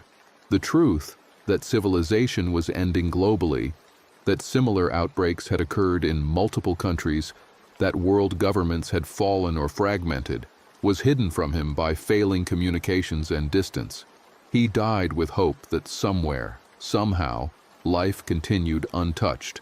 That hope was false. Detroit's fall was replicated in every major city worldwide. The virus, or variations of it, appeared simultaneously across continents, suggesting either coordinated attack or escaped research samples. The World Health Organization collapsed before it could determine which. The United Nations dissolved when member nations stopped responding to communications. The international order that had existed for decades evaporated in weeks, leaving survivors to face the aftermath alone. Harold's granddaughter Emma had drawn her pictures the night before the outbreak, sitting at the kitchen table with crayons while Michelle cooked dinner and Tyler played video games in the next room. She'd been proud of the purple flowers, had insisted on using tape to attach them to Grandpa's lunchbox herself. "So you remember me at work," she'd said, and Harold had hugged her and said he always remembered her. Didn't need pictures for that. But he'd kept them anyway, and carried them through hell, and died with them in his hands. The world Emma would have grown up in, school and friends and birthday parties and college and career and maybe children of her own, was erased in 72 hours. Her entire future and the futures of billions like her were deleted by microscopic particles that reprogrammed brains into eating machines. The cruelty was in the randomness, the senselessness. There was no meaning, no lesson, no greater purpose, just biology running its course, indifferent to human dreams or plans or love. Harold's last conscious thought, as infection fever consumed him in the darkness, was that he'd failed. Failed to save them, failed to reach them in time, failed at the one thing that mattered. The truth that nothing he could have done would have changed anything, that the outcome was determined before he left the plant, that failure was inevitable, would have been no comfort. He died believing he could have made a difference, and that false belief was perhaps a mercy. The blue lunchbox, before it melted, lay in the corner of the basement for days beside 3 bodies that weren't bodies anymore, just meat and bone slowly decomposing in the Michigan heat. Flies found them, maggots followed. The natural processes of decay continued regardless of the apocalypse occurring above, nature reclaiming biological material without judgment or ceremony. When the fire finally consumed the house, it erased the last physical evidence that Harold or Michelle or Emma or Tyler had ever existed. No graves, no markers, no monument. They became ash and smoke, carbon joining the atmosphere, atoms redistributing into soil and air, and eventually, perhaps, into new forms of life that would grow when the infected had finally rotted away and the world began its slow, painful recovery. But that recovery was decades away, maybe centuries. In the immediate aftermath, there was only death and survival, and the desperate scramble to find food and water and shelter. Harold's story ended on Topfer Avenue, but millions of other stories continued, each person fighting their own battle, making their own choices, dying their own deaths. Some found safety, some built communities, some survived years, even decades, adapting to a world of scarcity and danger. Children were born into the aftermath, growing up knowing only survival, the old world becoming myth and legend. Eventually, gradually, with terrible cost, humanity began to rebuild. Not the same civilization, never the same, but something new, something harder, something forged in the fires of near extinction. But Harold knew none of this. He died in the darkness, holding drawings made by a 6-year-old who loved purple flowers, surrounded by the family he couldn't save, in a city that had defined his life and would become his grave. His last moments were filled with grief and failure and love, the universal human experience of caring desperately about people you can't protect. The Sterling plant where Harold worked his last shift was eventually reclaimed by nature. Vines grew through broken windows, trees sprouted from cracks in the concrete, rust consumed the machinery.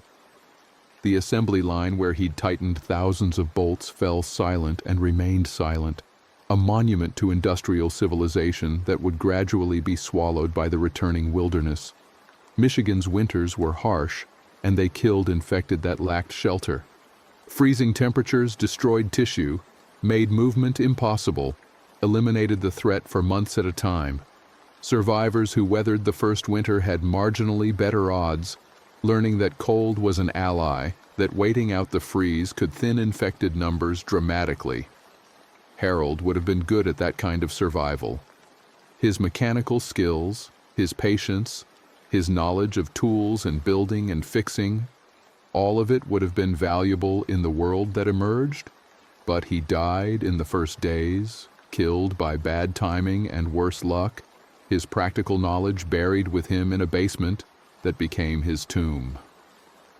The tragic irony was that Harold's skills, his blue-collar expertise, were exactly what survivors needed.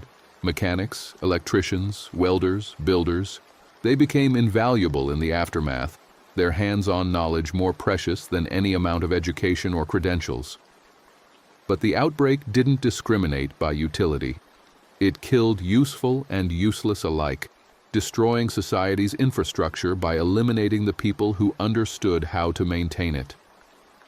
Gerald's transformation, which Harold had witnessed and ended with a wrench, was replicated millions of times in thousands of locations. Each instance a tragedy, each one destroying relationships and trust and the social fabric that held communities together. The infection turned neighbor against neighbor, family against family, made every interaction a potential death sentence. Society required trust to function, and the outbreak destroyed trust completely. If Harold had been younger, if he'd had different priorities, if his family had lived elsewhere, any number of variables might have changed his outcome. But he was 58, they lived in Warren, and when the outbreak started he was at work, miles away. The combination was fatal. His story was one of being in the wrong place at the wrong time, of bad luck compounding until escape became impossible. The drawings Emma made would have seemed prophetic if anyone had found them before the fire. Purple flowers surrounded by green stems, a child's optimistic vision of beauty and growth. Instead, those flowers became ash, beauty destroyed, growth interrupted. The metaphor was too obvious, too heavy-handed for fiction, but reality had no need for subtlety. The world ended and the flowers died, and no amount of artistic interpretation changed the fundamental cruelty. Harold's wife, dead 5 years from cancer, at least was spared witnessing the apocalypse. She died in a hospital bed, surrounded by family, with pain management and dignity. It was a good death compared to what came later. Harold had grieved deeply, thought nothing would hurt that much again. He'd been wrong. Losing his wife had been terrible, but finding his daughter and grandchildren dead in their own basement, knowing he'd been too late, that was worse. That was the universe demonstrating that pain had no ceiling, that loss could always cut deeper. The turkey sandwich Michelle packed for Harold that last night sat in his lunchbox next to Emma's drawings. He'd eaten half of it in the church basement, saved the rest for later. That last interaction, his daughter making lunch while the kids played, normal domestic routine, had been his goodbye without anyone knowing it. The mundane made meaningful by context, by subsequent loss. Topfer Avenue, where Harold died, eventually became overgrown. Grass grew waist-high. Trees dropped branches that no one cleared. Houses collapsed from neglect.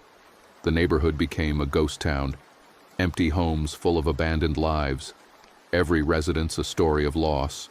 Survivors avoided residential areas eventually, the memories too painful, the reminder of what was lost too vivid. They clustered in more defensible locations, warehouses, factories, anywhere that wasn't decorated with family photos and children's toys.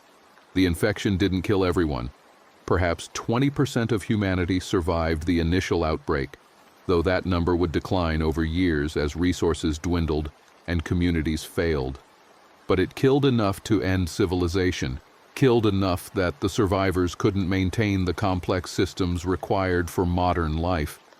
They descended to subsistence, to tribal existence, to a world more medieval than modern. Harold never fired a gun in his life, never committed violence before Gerald's transformation. Within 2 days, he'd killed multiple people with a wrench and a bat. The apocalypse transformed everyone, stripped away the comfortable social veneer, revealed what people were when consequences disappeared and survival became the only law.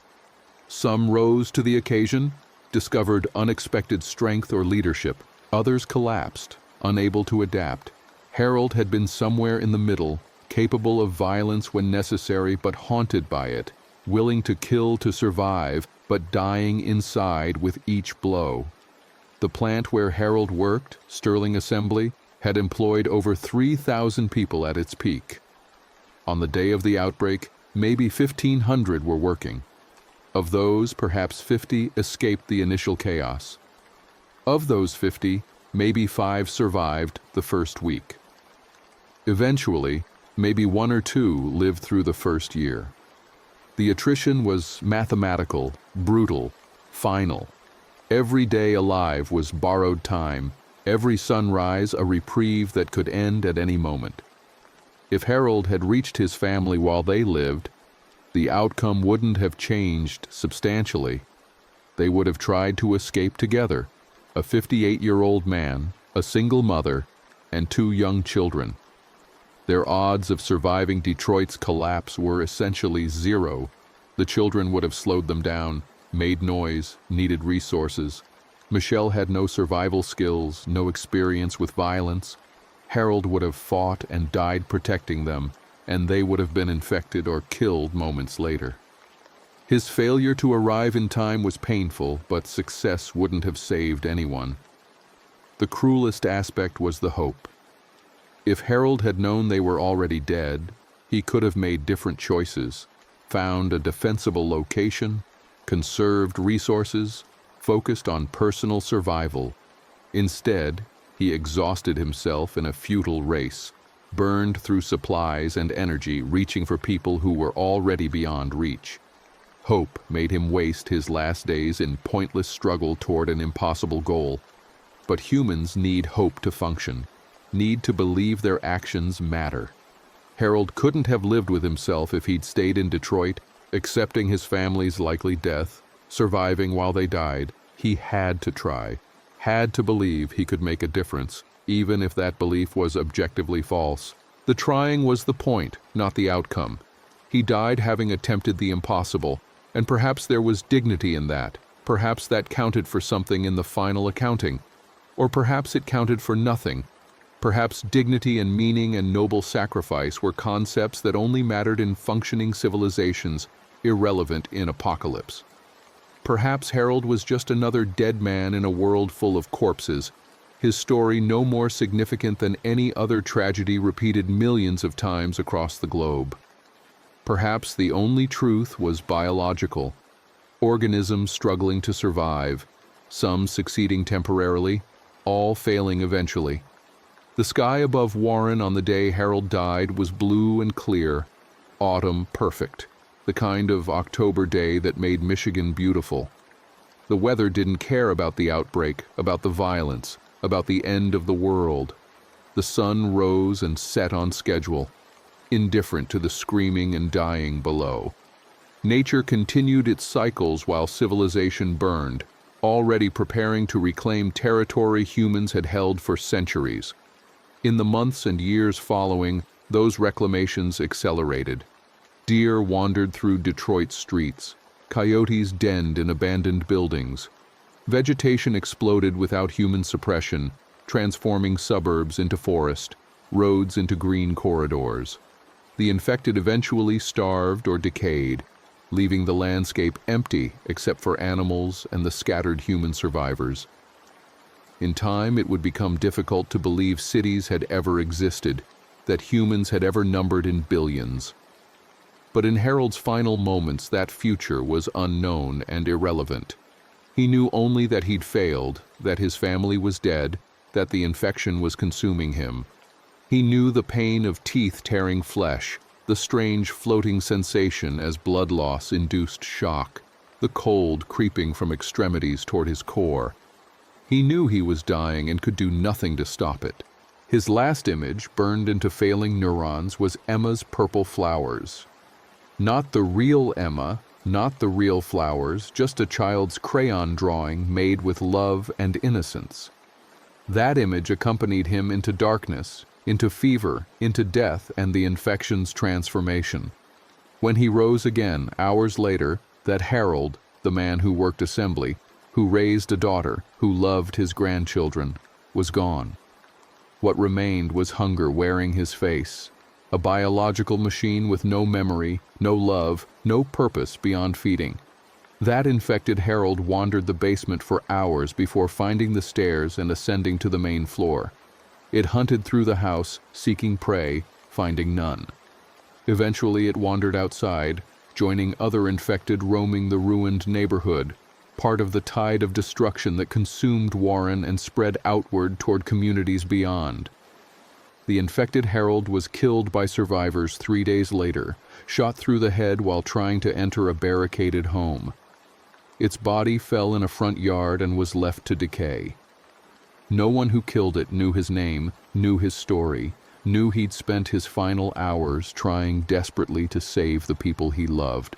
To them, he was just another infected, another threat eliminated, another body added to the countless others.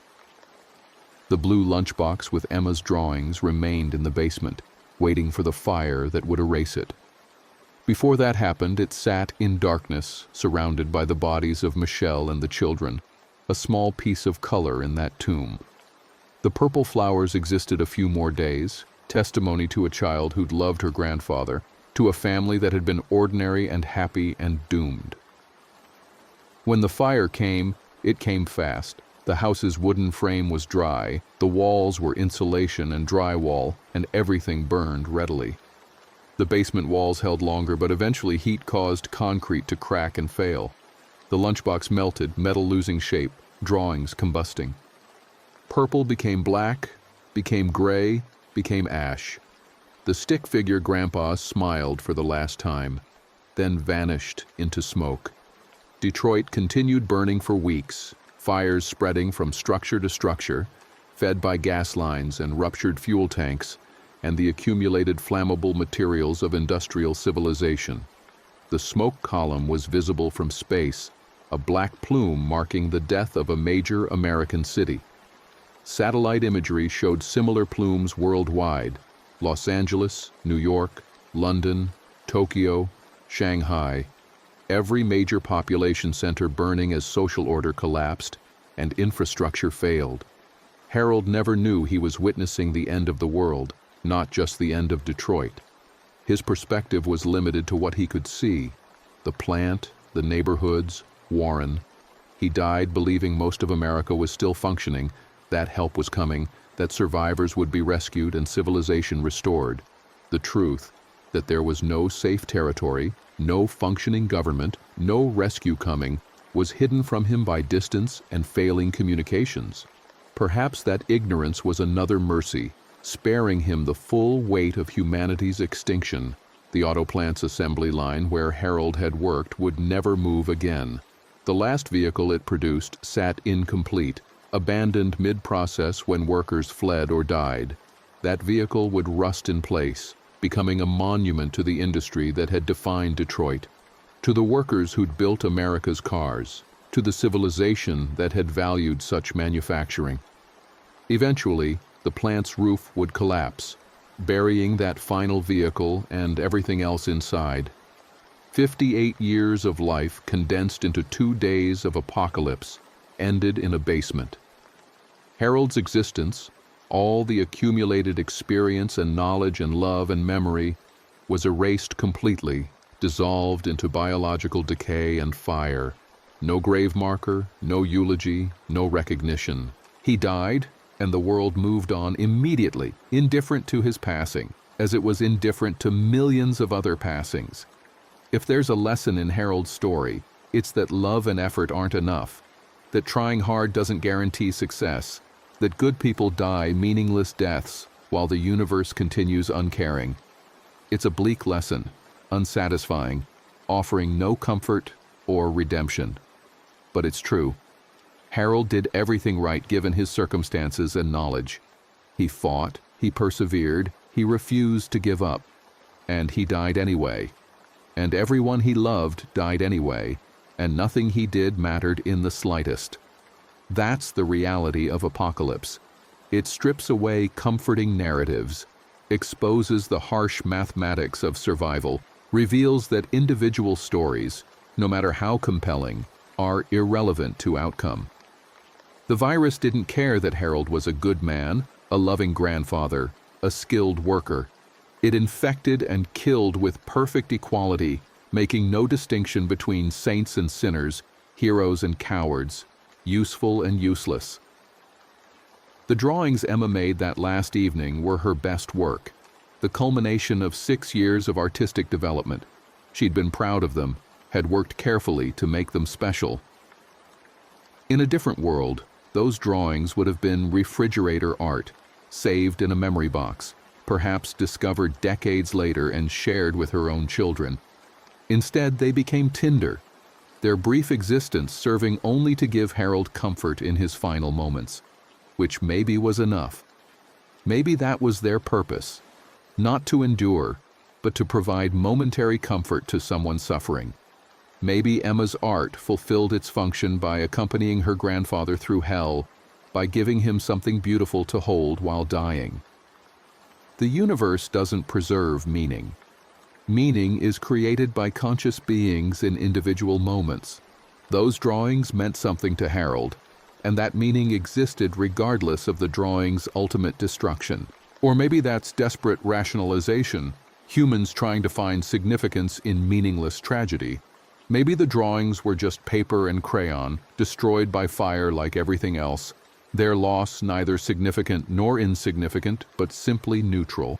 Just another item consumed by flames that cared nothing for artistic value or sentimental attachment. Harold's brother in Bad Axe never learned his family's fate, never received closure.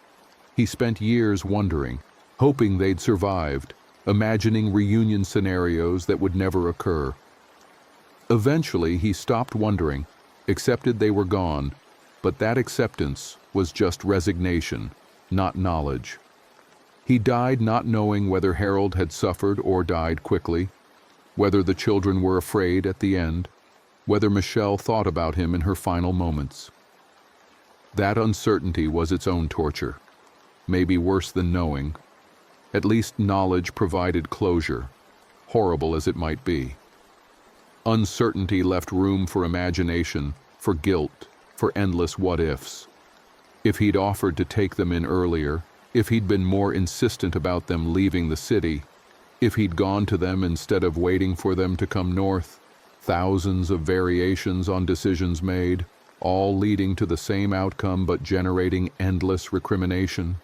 The Wayne State Research Facility's destruction came too late to matter, the virus having already spread globally.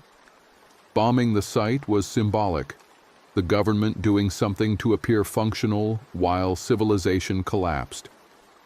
The researchers who'd worked there were dead or scattered, their knowledge of the virus lost.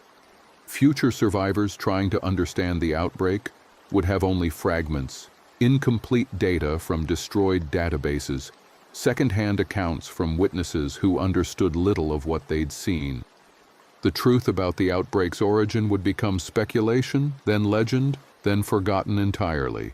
Future generations would know only that the plague had happened, that ancestors died in numbers too vast to count, that the old world ended and the new world began. The specifics, research facilities and biological weapons and containment breaches, would lose relevance as survivors focused on immediate concerns of food and water and safety. Harold's story would be lost with all the others, unmourned and unrecorded. No one would know he'd walked miles through chaos trying to reach his family, that he'd killed men he'd worked beside, that he'd died too late to save anyone. His life and death would leave no mark on history because history itself was ending, the long record of human civilization breaking off abruptly in late 2025. The blue lunchbox would never be found intact, would never become an artifact for future archaeologists to puzzle over. It melted and burned and scattered, its atoms redistributing into soil and air. Emma's drawings released their carbon to the atmosphere, joining countless other combusted materials in the smoke that circled the globe. The purple flowers she'd drawn so carefully became part of the ash that fell on cities worldwide, drifting down like gray snow, coating the dead and dying with the remnants of civilization's burning.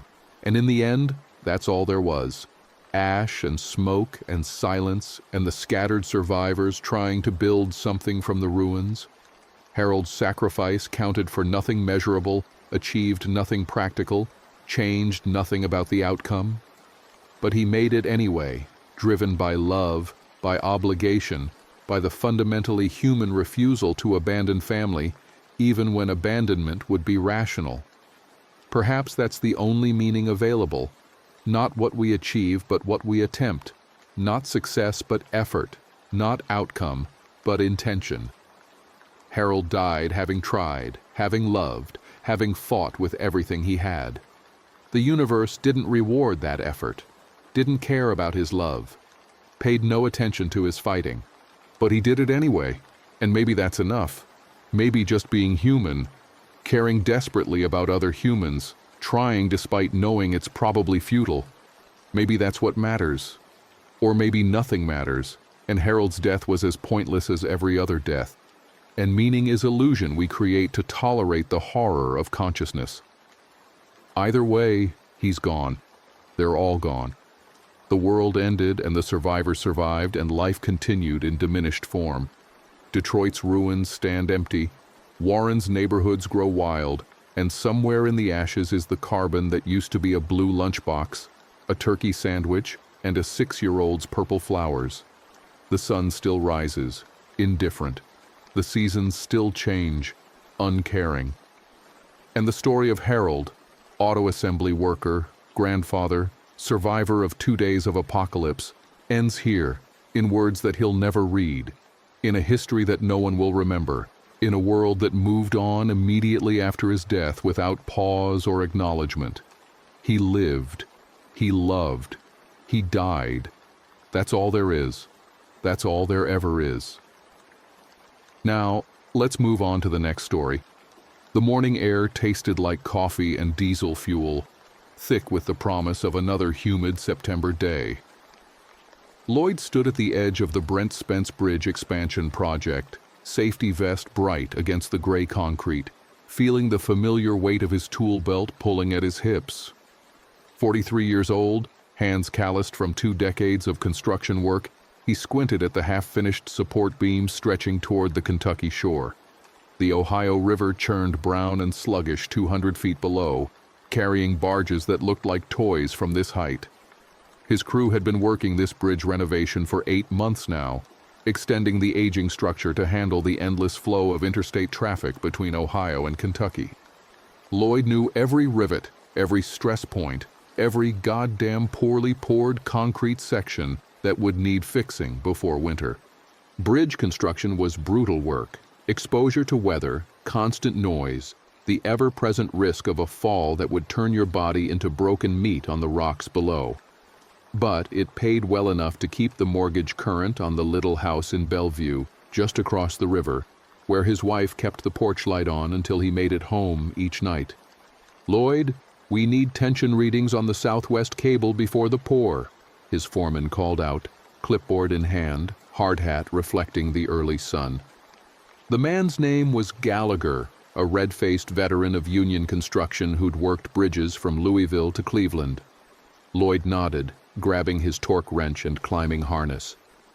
The southwest suspension cable was a beast, thick as a man's thigh, made of thousands of steel wires wound together, capable of supporting millions of pounds when properly tensioned.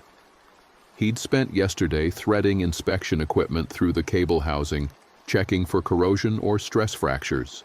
Today meant confirming the tension measurements before they poured the anchor block that would lock everything in place. The work required concentration. One wrong reading could mean catastrophic failure months or years down the line when heavy traffic put maximum load on the structure. Lloyd clipped his safety line to the guide rail and worked his way along the narrow maintenance catwalk, tools clanking against his belt. Below him, morning traffic was already backing up on I-75, thousands of cars and trucks forming a metal snake that stretched north toward Cincinnati and south toward Lexington. Russell worked nearby, operating the cable tensioning hydraulics. He was younger, maybe 30, with tattooed forearms and a constant stream of commentary about whatever podcast he'd listened to during his commute. Normally the kid was chatty to the point of annoyance, but this morning he seemed subdued, focused on the pressure gauges with unusual intensity. "You good?" Lloyd asked, checking his torque wrench calibration. "Yeah, just tired. Didn't sleep worth shit last night." Russell wiped sweat from his forehead even though the temperature was still mild. Had these weird dreams. Kept waking up. Lloyd grunted acknowledgement and got to work. The cable thrummed with tension under his hands, alive with the forces holding up tons of steel and concrete. He took measurements at 3 points along the span, recording numbers in his weathered notebook. Everything looked good. Tension within acceptable parameters, no signs of slippage or deformation. By mid-morning, the sun had climbed high enough to turn the bridge deck into a reflective oven. Heat shimmered off the concrete in visible waves. Lloyd drank from his water bottle, savoring the brief coolness, then returned to helping position reinforcement mesh for the next pour. The work was repetitive but required precision. Each steel rod had to overlap correctly, maintaining exact spacing for the concrete to flow properly around it. His phone buzzed in his pocket. A text from his wife. "Don't forget we're having dinner at Mom's tonight. 6:30. Love you," he replied with a thumbs-up emoji, smiling despite himself. His wife was 39, worked as a pharmacy technician at St. Elizabeth Hospital in Edgewood, and had the organizational skills of a military logistics officer. She kept their lives running smoothly while he worked long hours on the bridge. They'd been married 16 years, no kids by choice, just the two of them, and a yellow lab named Cooper, who thought his entire purpose in life was to bring them dirty tennis balls. The radio chatter started around 11. Gallagher's walkie crackled with traffic from other sites, then his cell phone rang. Lloyd watched the foreman's expression change from annoyed to confused to something harder to read. Gallagher turned away from the crew, speaking in low, urgent tones. When he ended the call, he gathered the senior workers, Lloyd, Russell, a crane operator named Vincent, and the head electrician, Tom. "Something's happening downtown," Gallagher said, keeping his voice level. "Some kind of incident at UC, University of Cincinnati, main campus." "What kind of incident?" Tom asked. He was a wiry guy in his 50s, always wore reading glasses on a chain around his neck. "They're calling it a terrorist attack, maybe a chemical leak. Reports are confused." Gallagher's jaw worked like he was chewing something tough. "Police are telling people to shelter in place. Some of the northern work sites are shutting down." Lloyd felt his stomach tighten. UC was only a few miles north of here, up in Clifton. If there was really a terrorist attack, a chemical weapon or biological agent, the bridge sat directly in the path between downtown Cincinnati and northern Kentucky. Tens of thousands of people would try to evacuate south, crossing this exact span. "Are we stopping work?" Vincent asked. "Not yet. I'm waiting for official word from the Port Authority." Gallagher looked at his phone again, scrolling through messages. "But keep your radios on. If I call shutdown, drop everything and get to ground level." The crew dispersed back to their tasks, but the energy had changed. Men checked their phones more frequently, clustering in small groups to share news updates. Lloyd pulled up a local news site on his phone. The headlines were alarming but vague. "Major incident at UC Medical Campus. Emergency response underway. Authorities ask public to avoid Clifton area." He tried calling his wife but got her voicemail. She was probably busy at the pharmacy, couldn't answer. He left a message. "Hey, there's something going on downtown. Some kind of emergency at UC. I'm fine, we're still working. But if you hear anything weird, just stay at the hospital, okay? Call me when you can." By noon, the situation had deteriorated in ways Lloyd didn't fully understand. More phones rang, more hushed conversations. Gallagher's face had gone pale and tight, like a man receiving progressively worse diagnoses. The foreman called another meeting, this time gathering the entire crew of 23 workers. "All right, listen up. The situation downtown is bad, real bad. I don't have all the details, but there are reports of people attacking each other. Some kind of mass violence. Hospitals are overwhelmed." Gallagher's voice carried the forced steadiness of someone trying not to panic. We're shutting down for the day. Secure your tools, make sure nothing's left loose that could be a hazard. Then get to your vehicles and go home. Stay off the main roads if you can." "What about the gear?" someone asked. "The hydraulic lifts?" "Leave them. Safety protocols can wait. Just get out of here." The crew moved with practiced efficiency, decades of training overriding fear. Lloyd helped Russell secure the cable tensioning equipment, making sure the pressure valves were closed and locked. Russell's hands shook slightly as he worked, and his face had gone gray pale under his tan. "You feeling okay?" Lloyd asked. "I don't know, man. I feel hot, and my head's pounding." Russell straightened up too fast and swayed, catching himself against the equipment frame. "Jesus, maybe I've got heat stroke or something." "You need to sit down. Get some water." "No, I just want to get home." Russell fumbled with his tool belt, nearly dropping his impact wrench. "My wife's pregnant. 8 months. I need to make sure she's okay." They finished the shutdown procedures and headed toward the access stairs that would take them down to the parking area. The bridge sat at a complex interchange where I-75 and I-71 merged, with the construction zone occupying a closed-off section of the upper deck. Below them, traffic had become a parking lot. Cars sat motionless, bumper to bumper, engines running, exhaust shimmering in the heat. Horns blared in futile protest. Lloyd stopped at the railing and looked north toward Cincinnati. Smoke rose from several points in the city, thin dark columns against the blue sky.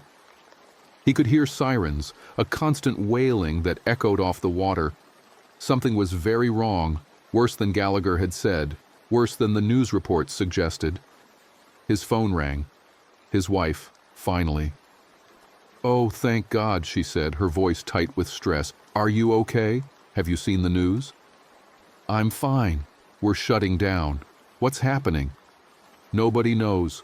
They're saying it's some kind of disease, that it's spreading fast. The hospital is going crazy. We've had 17 people come in the last hour with violent behavior, high fevers. They're biting people, Lloyd. Patients are biting doctors and nurses." The words didn't make sense.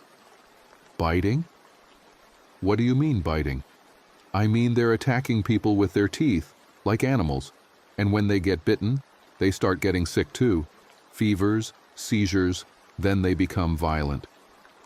Her voice cracked. "They've locked down the ER. Nobody's allowed in or out. I'm trapped here." Lloyd gripped the railing hard enough to hurt his hand. "Stay where you are. Stay in a secure area. I'm coming to get you. The roads are impossible." "The bridge is blocked, Lloyd. How are you going to get here?" "I'll figure it out. Just stay safe. Lock yourself somewhere secure and wait for me. I love you." "I love you too. I'm coming." He ended the call and turned to find chaos erupting behind him.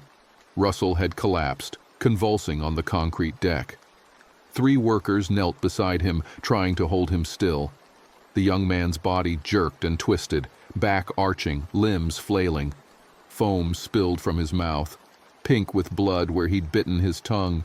"Get the first aid kit," someone yelled. "Call 911. I already tried. The line's busy." Lloyd ran over, dropping to his knees beside Russell. The seizure was violent, worse than anything he'd seen before. Russell's eyes had rolled back, showing only whites. His skin was hot to the touch, burning with fever. The convulsions went on for nearly a minute, then stopped abruptly. Russell lay still, breathing in shallow gasps. "Is he okay?" Tom asked, his reading glasses dangling forgotten from their chain. Lloyd checked Russell's pulse. It was racing, way too fast, hammering against his fingertips. "We need to get him to a hospital." "Good luck with that," Vincent said grimly, pointing at the gridlocked traffic below. They tried to make Russell comfortable, positioning him in the recovery position, loosening his tool belt and vest.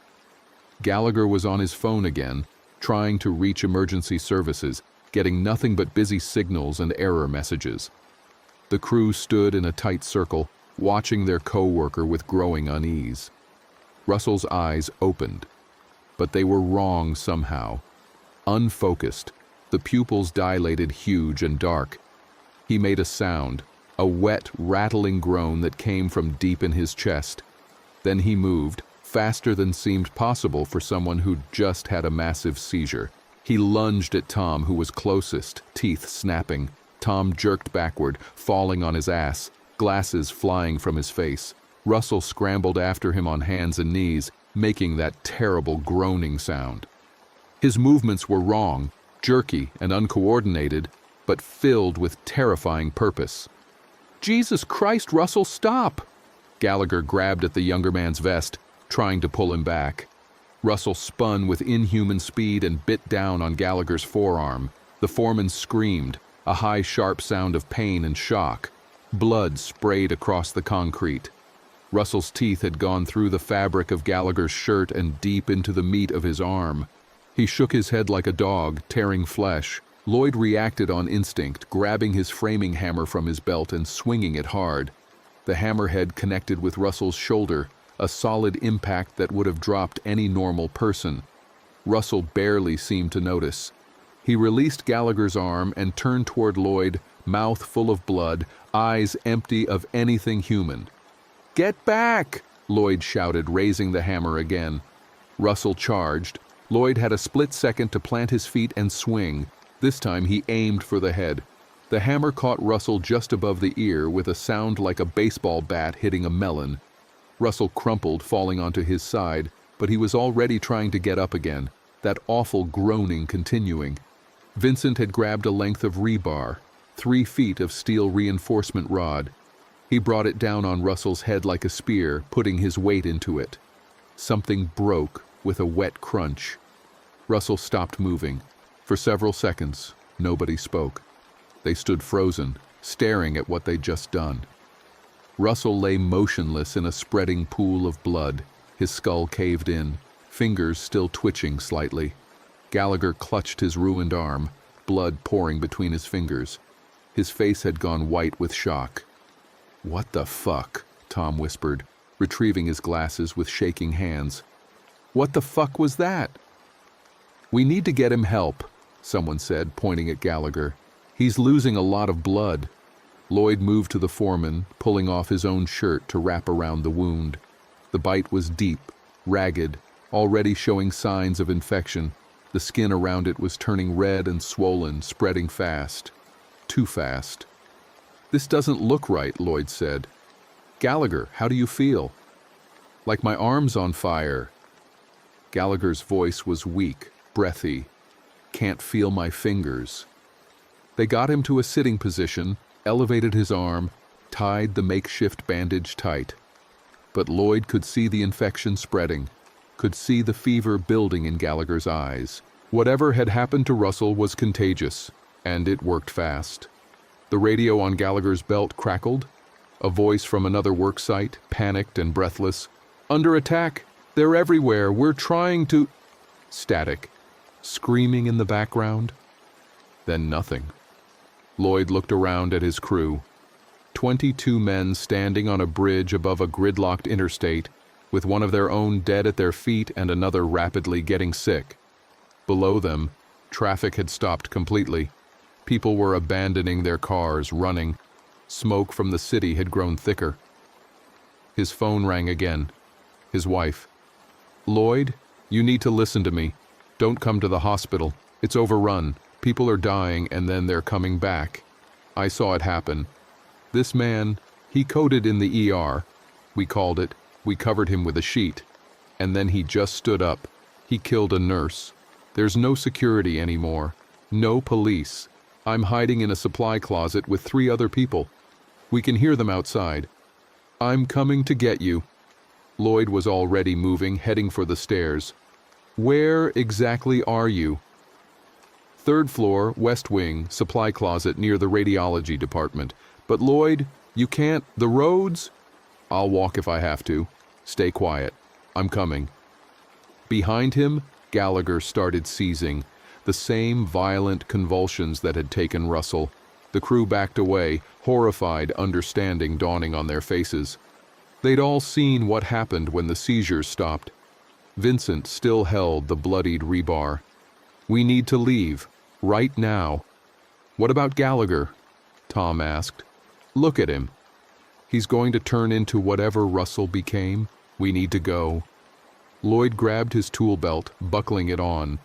The weight was familiar, comforting. Hammer, pry bar, utility knife, cable cutters, screwdrivers, tools he'd used for 20 years to build things. Now he might need them to survive. Everyone to the parking area, he said, keeping his voice level despite the fear clawing at his throat. Stay together. Watch each other.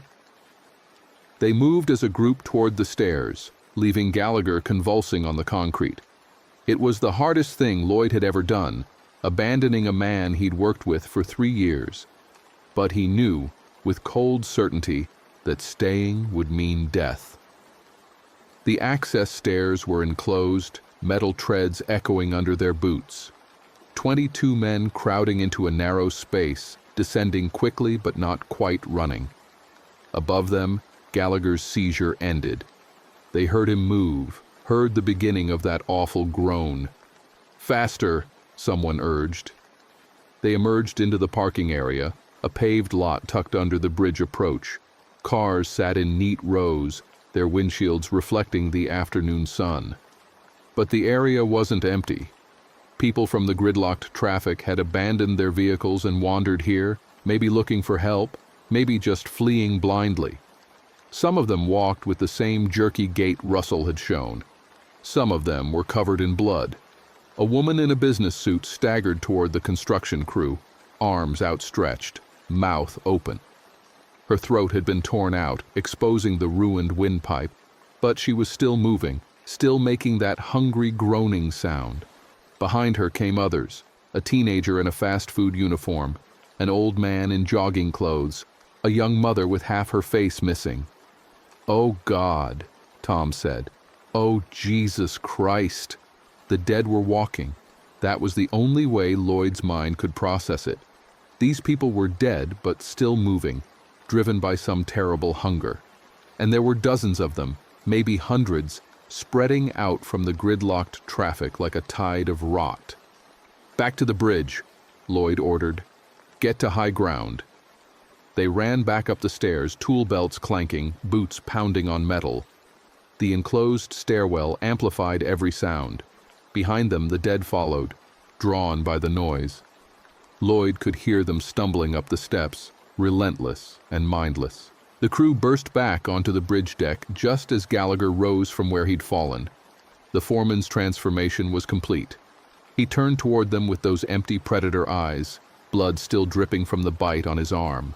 But now he was the predator, not the victim. "Spread out!" Vincent yelled. "Don't let them corner us!" The bridge deck became a battlefield. 21 construction workers armed with whatever tools they'd carried, facing down their infected foreman and the growing wave of dead climbing up from below. Lloyd found himself near the edge, back against the railing, hammer in hand. Gallagher charged him. Lloyd sidestepped, using his work-honed reflexes, and swung the hammer into the foreman's knee. Bone cracked. Gallagher stumbled but didn't fall, didn't even seem to feel the pain. He pivoted on his broken leg and came at Lloyd again, teeth snapping. This time Lloyd went for the head. The hammer struck Gallagher's temple with brutal force, caving in the skull. Gallagher dropped like a puppet with cut strings, finally, permanently dead. All around the deck, similar fights played out. Men using hammers, wrenches, pry bars, and lengths of pipe to beat down the infected. The violence was primal, desperate, accompanied by screams and wet impacts. Bodies fell, blood pooled on the concrete. Tom went down under 3 infected, his screams cutting off abruptly as teeth found his throat. Vincent fought like a demon with his rebar, smashing skulls, but more kept coming. The stairs were vomiting infected onto the deck, an endless stream of bloody corpses animated by hunger. Lloyd backed toward the cable tensioning equipment, mind racing. They couldn't fight all of them. There were too many, but maybe he could use the equipment to buy time. The cable tensioning hydraulics were still active, still pressurized. Massive steel cables ran through adjustable clamps, each one capable of generating hundreds of tons of force. Lloyd had spent the morning working with this equipment. He knew how it functioned. He grabbed the control panel, flipping switches, releasing safety interlocks. The hydraulics hissed to life. One of the suspension cables, thick as a tree trunk, suddenly released tension and whipped across the deck like a striking snake. The cable was under such extreme tension that when it let go, it moved faster than the eye could follow.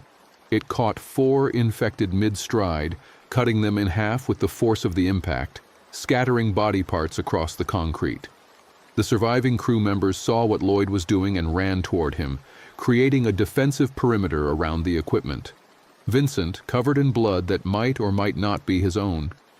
A younger electrician named Mike, swinging a pipe wrench with mechanical precision. 5 others whose names Lloyd didn't immediately recall, all fighting with the desperate strength of men who knew they were about to die. "Lloyd, what's the plan?" Vincent gasped, crushing an infected woman's skull with his rebar. "We need to get off this bridge, but the parking lot is overrun and the traffic below is blocked." "Then what?" Lloyd looked at the Ohio River, 200 feet below, churning with brown water and debris. A crazy idea formed. He pointed at the safety cables that ran along the bridge railing, thick climbing ropes designed to prevent workers from falling to their deaths. "We rappel down. There's a maintenance platform at the water level. We can use it to cross to the Kentucky side." "Are you insane? That's a 200-foot drop. You got a better idea?" Vincent looked at the infected swarming toward them, at the bodies of their co-workers scattered across the deck, and shook his head. "Fuck it. Let's go." They grabbed climbing harnesses from the equipment cache, strapping them on with fumbling haste. Lloyd distributed carabiners and belay devices, blessing whatever safety regulation had required them to keep full rappelling gear on site. The infected were getting closer, drawn by the noise and movement. "Vincent! Mike! Hold them off while we set up the lines!" Lloyd yelled. The 2 men positioned themselves between the survivors and the infected, weapons ready. Lloyd clipped a heavy-duty climbing rope to the bridge railing and kicked it over the edge. The rope unspooled, dropping toward the river. He secured another one, then a third. "Go! Move!" he shouted. The first man clipped onto a line and went over the railing, rappelling into empty air with adrenaline-fueled speed. Then another, then another. Lloyd kept organizing the evacuation, watching Vincent and Mike fight a losing battle against overwhelming numbers. Mike went down. An infected grabbed his ankle and pulled him into their mass. His screams were terrible and brief. "Vincent, get to the rope!" Lloyd grabbed the big man's shoulder, pulling him toward the railing. Vincent killed one more infected with his rebar, then turned and ran. He clipped on and went over the edge, descending in controlled drops. Lloyd was the last one left on the deck, surrounded by infected on 3 sides, the open air at his back. He hooked his carabiner onto the climbing rope and jumped backward off the bridge. The fall was controlled but terrifying. He dropped in rapid intervals, using his gloved hands to manage the rope speed, watching the concrete support structures flash past. The river rushed up to meet him. Behind and above, infected crowded the railing, some of them toppling over the edge, falling without any attempt to stop themselves, their bodies hitting the water with distant splashes. Lloyd's boots hit the maintenance platform hard, jarring his knees. He unclipped and looked around. The platform was a narrow metal grating that ran along the base of the bridge, designed for inspectors to access the support pylons. 5 other crew members had made it down. Vincent, 2 iron workers, and 2 electricians. Everyone else was dead or left behind. "We need to move," one of the iron workers said, voice shaking. "Those things are falling into the water. Some of them might still be functional." The platform had a small maintenance boat tied to it, an aluminum craft with an outboard motor used for inspecting the bridge's underwater supports. Lloyd had seen it a dozen times but never used it. The boat was designed for 2 people, maybe 3 in an emergency. There were 6 of them. "It won't hold all of us," Vincent said, reading his mind. "Then some of us swim." Lloyd looked at the others. "Who can swim?" 4 hands went up, including his own. The 2 who couldn't were the ironworkers, both older men who'd grown up inland, never learned. "Get in the boat," Lloyd told them. "We'll swim beside you." They piled into the small boat, which rode dangerously low in the water. Vincent yanked the outboard starter cord. The motor coughed, sputtered, caught. He twisted the throttle and the boat lurched forward. Lloyd jumped into the Ohio River. The water was shockingly cold despite the warm air, and filthy, full of chemicals, and God knew what else. He kicked hard, swimming parallel to the boat as it crossed the river toward the Kentucky shore. The current was stronger than he'd anticipated, pulling him downstream. His tool belt dragged at him, threatening to pull him under, but he couldn't bring himself to lose it. Those tools might be the difference between survival and death. Something bumped against his leg. He jerked away, heart hammering, imagining infected sinking into the depths to grab him. But it was just debris, a waterlogged tree branch. He kept swimming, arms burning with effort, lungs aching. The Kentucky shore was industrial, a mix of warehouses and small businesses with a public boat ramp about 100 yards downstream. The maintenance boat made for the ramp, its motor whining. Lloyd and the other swimmers struggled after it, fighting the current. His hand touched concrete. He'd made it. Lloyd pulled himself onto the boat ramp, gasping, water streaming from his clothes. The others were climbing out beside him, exhausted and traumatized. Vincent cut the boat motor and jumped out, pulling the craft onto the ramp. "What now?" one of the electricians asked. He was young, maybe 25, and crying openly. "What the fuck do we do now?" "We find somewhere safe. Get weapons. Figure out what's happening." Lloyd squeezed water from his shirt, though it was futile. "And I need to get to St. Elizabeth Hospital. My wife is there." "The hospital is probably overrun," Vincent said. "If what we saw on the bridge is everywhere, I don't care. She's there and I'm going to get her." Vincent studied Lloyd's face, then nodded. "Okay, but we need supplies first. There's a hardware store about 2 blocks from here. I know the owner. If anywhere's going to have what we need, it's there." They moved through the industrial area in a tight group, 6 exhausted men in soaked work clothes, carrying nothing but the tools on their belts. The afternoon sun was harsh and bright, making the quiet streets feel surreal. Cars sat abandoned. A few bodies lay on the sidewalk, though whether they were infected or just dead, Lloyd couldn't tell from a distance. They heard moaning from inside a warehouse, the sound of multiple infected. They went wide around it, sticking to the opposite side of the street. Every shadow seemed to hide a threat. Every sound made them flinch.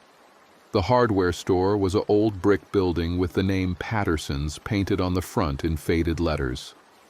The windows were intact, the door locked. Vincent pounded on it. "Patterson, you in there? It's Vincent Cooper. Let us in." Silence, then the sound of locks being thrown. The door cracked open, revealing an elderly man with a shotgun. He looked at Vincent, recognized him, and opened the door wider. "Get inside. Quick."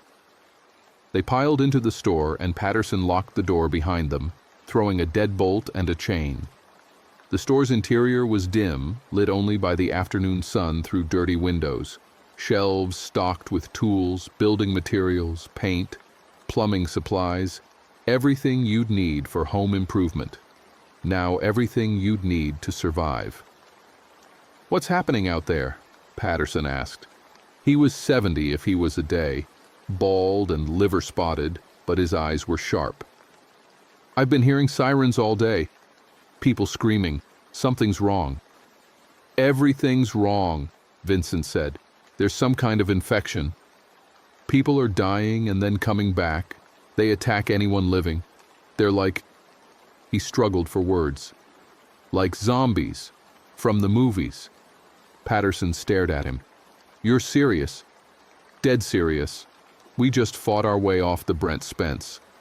Half our crew is dead. We need supplies." The old man set his shotgun on the counter. "Take what you need. I've got more guns in the back. Ammunition. If it's really that bad out there, money doesn't matter anymore." They equipped themselves systematically, years of construction work making them efficient even in crisis. Lloyd grabbed a real weapon, a crowbar, 3 feet of solid steel with a hook on one end. He kept his framing hammer too, hooking it onto his belt. He found a backpack and filled it with essentials: duct tape, zip ties, a good flashlight, batteries, a first aid kit, bottles of water, energy bars from the display near the counter.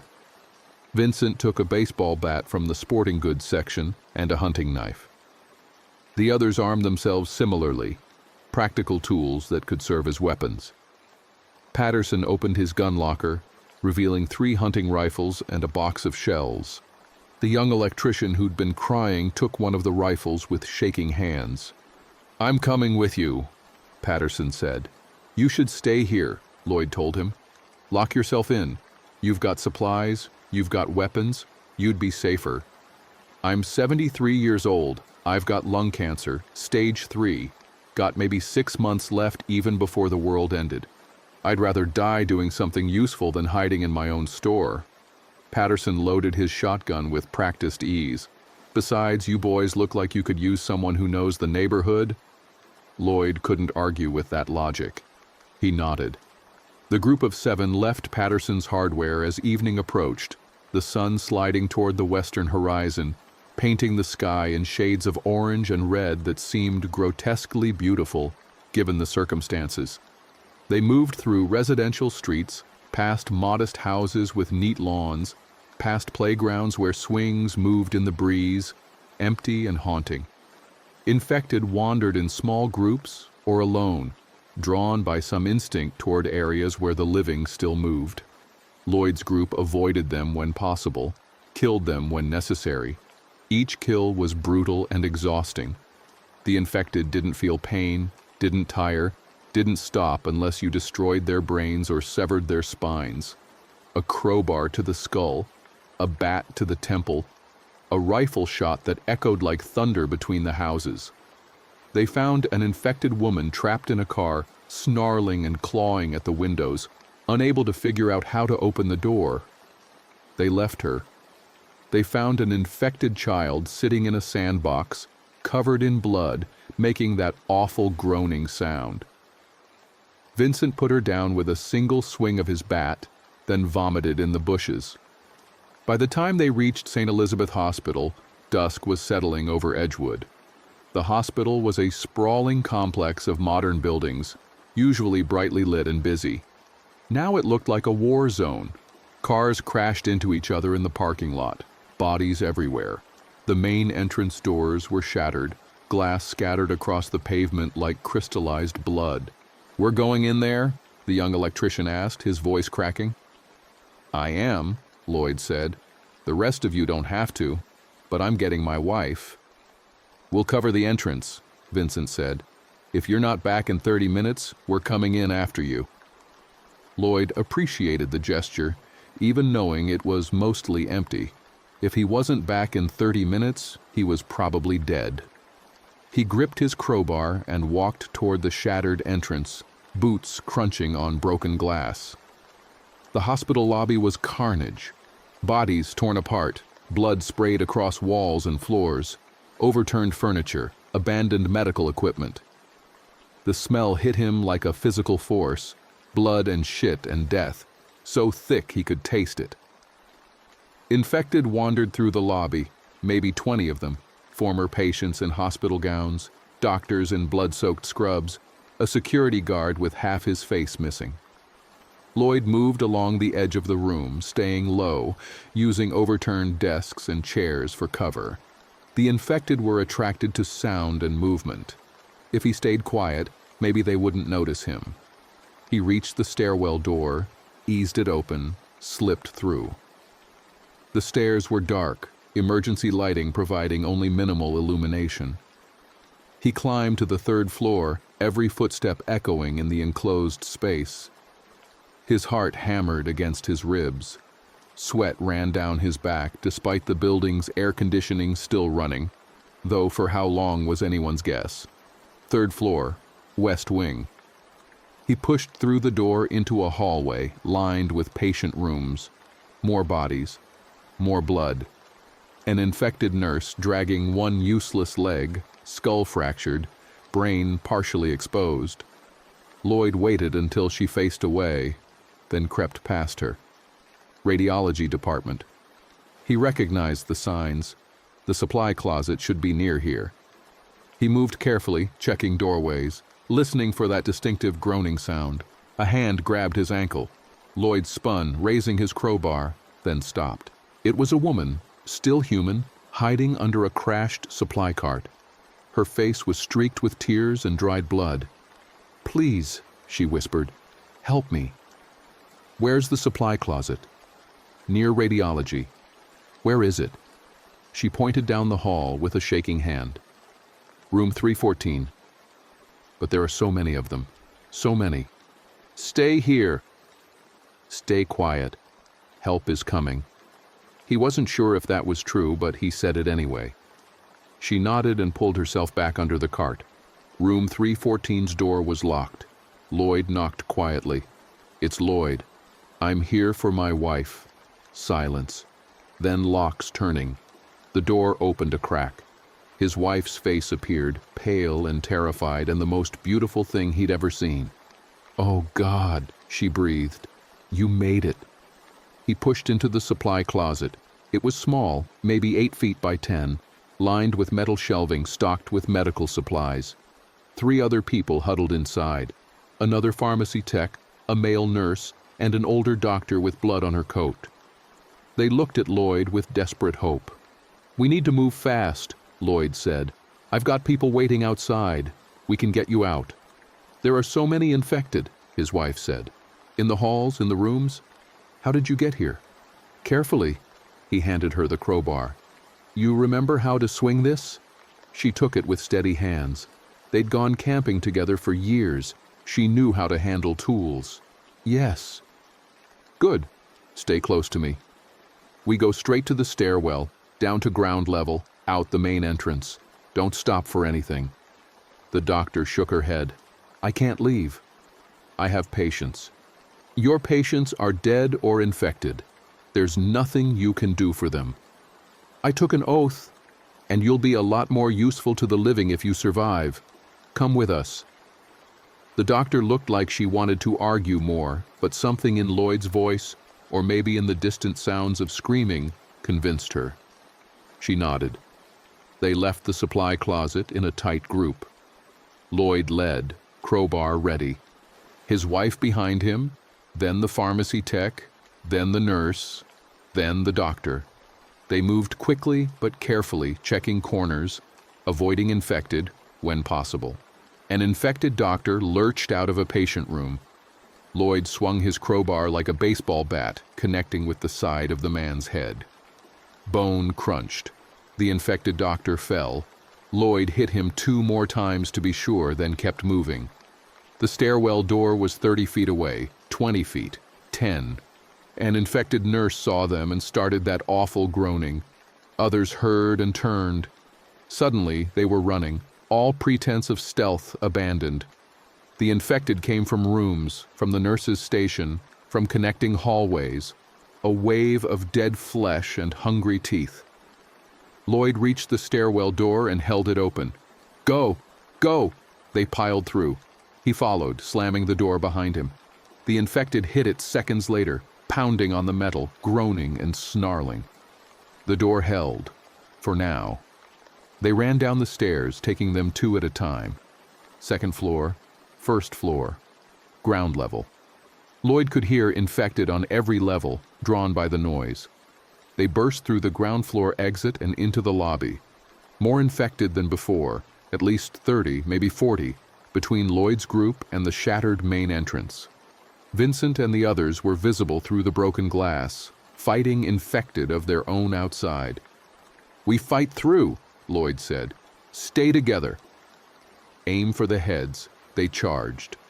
Lloyd swung his crowbar with everything he had, caving in skulls, breaking necks. His wife fought beside him, surprising him with her viciousness. The pharmacy tech went down screaming, pulled into the mass of infected. The nurse fell next, disappearing under grasping hands and tearing teeth. But the others made it through, bursting out into the parking lot, where Vincent and the rest immediately fell in around them. They formed a defensive perimeter and fought their way across the pavement, killing infected as they went, until they reached the relative safety of the street beyond. Lloyd counted heads. 7 had entered the hospital. 4 came out. Him, his wife, the doctor, and 1 other pharmacy tech who'd been hiding in the closet. Everyone else was dead.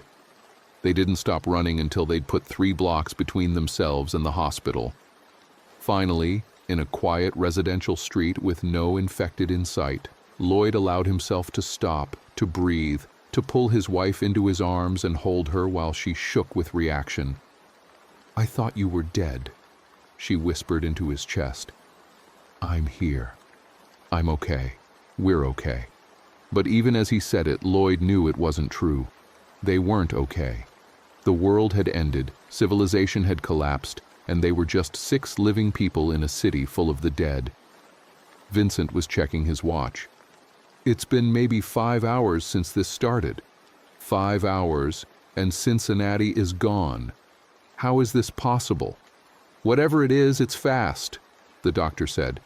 She'd introduced herself as Dr. Rivera, 40 years old, trauma surgeon. "The infection period is measured in minutes. Bite to fever to death to reanimation. I'd estimate 30 minutes, maybe less." "And it's definitely spread through bites?" Lloyd asked. "Bites, blood contact, any fluid transfer. I saw it happen a dozen times. Someone gets bitten, they show symptoms within minutes, they die, they come back." Dr. Rivera's voice was clinical, falling back on medical training to cope with horror. "The interesting thing is how fast they reanimate. Normal death is a process. The heart stops, but the brain keeps functioning for minutes. These people, they died and came back within seconds. It's like the disease keeps the motor functions running even after everything else stops." "So they're dead, but not dead," Vincent said. "They're dead. The person is gone, but the body is still operating on some level. It's the most aggressive pathogen I've ever seen." Patterson, the hardware store owner, was loading his shotgun. "So what do we do? Where do we go?" Lloyd thought about it. They needed shelter, somewhere defensible. They needed supplies, food, and water for more than one night. They needed rest, a few hours without fighting for their lives, and they needed a plan for what came next. "My house," Lloyd said. "It's about 2 miles from here. Small, defensible, and I know the neighborhood. We can secure it and figure out our next move." "Lead the way," Vincent said. They walked through dying suburbs as night fell completely. The power was still on in most places, streetlights illuminating scenes of horror. Cars crashed into trees, houses with doors hanging open, bodies in yards, infected wandering alone or in packs, drawn to any sound or movement. Lloyd's group stayed quiet, communicating with hand signals, avoiding contact when possible. They passed a convenience store that had been looted, its windows smashed, shelves emptied. They passed a church where infected congregated in the parking lot, maybe drawn by the ringing bells before whoever rang them was killed. They reached Lloyd's house just before midnight. It was a small rancher, single-story, vinyl siding, a chain-link fence around the backyard where Cooper the dog would normally be. Lloyd stopped at the end of the driveway, staring at his house, remembering this morning when everything was normal. The front door was closed, no signs of break-in. He approached carefully, keys in hand. Behind him, the group kept watch, weapons ready. Lloyd unlocked the door and pushed it open. "Cooper?" No response. The house was dark and quiet. He flipped the light switch. The lights came on, showing his living room exactly as they'd left it. Couch, TV, Cooper's toys scattered on the floor, but no dog. His wife pushed past him, calling for Cooper, checking the bedrooms and bathroom. Lloyd heard her voice crack. He's not here. Maybe he got out. Maybe he ran when things started going wrong. Or maybe something got in and... Don't think about that. Lloyd put his hands on her shoulders. We're alive. We're together. That's what matters. The group filed into the house, closing and locking the door behind them. Patterson checked the windows, making sure they were secure. Vincent and the young electrician cleared the basement. Dr. Rivera and the pharmacy tech, a quiet woman named Jennifer, collapsed onto the couch. We need to secure this place, Lloyd said. Windows, doors, any access point. Vincent, you and I can board up the windows. Patterson, can you watch for infected? Everyone else, inventory what food and supplies we have. They worked through the early morning hours, exhaustion temporarily held at bay by adrenaline and purpose. Lloyd and Vincent used scrap lumber from the garage to board up the windows on the ground floor, leaving small gaps to see out, but making entry nearly impossible. They reinforced the doors with furniture, creating barricades that could slow down attackers. The house had maybe a week's worth of food if they rationed carefully. Canned goods, pasta, rice, some frozen meat that was still good. Lloyd's wife filled every available container with water from the tap, uncertain how long utilities would stay functional.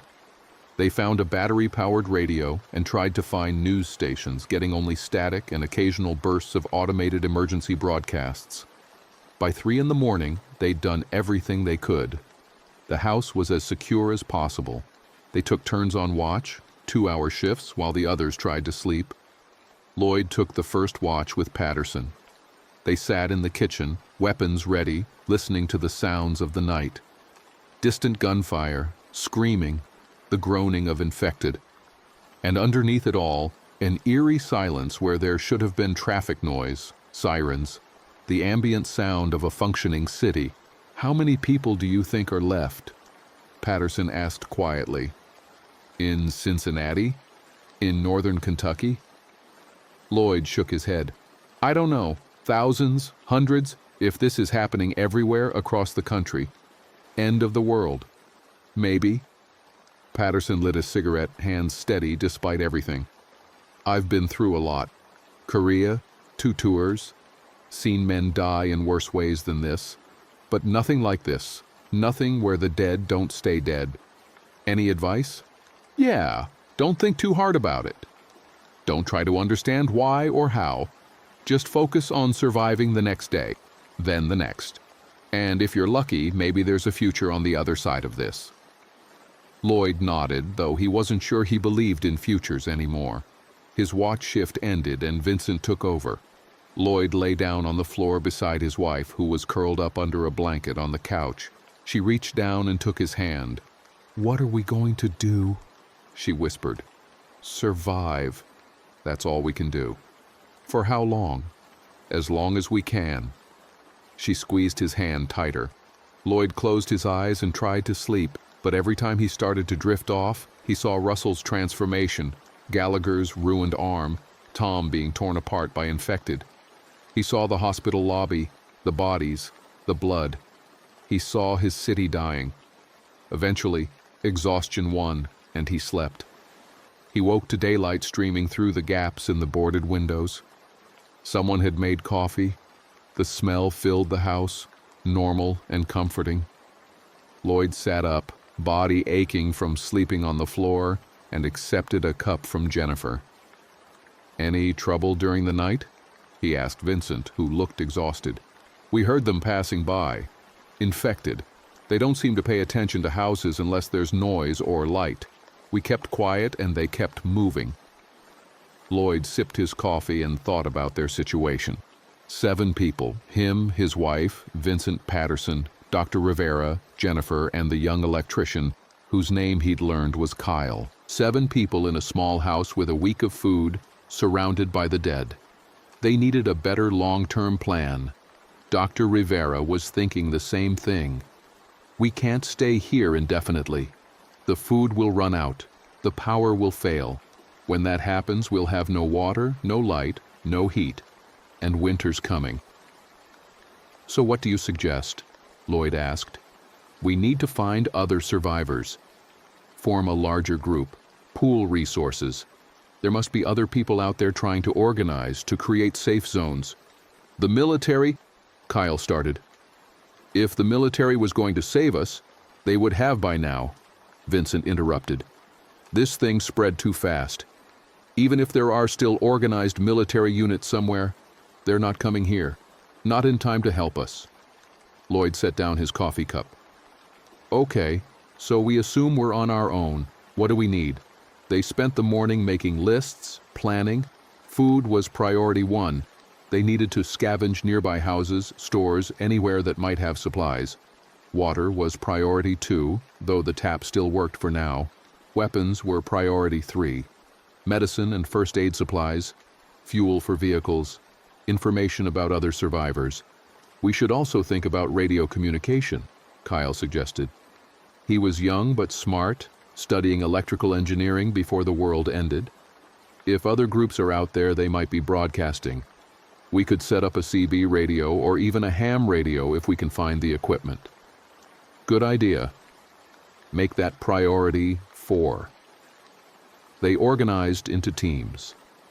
Lloyd, Vincent, and Patterson would handle scavenging. They were the ones most comfortable with violence if it came to that. Kyle would work on communications. Dr. Rivera, Lloyd's wife, and Jennifer would organize supplies and maintain the house. The scavenging started that afternoon. Lloyd's neighborhood was suburban, mostly single-family homes with small yards. The three men moved from house to house, breaking in when necessary, searching for supplies. Most houses were empty, their occupants either dead, infected, or fled elsewhere. Some houses showed signs of violence: blood, bodies, broken furniture. They left those alone when possible, not wanting to risk encountering infected in close quarters. In one house, they found an elderly couple dead in their bed, holding hands, a bottle of pills beside them. Suicide. Lloyd said a quiet prayer and closed the door. In another house, they found a survivor, a woman in her 30s, barricaded in her bedroom with her 2 young children. She screamed when they broke in, raising a kitchen knife. Lloyd raised his hands, showing he meant no harm. "We're not infected. We're not here to hurt you. We're just looking for supplies." The woman's knife hand trembled. Her children, maybe 6 and 8 years old, clung to her legs. "Where's your husband?" Vincent asked gently. "Dead. Infected. He tried to get home from work and—" She broke down, crying. Lloyd gave her a choice: come with them to his house, safety in numbers, or stay here and take her chances alone.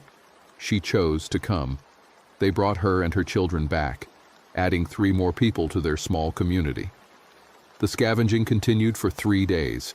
They gathered food, water, batteries, medical supplies, tools, and weapons.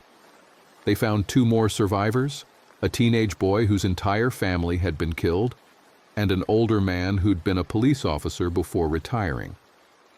The officer, whose name was Decker, brought valuable knowledge about urban survival and tactics. Their community now numbered 12. Lloyd's small house was crowded, but the numbers meant more people to stand watch, more people to scavenge, more skills to draw on. They established a routine.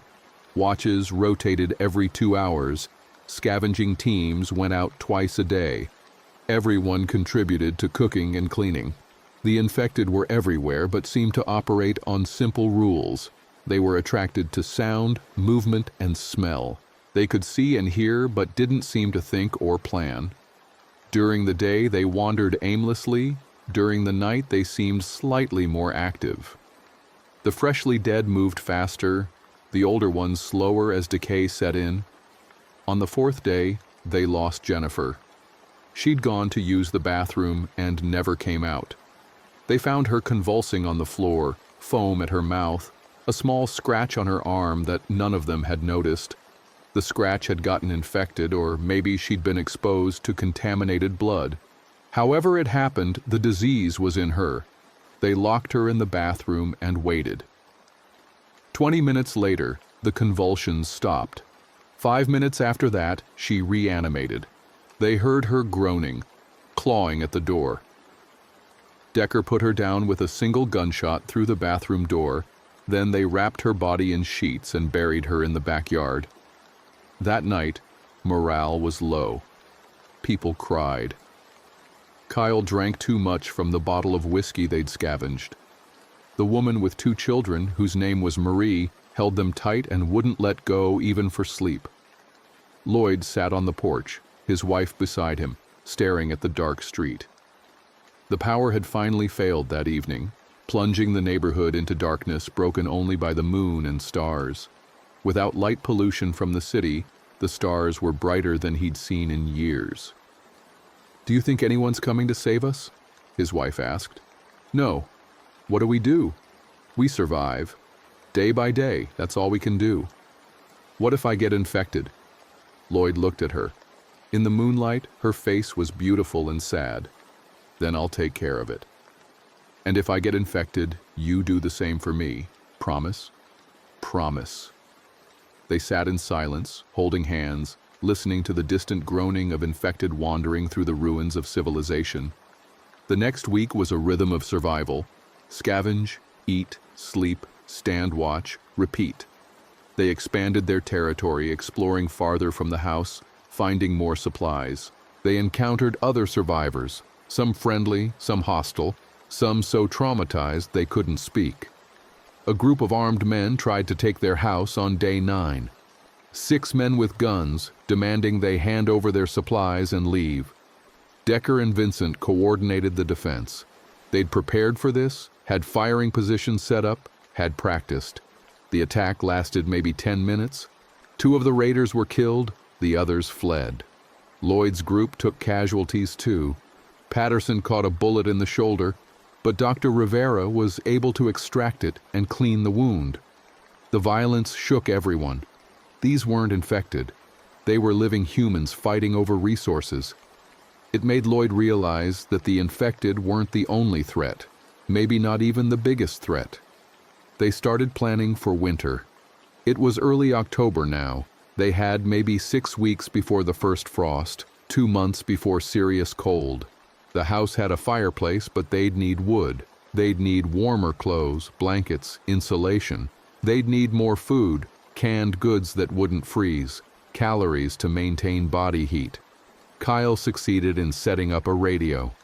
He scavenged parts from several houses, including a ham radio from a hobbyist's basement, and assembled a working transmitter and receiver. They started broadcasting, a simple message repeated every hour. "This is Lloyd Anderson's group in Bellevue, Northern Kentucky.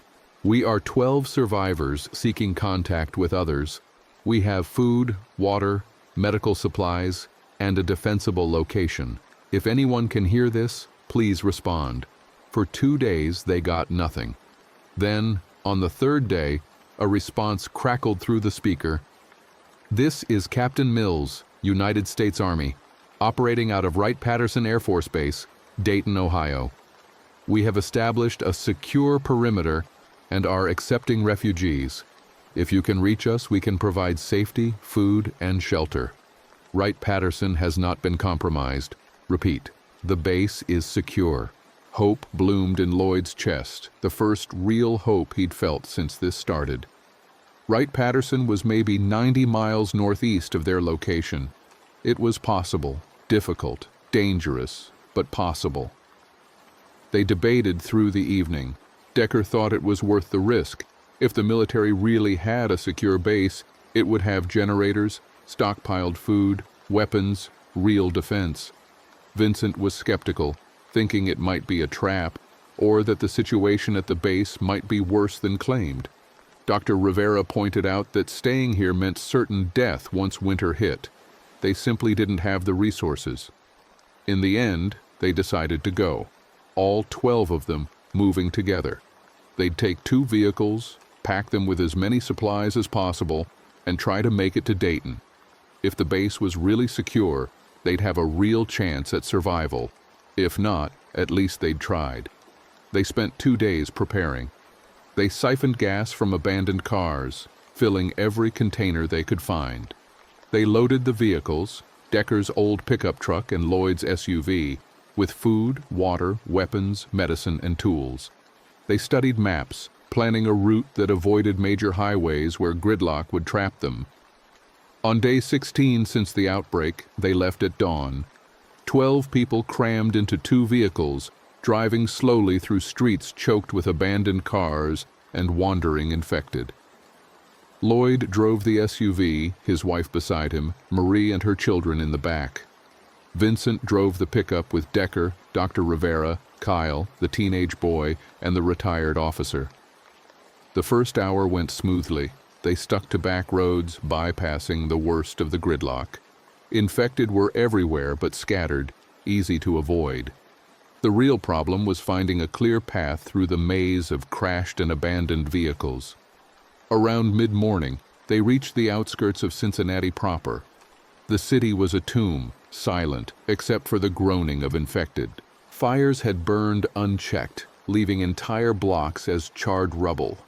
Bodies lay everywhere, most picked clean by infected, some so torn apart they were barely recognizable as human. They were passing through a commercial district, strip malls and gas stations on both sides, when the ambush happened. A refrigerated truck had been positioned across the road, blocking their path. Lloyd braked hard, and the pickup behind him did the same. Before they could react, gunfire erupted from the buildings on both sides. Bullets shattered Lloyd's windshield, punching through the SUV's thin metal skin. "Get down!" Lloyd screamed, throwing himself sideways as rounds whipped past his head. Behind them, the pickup was getting hit too. Lloyd could hear Vincent returning fire, the crack of rifles mixing with the stutter of automatic weapons from the ambushers. "Out! Everyone out!" Decker was yelling. "Take cover behind the vehicles!" Lloyd kicked open his door and rolled out, dragging his wife with him. Marie and her children tumbled out the back. They crouched behind the SUV as bullets continued to pour in, punching through the doors, shattering windows. The children were screaming. Marie tried to cover them with her body.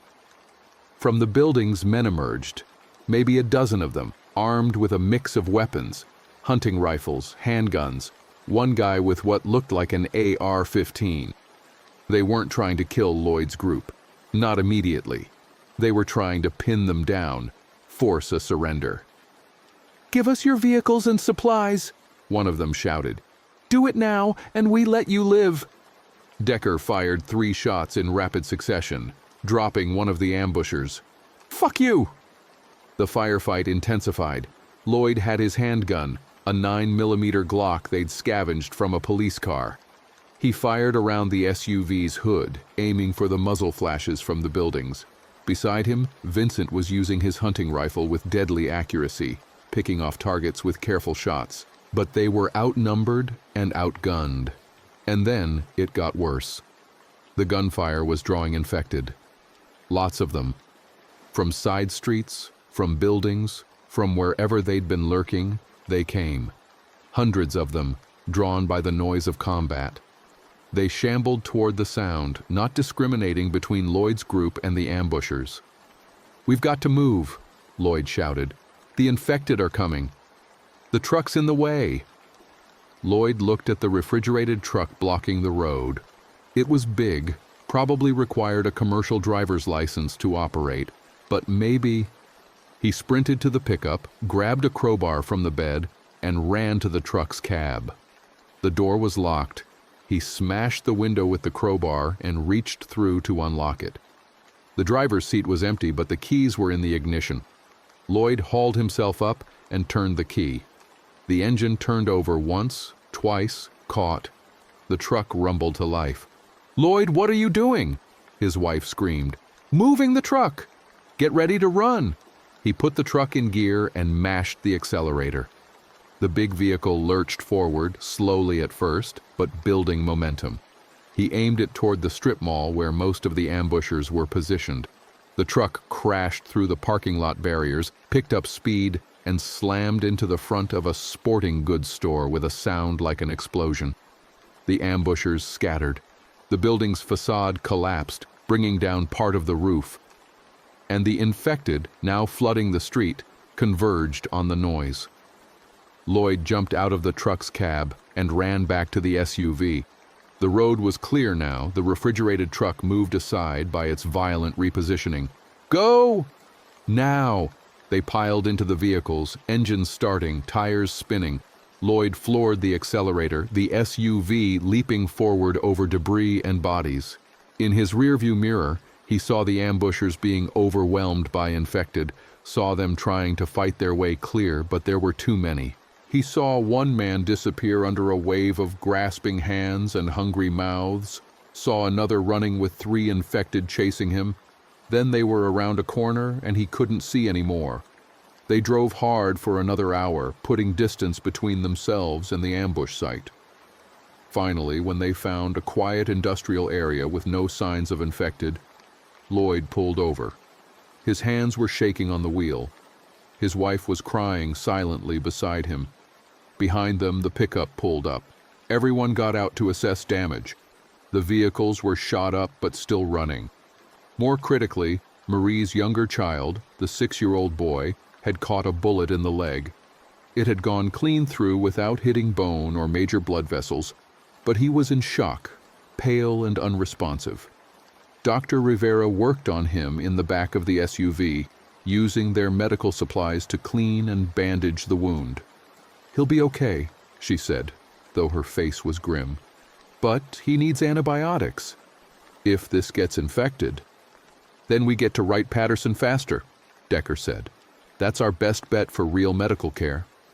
They drove on, more cautious now, hyper-aware that human threats might be worse than infected. The landscape changed as they moved northeast, less urban, more rural, with fields and farmhouses stretching toward the horizon. They passed through small towns that looked like everyone had simply vanished, buildings intact but empty, no bodies, no infected, just eerie silence. As afternoon faded toward evening, they reached the outskirts of Dayton. Wright-Patterson Air Force Base was visible in the distance, a sprawling complex of runways and buildings surrounded by high fences. They could see lights on in some of the buildings, the first electric lights they'd seen in days, signs of organized human activity. But between them and the base was a problem. The infected had concentrated around Wright-Patterson, thousands of them, maybe tens of thousands, drawn by the lights and noise and presence of living humans. They clustered against the fences, pressing forward, groaning, reaching. A few soldiers were visible on the other side of the fence, but they weren't engaging the infected, just watching. "How do we get through that?" Vincent asked, staring at the massive horde. "We don't," Decker said flatly. "Look at it. We'd never make it. They'd swarm the vehicles before we got halfway." Lloyd studied the scene through binoculars. The base had multiple entry points, but all of them were surrounded. The main gate had military vehicles positioned in a defensive line, but they weren't opening fire, weren't trying to clear a path. They were just holding position. "Something's wrong," Dr. Rivera said. "If the base is really accepting refugees, why aren't they clearing the infected? Why aren't they trying to help people get through?" Kyle pointed to a sign visible near the main gate, readable even from this distance through the binoculars. "Look at that." Lloyd focused the binoculars. The sign was hand-painted, large letters. "Base at capacity, no entry, turn back." The hope that had sustained them for the last 2 days died in Lloyd's chest. Wright-Patterson wasn't accepting refugees anymore. They'd come all this way for nothing. "So what now?" Marie asked, her voice hollow. Her son was sleeping in her arms, feverish despite the antibiotics Dr. Rivera had administered. "We find somewhere else," Lloyd said, though he had no idea where. "We keep surviving." They camped that night in an abandoned farm about 5 miles from the base, sleeping in the vehicles with watches posted. Lloyd took the midnight shift with Vincent, the two of them sitting on the farmhouse porch, watching the dark fields for movement. "We're not going to make it, are we?" Vincent asked quietly. Lloyd didn't answer immediately. He thought about everything they'd been through: the bridge, the hospital, the ambush, the long drive north. Thought about Jennifer dying from a scratch, about Patterson's bullet wound that was healing but might still go septic, about Marie's boy with the leg wound and growing fever. "I don't know," he finally said. "Maybe not. But we're going to try." "Try to do what?" "Where do we even go from here? South, back toward Kentucky. Find a rural area, somewhere isolated. Set up somewhere defensible, grow food, hunt, make it through winter." Lloyd knew how thin that plan was, how many things could go wrong, but it was something. "We made it this far. That counts for something." Vincent lit a cigarette, the cherry glowing in the darkness. "You know what scares me most? It's not the infected. It's not even dying. It's forgetting what things were like before. I can feel it already, you know. The person I was 2 weeks ago feels like a stranger. All the things I cared about, my job, my apartment, my Netflix queue, they're just gone. Like they never mattered. They mattered."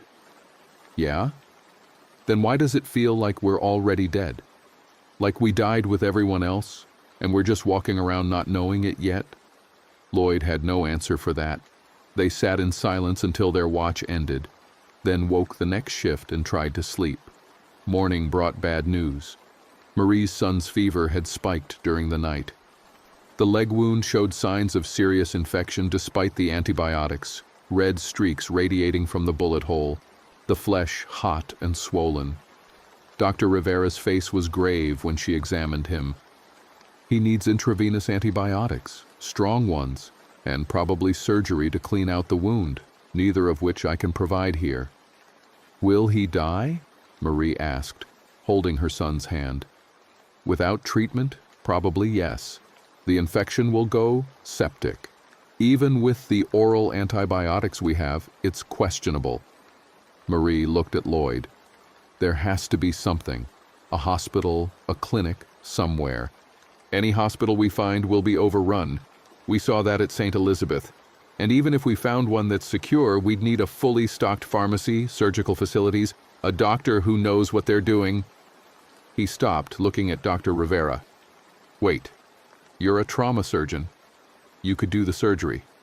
Not here. Not in the back of an SUV. I'd need a sterile environment, proper tools, anesthesia. This is a field hospital-level injury.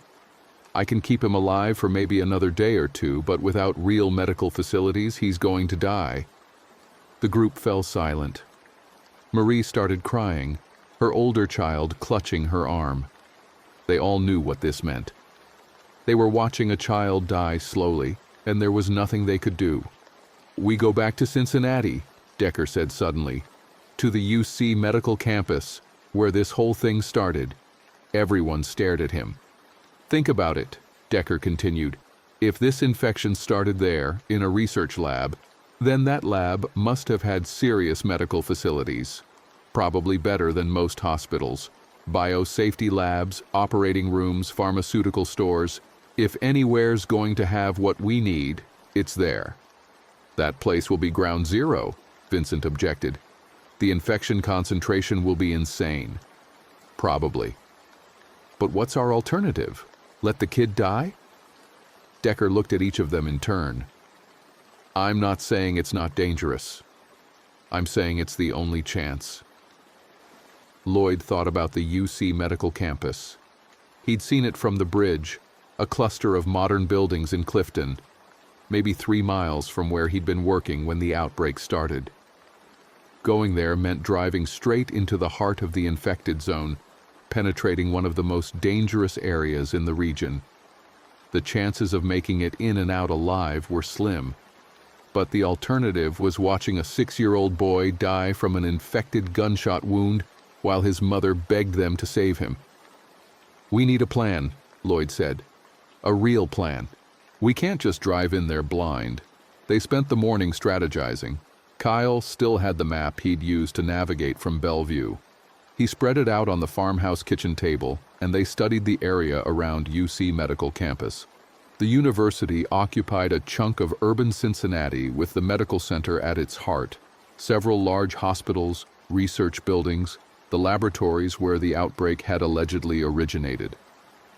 "The challenge is access," Dr. Rivera said, tracing roads on the map with her finger. "We need to get into the research building, find the specific labs that had what we need, and get out. In and out, minimal contact with infected." "We'll need a distraction," Decker suggested. "Draw the infected away from our entry point. Maybe start a fire or set off car alarms in a different area. And we need to be fast," Lloyd added. "Once we're inside, we have maybe 30 minutes before the infected figure out where we are and converge." They divided into teams. Team 1, Lloyd, Decker, and Vincent, would handle the actual raid, going into the research building to find supplies. Team 2, Dr. Rivera, Kyle, and the teenage boy, would create distractions and maintain the vehicles for quick extraction.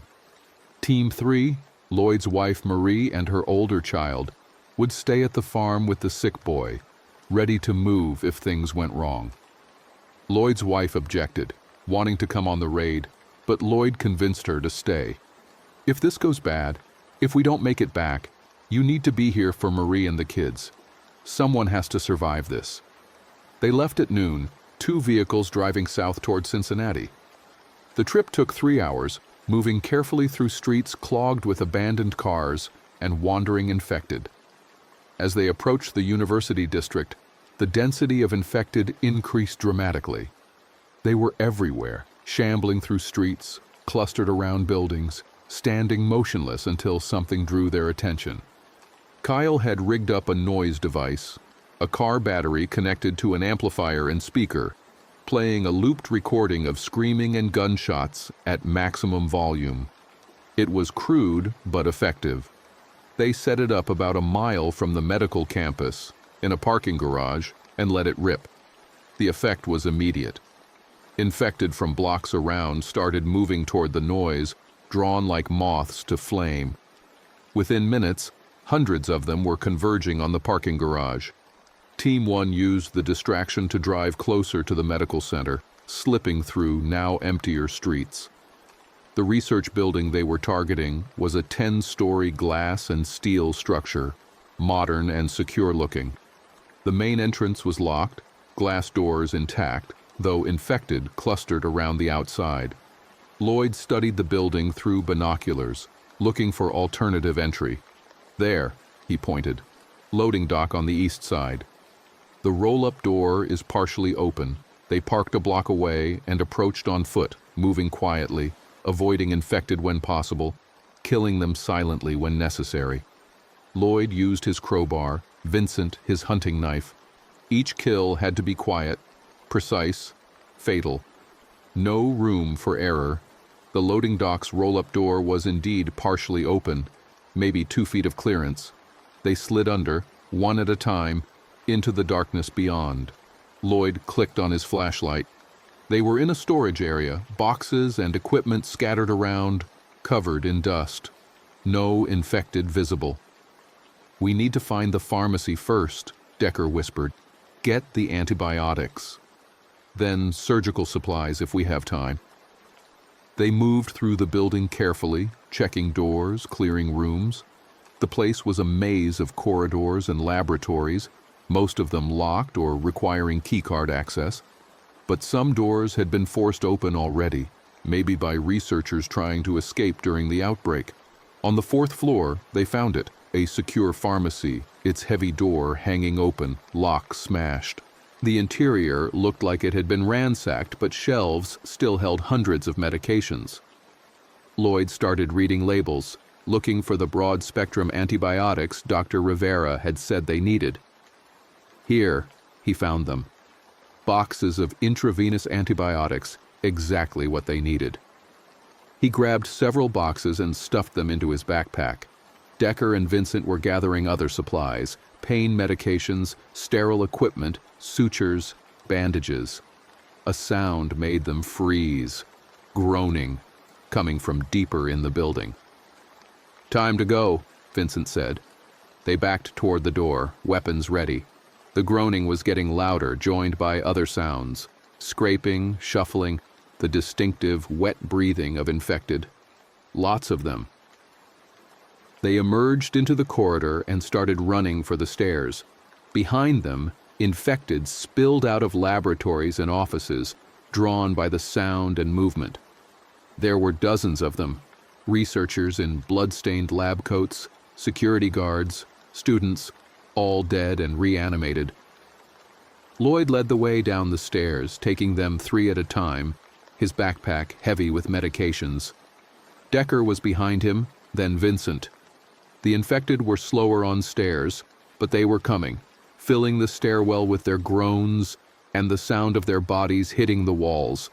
They burst out at ground level and ran for the loading dock. More infected had gathered there, drawn by the noise from the parking garage or just wandering randomly. Lloyd didn't slow down, just aimed his crowbar and swung as he ran, crushing skulls, breaking through the infected line through sheer momentum. They made it outside, into the late afternoon sun, and kept running. The vehicles were where they'd left them, engines running, Kyle behind the wheel of the pickup. They jumped in, and the vehicle was moving before the doors were fully closed.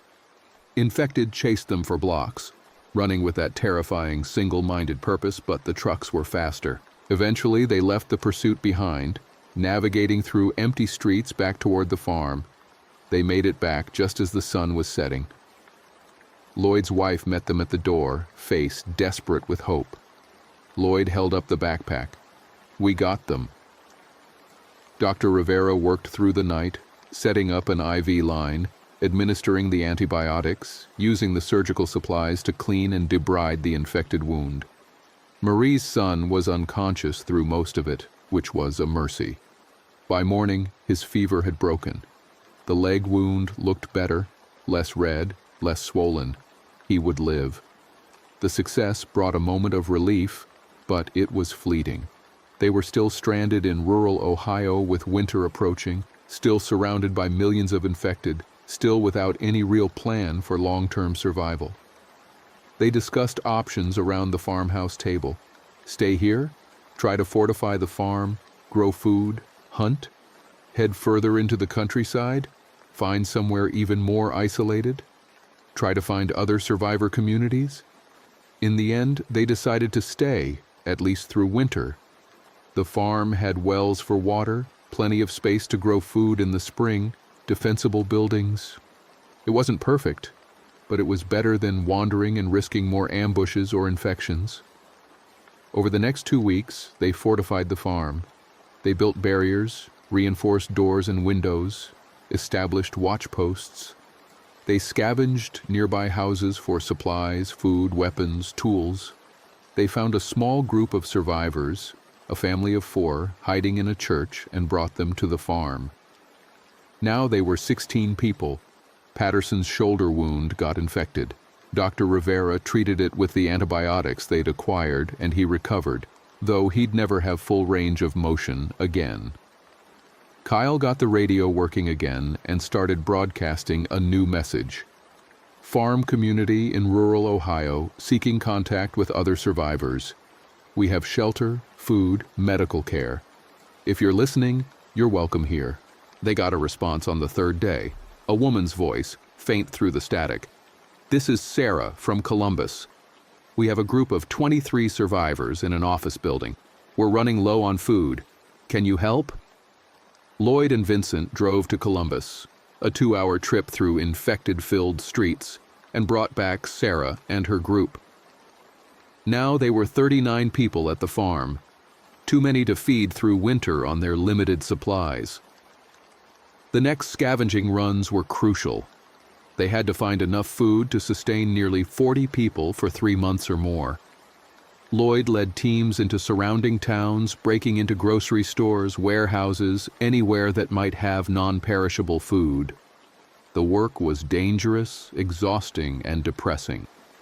Every store had been partially looted already, either by survivors or by people in the first chaotic days of the outbreak. In mid-November, the first snow fell. It was beautiful and terrible. fat white flakes drifting down to cover the bodies of infected, to hide the ruins of civilization under a pristine blanket. The temperature dropped below freezing, and they learned that infected slowed down in the cold but didn't stop completely. Lloyd's wife got sick in late November. At first it seemed like a normal cold, cough, fever, fatigue, but she hadn't been bitten, hadn't been exposed to infected blood. Just a regular illness, made worse by poor nutrition and stress. Without modern medicine, without a heated house, without proper rest, her condition deteriorated. Dr. Rivera did what she could with their limited supplies, but basic pneumonia had killed countless people throughout human history. Lloyd sat beside his wife's bed, holding her hand, watching her struggle to breathe. "Don't let me turn," she whispered. "If I die, make sure I don't come back." "You're not going to die. Promise me, Lloyd." "I promise." She died 2 days later, quietly, her hand in his. Lloyd waited to make sure she didn't reanimate. Some illnesses seemed to kill in a way that prevented it, or maybe the infection just hadn't been in her system. After an hour with no movement, he was sure. She was gone, really gone. They buried her in the farm's small cemetery, beside Patterson, who died of blood poisoning when his shoulder wound reinfected, and 2 others who'd succumbed to various causes, one to an accident, one to what Dr. Rivera thought was appendicitis. Lloyd stood at the grave after everyone else had left, snow falling around him, and felt nothing. The grief was there, huge and terrible, but it was like looking at it from a distance. He'd become so numb to death that even his wife's passing felt almost abstract. Vincent found him there hours later. "Lloyd, you need to come inside. You'll freeze out here." "I should have saved her." "There was nothing you could have done. I saved a kid I barely knew, got him antibiotics, risked my life, but I couldn't save her. Sometimes there's no one to save us. Sometimes we just die. That's the world now." Lloyd looked at Vincent, this man he'd worked with for years but never really known until the world ended. What's the point? Of surviving? Of going on? I don't know. Maybe there isn't one. But we do it anyway. They walked back to the farmhouse together, snow crunching under their boots. December was brutal. The cold deepened, bringing temperatures that would have been uncomfortable before the outbreak but were now life-threatening without reliable heat.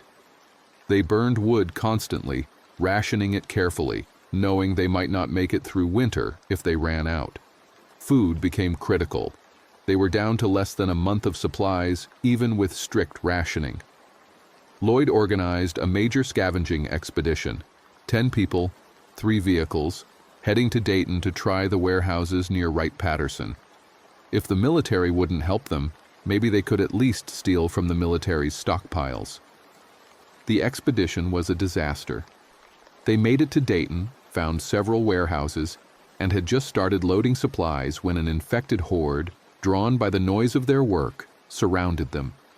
In the chaos of trying to escape, one of their vehicles crashed. 4 people died. The rest barely made it back to the farm, and with half the supplies they'd planned to take. That night, Lloyd convened a meeting. All 35 remaining survivors gathered in the farmhouse's main room. "We're not going to make it through winter," Lloyd said bluntly. "Not all of us. We don't have the food or fuel, so we need to make a decision. Either we split up, smaller groups heading in different directions to find their own supplies, or we cut rations even further and accept that some of us will starve." The room erupted in arguments. Some people wanted to stay together, believing safety in numbers. Others thought smaller groups would be more mobile, better able to scavenge. A few suggested they should identify who was essential and allocate more food to them, sacrificing others. The argument got heated. Voices raised. Someone threw a punch. Decker had to fire his gun into the ceiling to restore order. "Enough!" the old cop shouted. "This is exactly how we die." fighting each other while the cold and the infected wait outside. We stick together, we share what we have, and we make it work. But they didn't make it work. 3 days later, a man named Robert was found dead in the barn. He'd hanged himself. His suicide note explained that he was taking himself out of the equation to leave more food for others, especially for the children. His death fractured something in the group's cohesion. Trust dissolved. People started hoarding food secretly. Accusations of theft flew. One night, 2 families left without telling anyone, taking a vehicle and supplies. Lloyd watched it all with a kind of detached horror. They'd survived the infected, survived the violence of other humans, survived exposure and illness and injury, but they couldn't survive each other. By late December, only 18 people remained at the farm. The rest had left, died, or simply disappeared one night. Those who remained were suspicious of each other, barely speaking, moving through the farmhouse like ghosts. Lloyd knew it was over. The community had failed. When the infrastructure of civilization collapses, when modern comforts and laws vanish, humans revert to something more primitive. The strong dominate, the weak die. Trust becomes impossible. He made his own plans to leave. He'd go south, back toward Kentucky, back to his house in Bellevue. Maybe he'd find other survivors along the way. Maybe he'd die alone. It almost didn't matter anymore. But before he could leave, news arrived that changed everything. Kyle burst into the farmhouse on Christmas Eve, his face flushed with excitement. "I got a broadcast on the radio from Cincinnati. There's a group organizing downtown at Fountain Square. They're calling for survivors to join them. They say they've secured several city blocks, that they have power and food, and are building a real community." "It's probably a trap," someone said. "Or desperate people making promises they can't keep," another added. But Lloyd looked at Kyle's excited face and felt something he hadn't felt in weeks. Hope. Maybe false hope, maybe hope that would get him killed, but hope nonetheless. "I'm going," Lloyd said. "Anyone who wants to come with me is welcome." 8 people volunteered. They left the next morning, Christmas Day, in 2 vehicles packed with their remaining supplies. The drive back to Cincinnati took all day, the roads treacherous with ice and abandoned vehicles. Infected were fewer now. Maybe the cold had slowed them enough that they'd wandered away from the roads, or maybe most had simply decayed to the point of immobility. They reached downtown Cincinnati at dusk. Fountain Square was visible even from blocks away. Bright lights, actual electric lights powered by generators, illuminating several city blocks. Lloyd could see people moving around, armed guards on rooftops, barricades blocking streets. It looked almost organized, almost civilized. They approached slowly, hands visible, weapons lowered to show they weren't hostile. A guard on a barricade called out to them, "State your business." "We heard a broadcast," Lloyd called back, "that you're accepting survivors. You infected? Anyone bitten?" "No. We're clean. Pull your vehicles to the gate. You'll be screened before we let you in." The screening process was thorough. They had to strip to their underwear while guards checked them for bites or scratches. Their supplies were searched. They were given questionnaires about their skills, their health, their experiences. Finally, after an hour of this, they were allowed through. Fountain Square had been transformed into a fortress. The surrounding buildings had been fortified, their ground floors barricaded, their rooftops turned into sniper positions. Generators hummed, providing power for lights and heat. People, maybe 200 of them, moved through the square, working together to build shelters, organize supplies, maintain defenses. A woman approached Lloyd, hand extended. "I'm Rebecca Chen. I've been coordinating the community here. Welcome." Lloyd shook her hand, noting the calluses that suggested she'd been doing hard physical labor. "Lloyd Anderson. We came from a farm in Ohio. Things fell apart up there." "They're falling apart everywhere." That's why we're trying to build something different here. A real community with rules and cooperation. It's hard, and we've had setbacks, but we're making it work." She gave them a tour. The community had secured 4 square blocks, enough space for housing, food storage, a medical clinic, workshops for making and repairing equipment. They had plans to expand in spring, to start growing food in cleared areas, to build walls around a larger territory. It wasn't perfect. Resources were still tight. Disputes arose constantly. The infected were a constant threat, pressing against the barricades, groaning their endless hunger. But it was something, a chance. Lloyd was assigned to a work crew, using his construction skills to reinforce buildings and build new defenses. The work was familiar, grounding. He fell into a routine: work during the day, stand watch at night, sleep when he could. Weeks passed, then months. Winter slowly released its grip. By March, infected had become less of a threat. Many had decayed to the point of complete immobility. Others had frozen solid and not thawed. Others had simply wandered away. The real threats now were other survivor groups, raiders who wanted to take what the community had built. Lloyd fought in 3 major battles that spring, defending the community against raiders. Each time, people died, but each time they held. The community survived. By summer, they'd expanded to 8 blocks. They'd started gardens, growing vegetables in cleared lots. They'd established trade relationships with other survivor communities in the region. They'd even started educating children again, teaching reading and math and history to kids who'd watched the world end. Lloyd stood on a rooftop one August evening, watching the sun set over Cincinnati's ruins. The city was still a tomb, still full of infected and dangers and terrible memories. But in this small pocket of it, people were living. Not just surviving, living. Rebecca joined him on the rooftop. They'd become friends over the months, 2 people who'd lost everything and somehow kept going. "You ever think about before?" she asked. "Every day. Do you miss it?" Lloyd thought about his old life, his job on the bridge, his wife, his house, his dog, all of it gone, swept away in a tide of infection and death. "Yes, but I'm learning to live in this world instead of mourning the old one." "That's all any of us can do." They stood in silence, watching the sun disappear. In the streets below, people were finishing their day's work, gathering for communal meals, laughing despite everything. The sound of laughter felt like a miracle. Lloyd had survived. He'd watched the world end, watched the people he loved die, watched humanity tear itself apart. He'd fought and killed and done things he'd never imagined himself capable of.